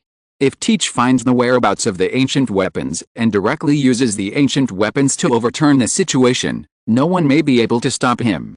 Shanks, the Four Emperors, wants to prevent Blackbeard Teach from obtaining the ancient weapons, and also wants to prevent the ancient weapons from being scattered by the Konoha pirates, but the other four emperors don't think so. Among the four emperors, Big Mom Charlotte Linlin and Kato of Beasts have been constantly trying to find ways to strengthen the power under their command, and are more eager for ancient weapons. Charlotte Linlin, who had been sitting in Wongo, could no longer sit still. Two clouds suddenly appeared beside her, and she stepped in the clouds and began to head towards Sky Island. Kato, the Beast King, was on his way to chase the Konoha pirates, and he quickly turned around and headed for Sky Island. The last of the four emperors, Edward Newgate, the Whitebird. On the Moby Dick, a group of captains were excited. Dad, we must go to Sky Island. Catch the traitor Teach and avenge Thatch. We must not let the traitor Teach get the ancient weapon. Let's go to Sky Island and kill him. Dad, let's hurry over. Whitebird looked at a group of captains who were clamoring to go to Sky Island, closed his eyes and pondered, as if he was thinking about something. Shut up. Marco, the captain of the first team, told his brothers and sisters to shut up. He turned his dead fish eyes and looked at the noisy guys. Shut up, stop arguing. Wait for Dad to make a decision. The captains lowered their heads reluctantly. However, after Marco told the captains to shut up, he said, Dad, let me go by myself. Ace will definitely go to Sky Island. I will bring Ace back by the way. If Whitebird made a big fuss, it would be bad for his condition. Marco didn't want Whitebird to go out. He thought he was strong enough. At least it would be no problem to kill the traitor Blackbeard Teach on the ship, and he could also bring Ace back to the ship. In case of danger, Marco thought he could at least get out of it. Whitebird suddenly opened his eyes. He looked at Marco beside him, looking into Marco's eyes, as if he could see something from those dead fish eyes. Whitebird felt his aging. This aging did not come from his body, but from his heart. Many people on the Moby Dick are homeless. They all grew up under his protection, like children who never grew up. However, Marco is an exception. Marco has followed him for 30 years and has grown into a man who can take on great responsibilities. He is like the eldest brother of a big family, taking care of his brothers and sisters and his old father. Marco. Whitebird looked at Marco and nodded slowly at him. Don't worry about Teach's problem. I just want you and Ace to come back safely. Don't worry, Dad. Marco agreed immediately. Layers of blue flames quickly appeared around his body, and the whole person instantly turned into a blue phoenix. Bird fruit, mythical beast, phoenix form. This blue phoenix flapped its wings and flew into the distance. The 4 Emperor's pirates, the world government and the navy on the sea have all taken action. The 7 warlords of the sea are also not ambiguous. In addition to Doflamingo, who has already appeared on Sky Island, the 7 warlords of the Sea of Fishman Island, Sea Knight Jinb, Empress Boa Hancock, Great Swordsman Joracle Mihawk, and Tyrant Bartholomew Kuma are all heading towards Sky Island. Only one of the 7 warlords of the sea did not move, Gecko Mariah. This man is still staying in his own territory honestly, and is still conscientiously organizing his shadow army. In addition to these forces, the Revolutionary Army is undoubtedly the fastest. Monkey D. Dragon, the leader of the Revolutionary Army, ordered his subordinates to pass on the information of the video Den Mushi to him at all times, while he rushed to Sky Island first. No matter what, Dragon cannot miss this Sky Island incident for both public and private reasons. On Sky Island, the Konoha pirates seemed to know who this news would attract. After announcing that the ancient weapon Poseidon would be the prize, Scorpion did not introduce the importance of the ancient weapon to the uninformed people around the world. Okay. I don't need to introduce the existence of ancient weapons. If you haven't even heard of ancient weapons, there is no need to participate in this hunting game, and you won't have the possibility of becoming the Pirate King. Many uninformed pirates on the sea suddenly twitch their foreheads. Although they really haven't heard of ancient weapons, being ridiculed like this really makes people feel a little angry. But you should be very interested in the prey of this hunting game. Scorpion's eyes looked dull, and his voice was extremely flat, but he said words that shocked the whole world. The prey of this hunting game is the celestial dragons. Everyone in the world looked at the image in front of them in disbelief, as if they had heard something wrong. Is this a joke with him? How could the high and mighty celestial dragons become prey? The celestial dragons have been constantly exploiting the whole world, forcing them to work hard for money, and most of their income has to become a tribute to the celestial dragons. The big man who can destroy a kingdom at will is actually the prey of this hunting game. However, when most people were shocked and terrified, many humans who had been persecuted by the celestial dragons became excited in front of the image like crazy. Kill those celestial dragons. Let those celestial dragons die. Many people looked at the red-haired boy in the image with excitement, their tears kept falling down their cheeks, and even many people set out immediately to rush to the Sky Island. At this moment, all the people who had been exploited and persecuted by the celestial dragons, after being shocked and terrified, quickly fell into a wave of cheers. The celestial dragons, who had been doing evil in the world for 800 years, were finally pulled down from the altar one day. On a huge ship. 2 sea snakes pulled the ship forward. The Empress Boa Hancock sat in her own cabin, holding a Den Mushi in her hand, tears unconsciously flowing down her cheeks because she was on her way to Gaia Island, and she did not stay in front of the video Den Mushi, but could only broadcast through ordinary Den Mushi. The nightmare that she had never forgotten since she was a child slowly dissipated from her heart at this moment. That bunch of bastards. Boa Hancock grabbed the Den Mushi in her hand, biting her lips tightly, almost biting blood. Are they finally being punished? An island.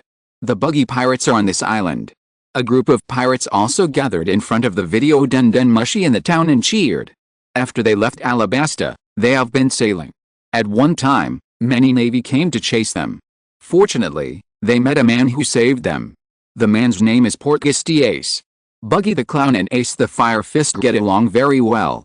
Both of them are watching the video here. In the video, Ace the Fire Fist saw that his younger brother Luffy and the enemy he wanted to find, Blackbeard Teach, were both on Sky Island. I'm going to Sky Island. Fire Fist Ace wanted to say goodbye to Buggy the Clown. That's true.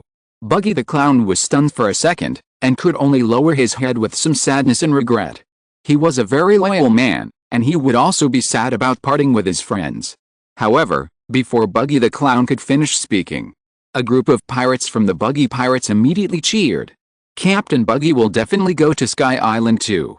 Captain Buggy is the first to kill a celestial dragon. How could Captain Buggy miss this feast of slaughtering celestial dragons? Wait a minute, Buggy the Clown's eyes suddenly widened, and he unconsciously wanted to stop his subordinates from talking nonsense. He never had the courage to assassinate any celestial dragons. Buggy the Clown was unwilling to go to such trouble. He didn't care about ancient weapons or celestial dragons. He just wanted to find the treasures hidden in the sea and didn't want to get involved in those troubles at all. But this group of pirates set up their captain again.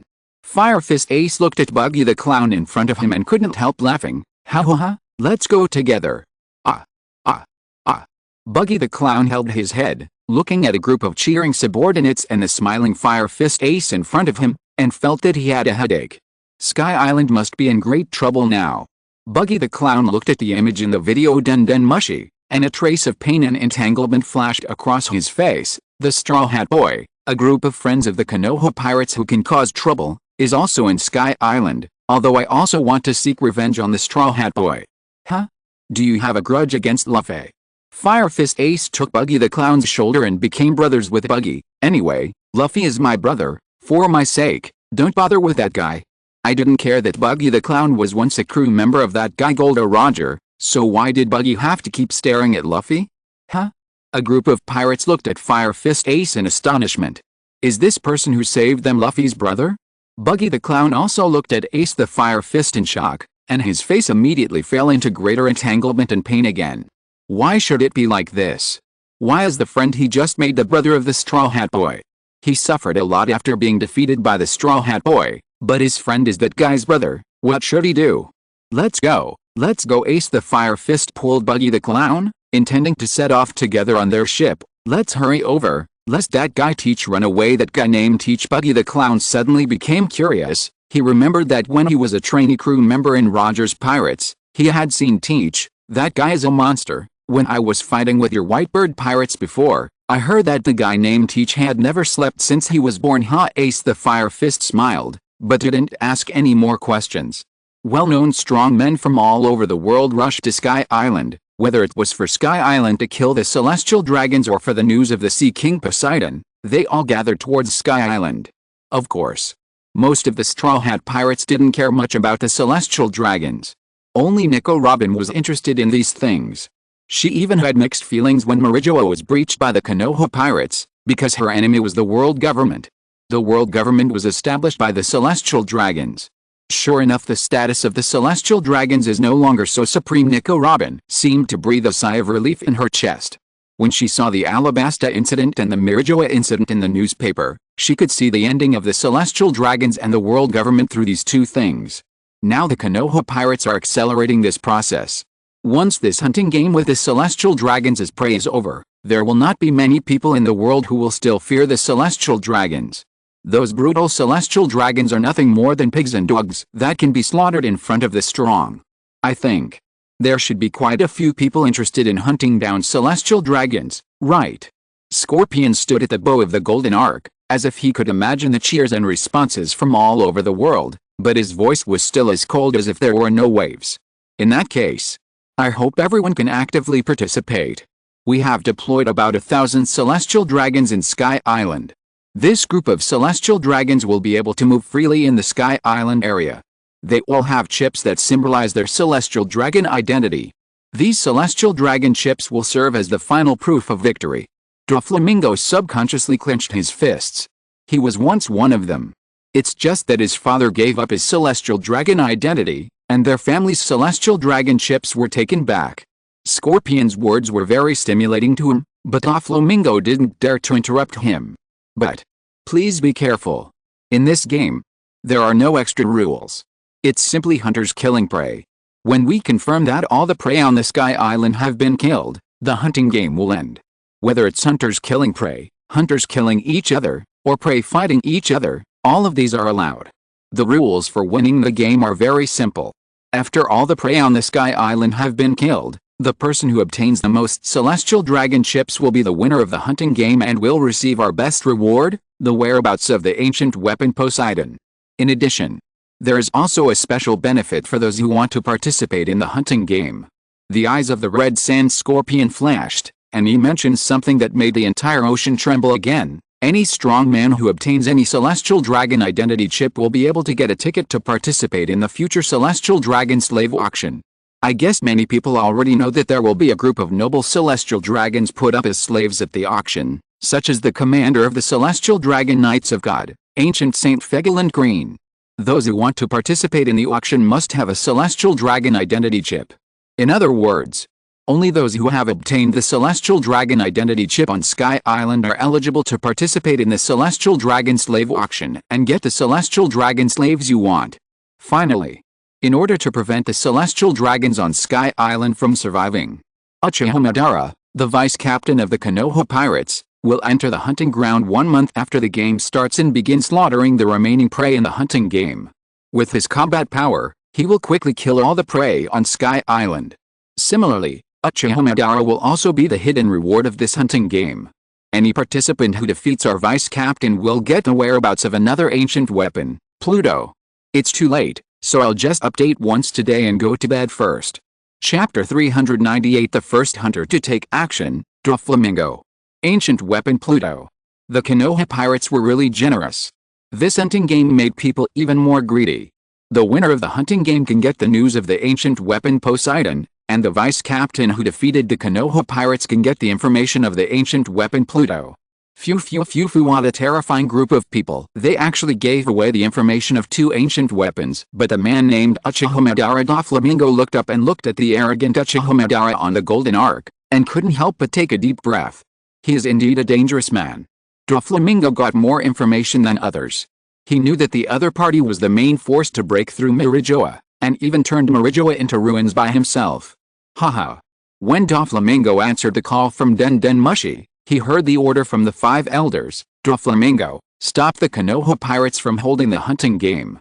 Sengoku and the 2 admirals will soon go to Sky Island to support, and we will be there soon too. Phew, 5 elders, have you overestimated me? Doflamingo asked the 5 elders with a grin, his eyes still fixed on the figures on the arc. That was the pirate group that broke through Marijoa. The 5 elders could not help but remain silent. Those of them who learned about the battle situation in Marijoa knew very well that the possibility of Doflamingo saving people was very small, and the probability of being killed was infinitesimal. But what could they do? The 5 elders hesitated for a while and could only tempt Doflamingo with a huge reward. As long as you protect those world nobles, the world government will agree to all your conditions. We promise that you can return to the Holy Land and become one of us again. Don't be ridiculous. Marijoa is not very safe now.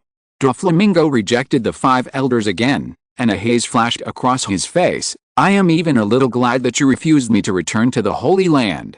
Otherwise, I might be one of the prey on Sky Island now. After Doflamingo finished speaking, he did not completely refuse. He smiled sinisterly and proposed his own plan. Phew, I can only join this hunting game and clear as many hunters participating in the game as possible in Sky Island.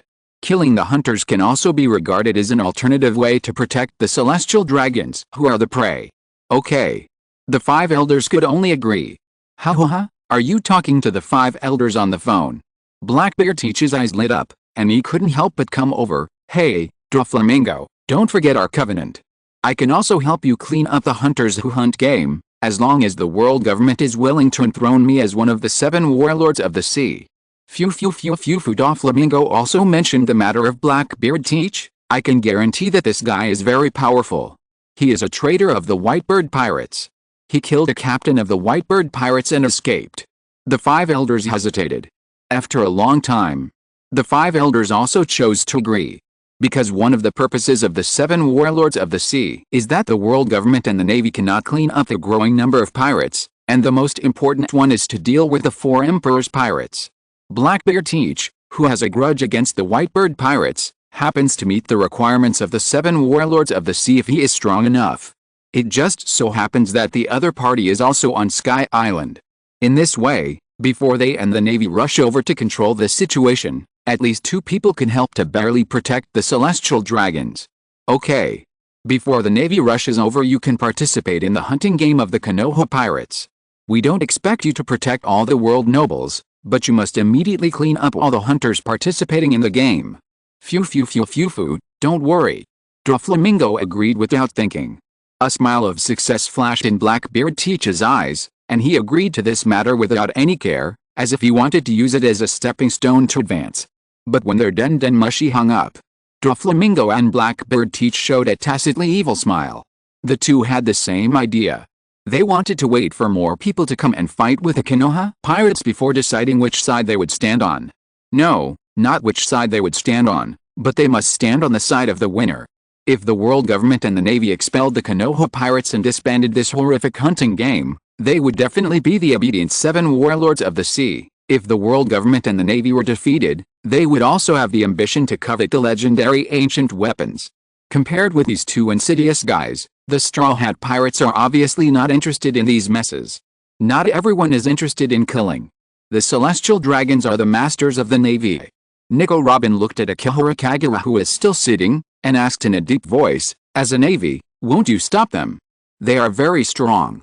Akihara Kagura shook her head slowly, and said seriously, "What I have to do is wait for Marshal Sengoku and the 2 admirals to come." Nico Robin's eyes condensed. Is this Sky Island about to become the battle site for the Konoha pirates and the Navy admirals? Last time Nico Robin recalled the ending of the Alabasta incident, I heard that the pirate group was repelled by the Navy Marshal and 2 Navy admirals. Akihara Kagura just shook her head again, but did not respond. Her Navy must be waiting for the big melee of the hunting game. The Straw Hat Pirates have no interest in waiting here. They plan to explore the Sky Island. Nami, Chopper and Usopp, the timid companions, definitely dare not go, but Nami remembered that this Sky Island was once the golden city of Shandora. However, they still need to get permission from the Konoha pirates. Nico Robin likes history very much. She took the initiative to go to the Konoha pirates to negotiate, hoping to go to the Sky Island for archaeological research. Whatever. The Konoha pirates did not raise any questions and opened the door for them. They just registered them all as hunter players participating in the hunting game. Everyone go down to find gold. Nami was overjoyed when she learned that they could freely explore the Sky Island, and immediately turned back and looked at her friends on the boat fiercely. What a greedy woman, Zoro sighed and could only get off the ship helplessly.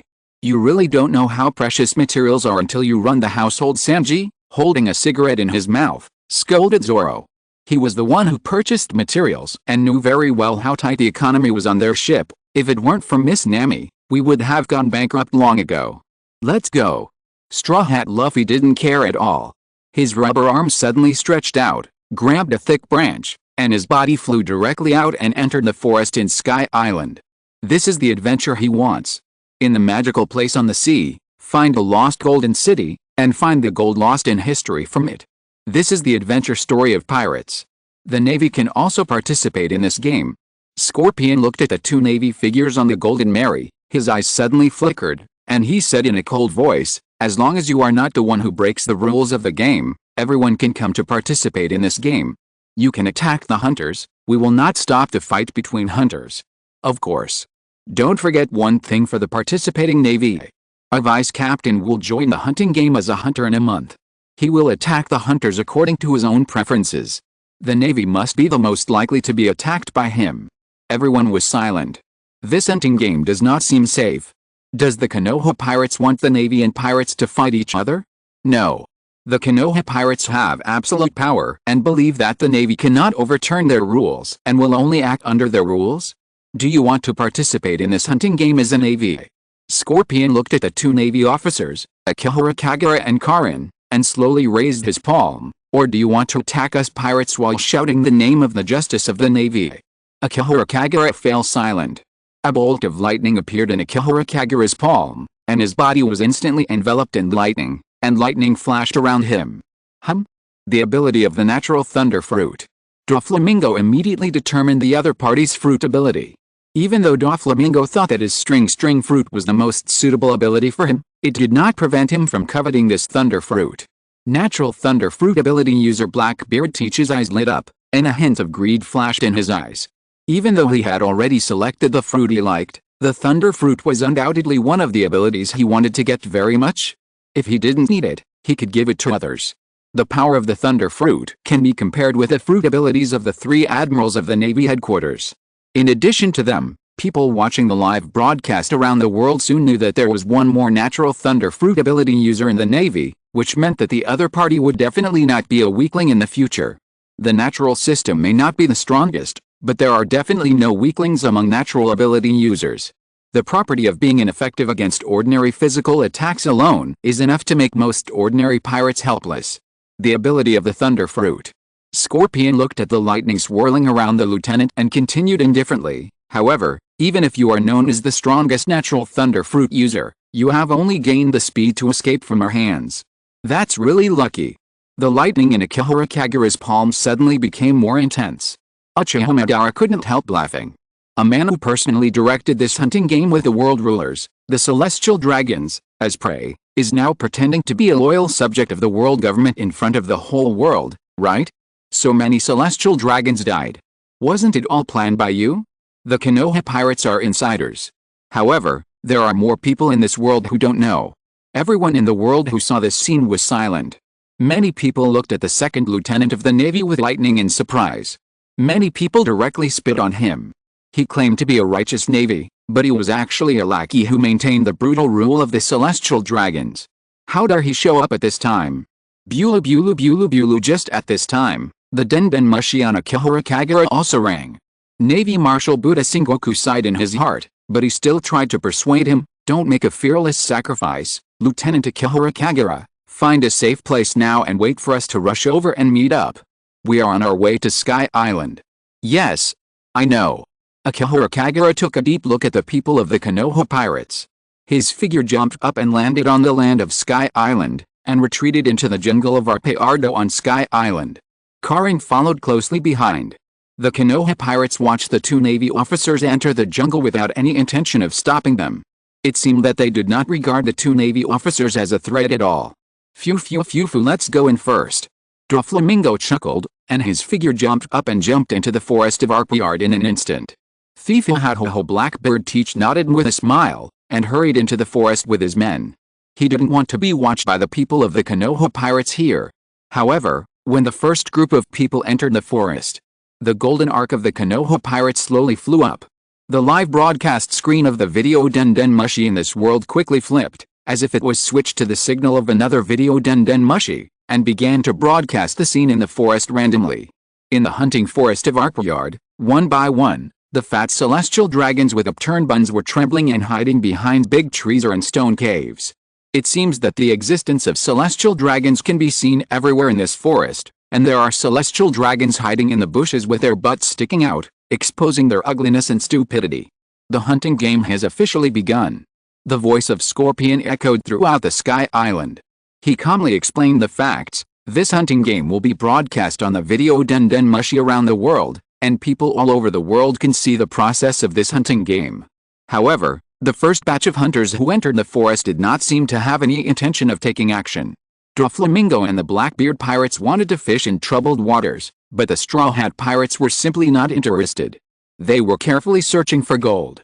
However, they did not want to provoke others. But it did not mean that others did not want to provoke them. A group of celestial dragons did not know Blackbird Teach and the Straw Hat pirates, and were afraid that the other party was from the Konoha pirates, but they knew Doflamingo, one of the 7 warlords of the sea. There was no way. Who made Doflamingo also a celestial dragon? When a fat celestial dragon saw Doflamingo, he hurriedly ran towards him. Hey, Don Quixote's idiot, take me away from here quickly. What did you say? Doflamingo's forehead jumped. Doflamingo clenched his palm, and sharp threads appeared unconsciously in his palm. He looked at the celestial dragon in front of him with murderous intent. However, this game was broadcast live in front of people all over the world, and Doflamingo could only suppress the anger in his heart, so as not to kill such a fool and ruin his plan. But a sharp thread suddenly passed by. Doflamingo had no idea where this thread came from. The thread fruit ability user just watched the thread that was the same as his ability as a sharp blade, splitting the celestial dragon in front of him in two, and blood gushed out in an instant. It happened that at this moment, the signal of the video Den Den Mushi captured the scene just right. Video Den Den Mushi around the world received the signal, and everyone saw the horrific scene of a celestial dragon's body being cut open by a sharp thread. Everyone also saw the palm of the 7 warlords of the sea. Doflamingo stretched out, white threads in his palm, and his face that was furious and wanted to kill people. I watched the game today. I didn't expect it to be 3-2, but the 5th game was really good. If you're listening to this novel on a channel other than Fanfic World, it means they downloaded and uploaded it without effort. We cordially invite you to visit our channel, Mundo Fanfic Novelis. There you'll find the original version of this story and you can explore many other novels of various genres. We're waiting for you to immerse yourself in a world of incredible novels. Chapter 399, The Second Hunter to Kill the Celestial Dragons, the Blackbeard Pirates. Who can tell him what happened? The fury on Doflamingo's face had not yet faded, and he saw the clamoring celestial dragon in front of him being split in two by a sharp thread, which made his brain blank for a moment. Something went wrong. Someone wanted to frame him. The whole world saw this scene at this moment. No matter who it was, they would believe that it was Doflamingo who killed the celestial dragon in front of him. No one could do it except his ability of the string fruit. Above the sea, on the warship where the 5 elders were riding, the 5 old men looked at this scene with anger on their faces. Although they only saw the scene where the celestial dragon was killed, they also knew that it might be that celestial dragon who angered Doflamingo. However, this was not a reason for Doflamingo to kill. He had just agreed to help them clean up the hunters participating in the hunting game, and turned around and ran to slaughter the celestial dragon's prey.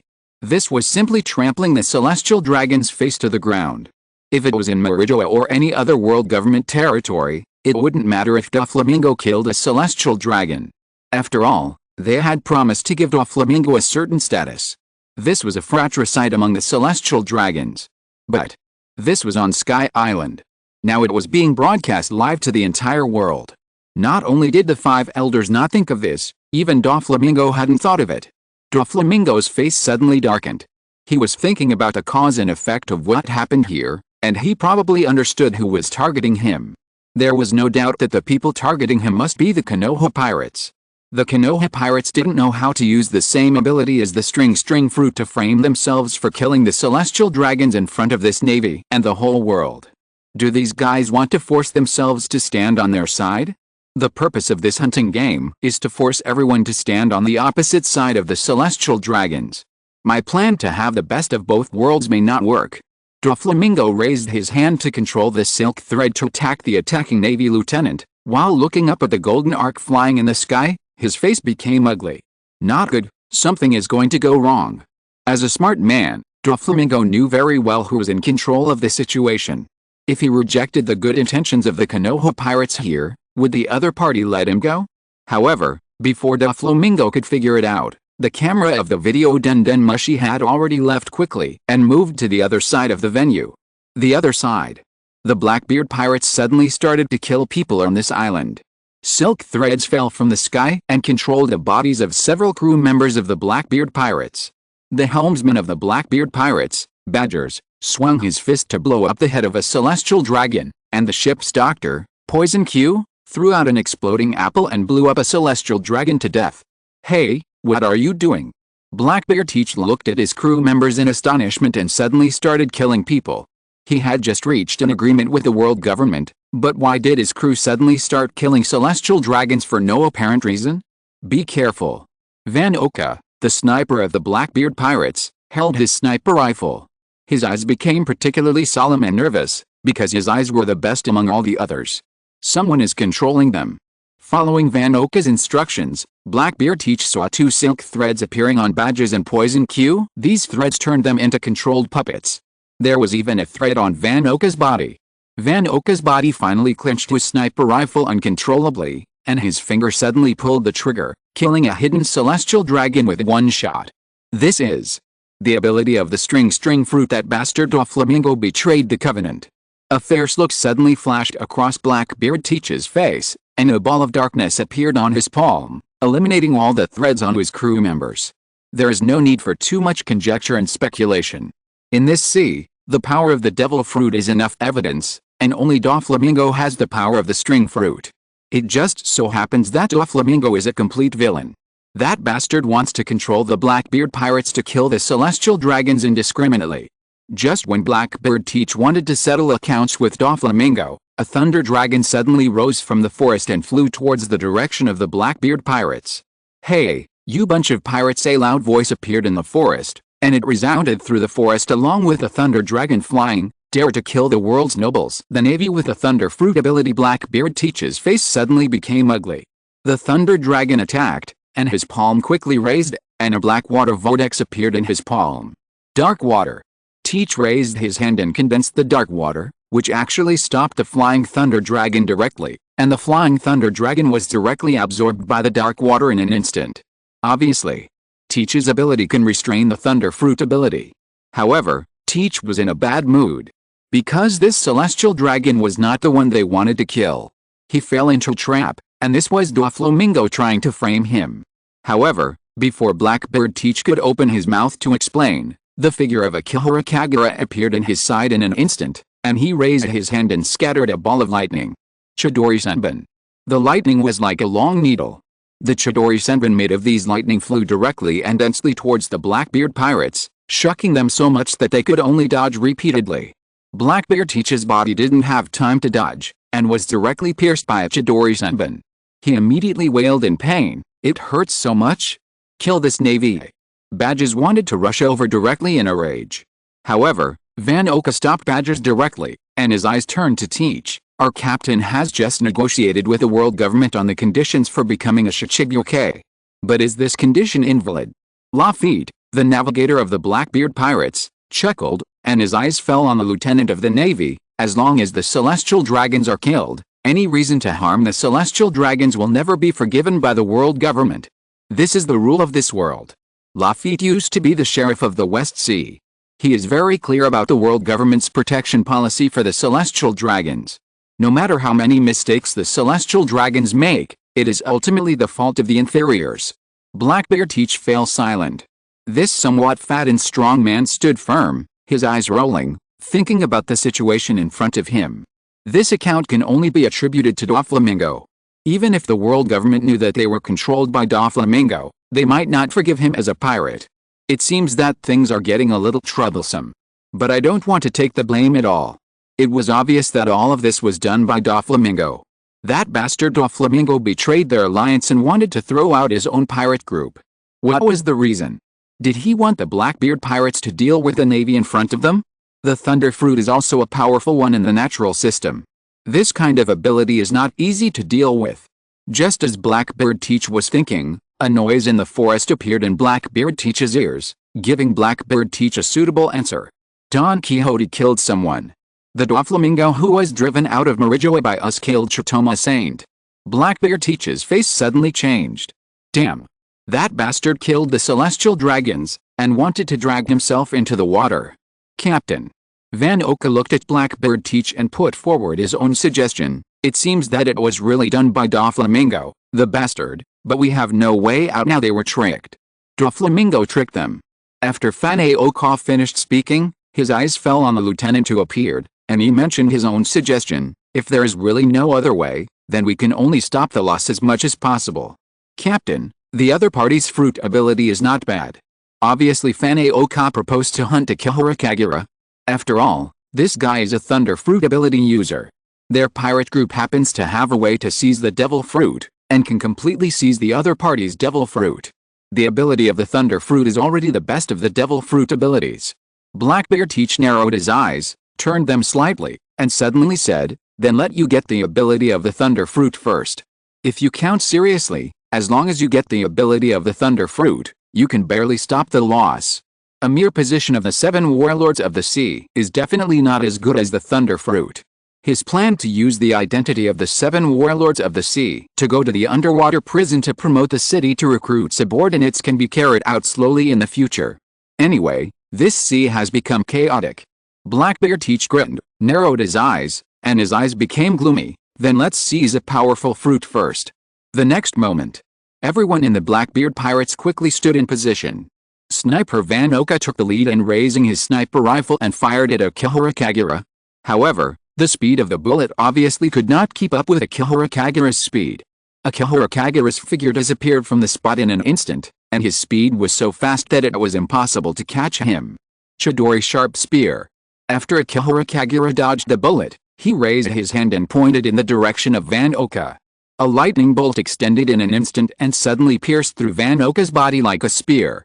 Get out of the way. Blackbeard Teach hurriedly spoke to remind his subordinates. Van Oka's body fell directly to the ground. Fortunately, the ship's doctor Poison Q appeared next to him. This guy who was both a ship's doctor and an undertaker had his place in any case. Huh? Poison Q reached out and stroked Van Oka's nose.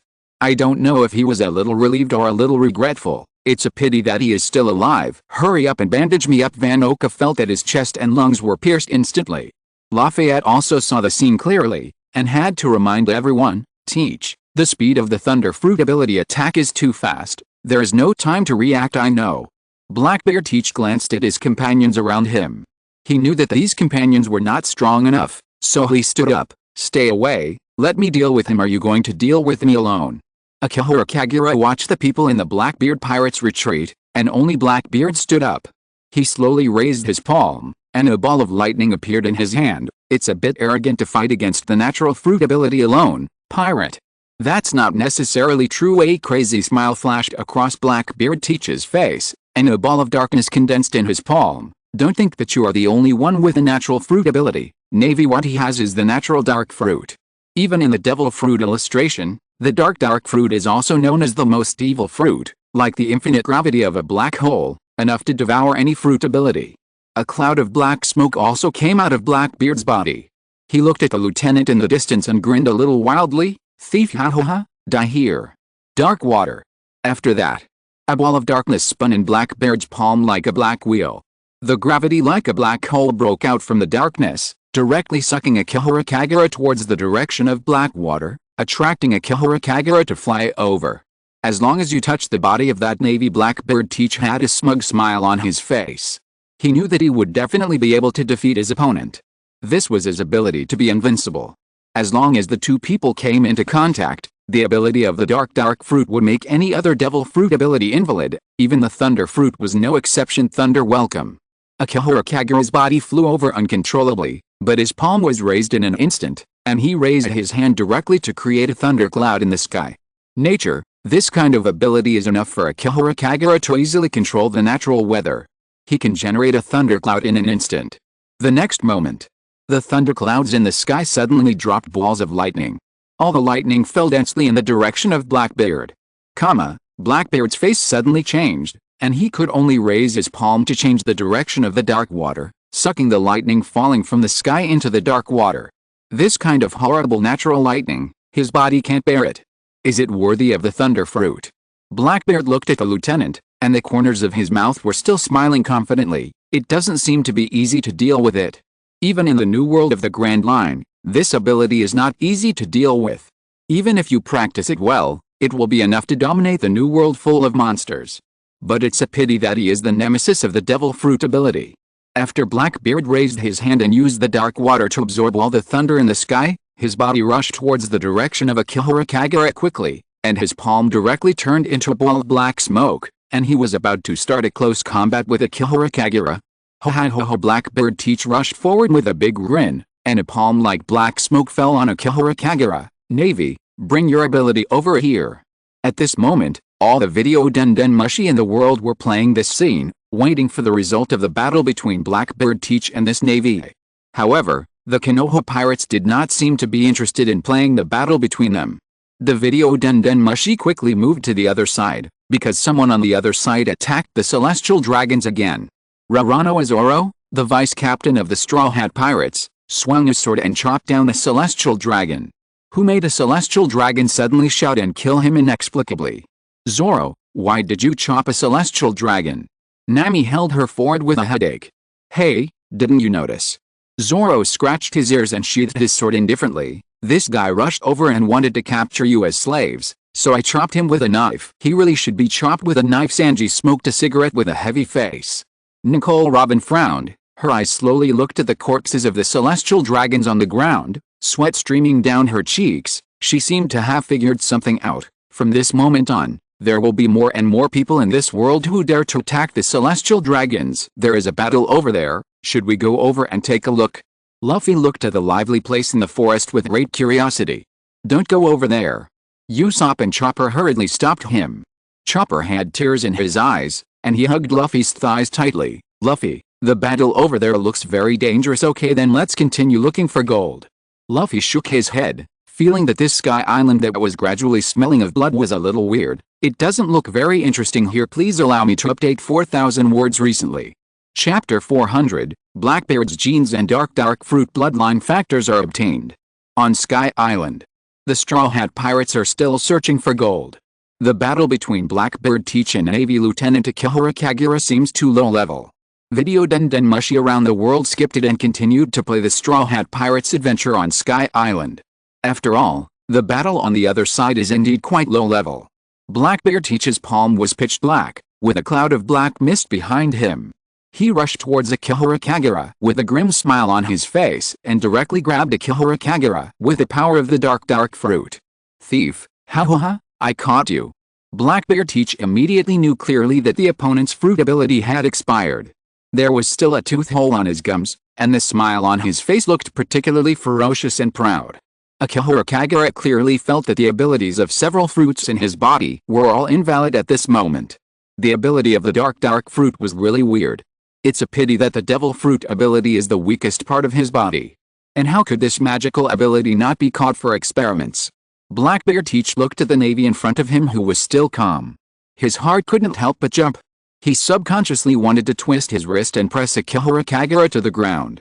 However, no matter how hard Blackbeard's wrist was, he couldn't press down this Navy lieutenant. The power of this Navy seemed to be stronger than he imagined. No, dark water. Teach's palm suddenly appeared a windmill-shaped vortex. However, Akihara Kagura punched the dark water directly, and the windmill-shaped vortex was directly smashed by a punch. The fist hit Blackbeard Teach's face.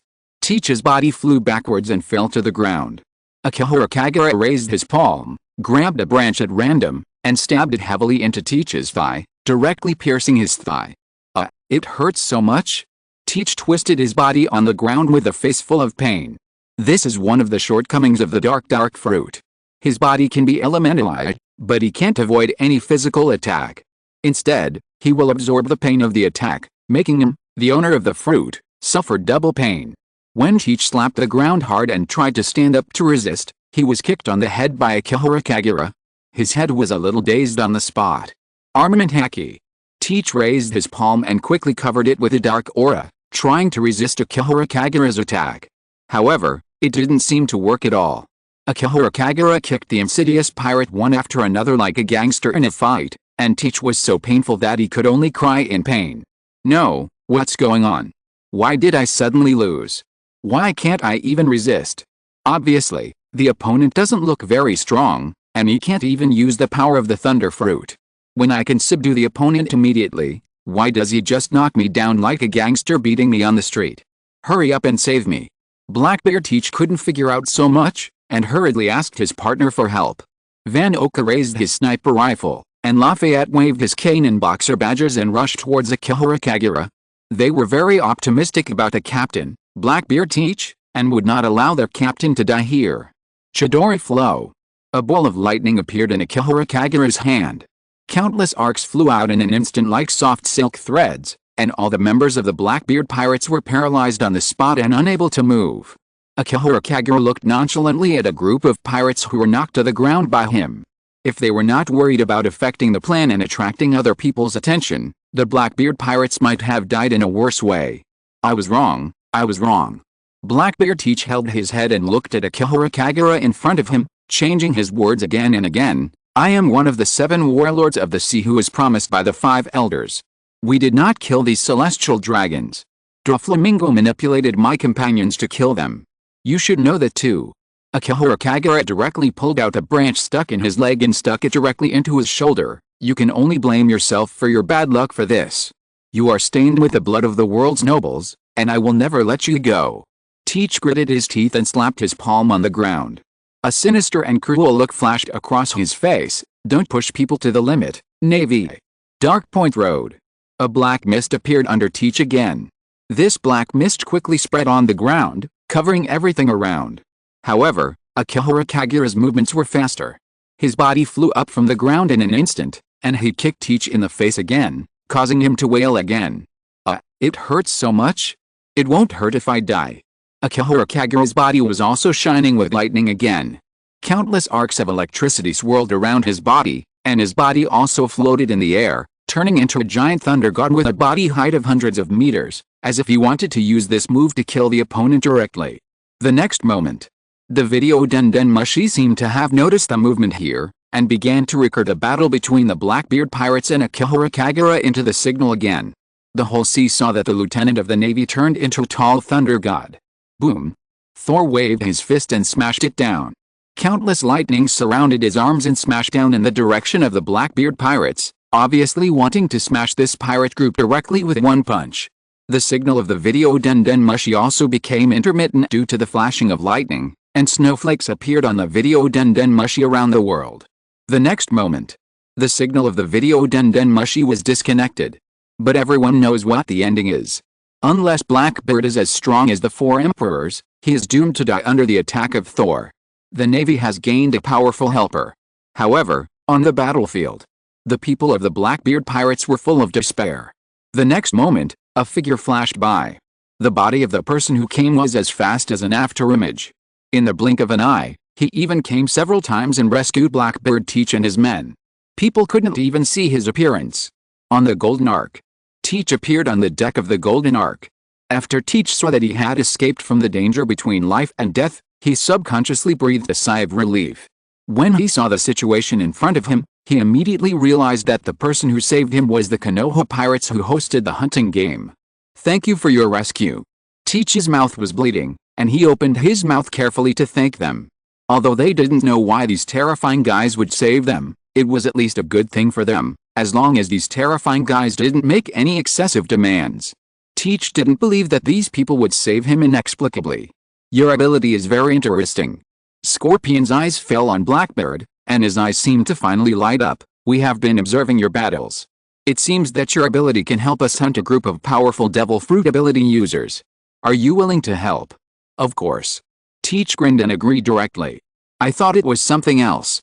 If it was just a small matter, he could completely agree to it, and even if he could reach a deal with the Konoha pirates, he could still use this powerful pirate group in the future."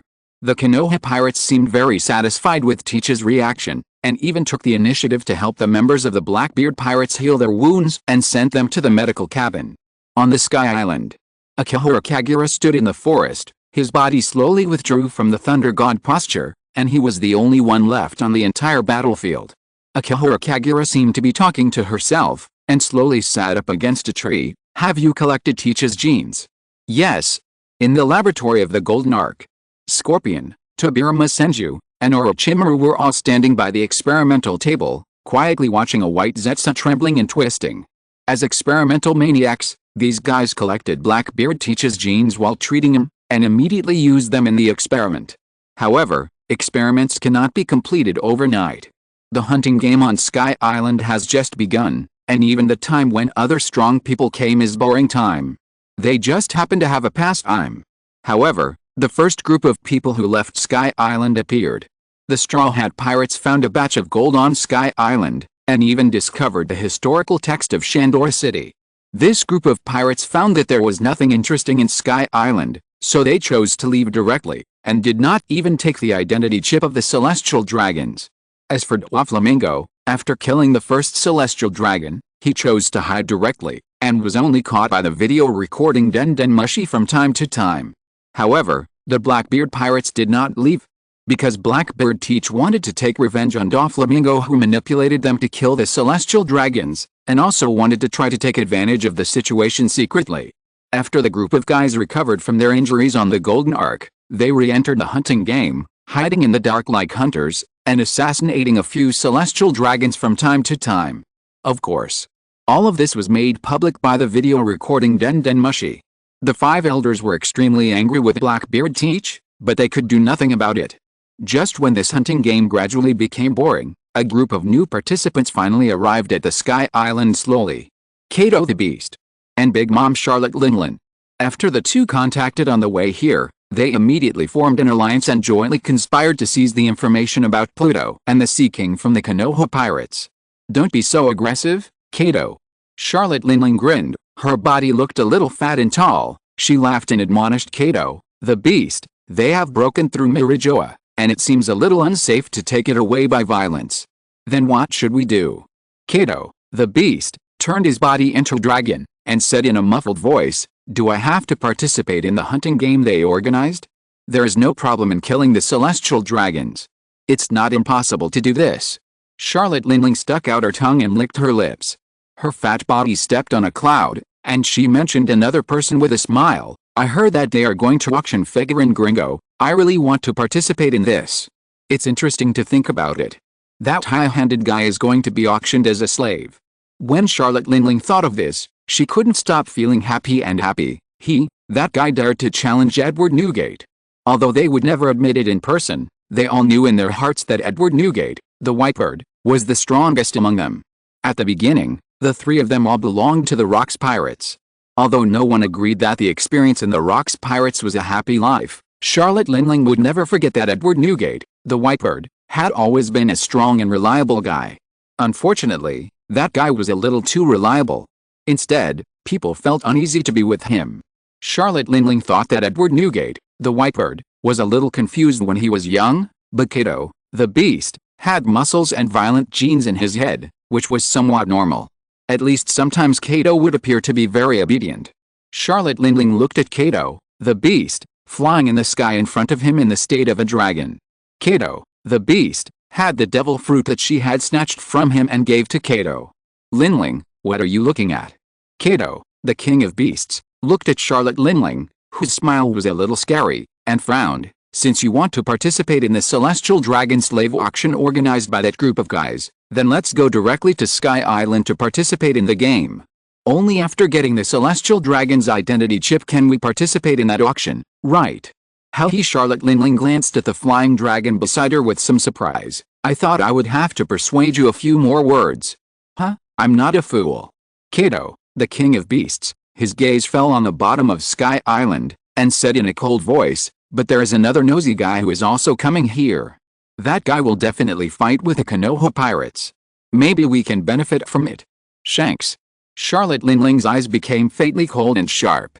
She remembered what happened many years ago. Back then, that little kid was on an equal footing with us. There is no need to say too much. Charlotte Linling only needs to hear the character of being nosy to understand who Kato is talking about. The most nosy person in the whole sea must be red-haired Shanks. However, that guy has an extraordinary identity. It is normal for him to like to be nosy.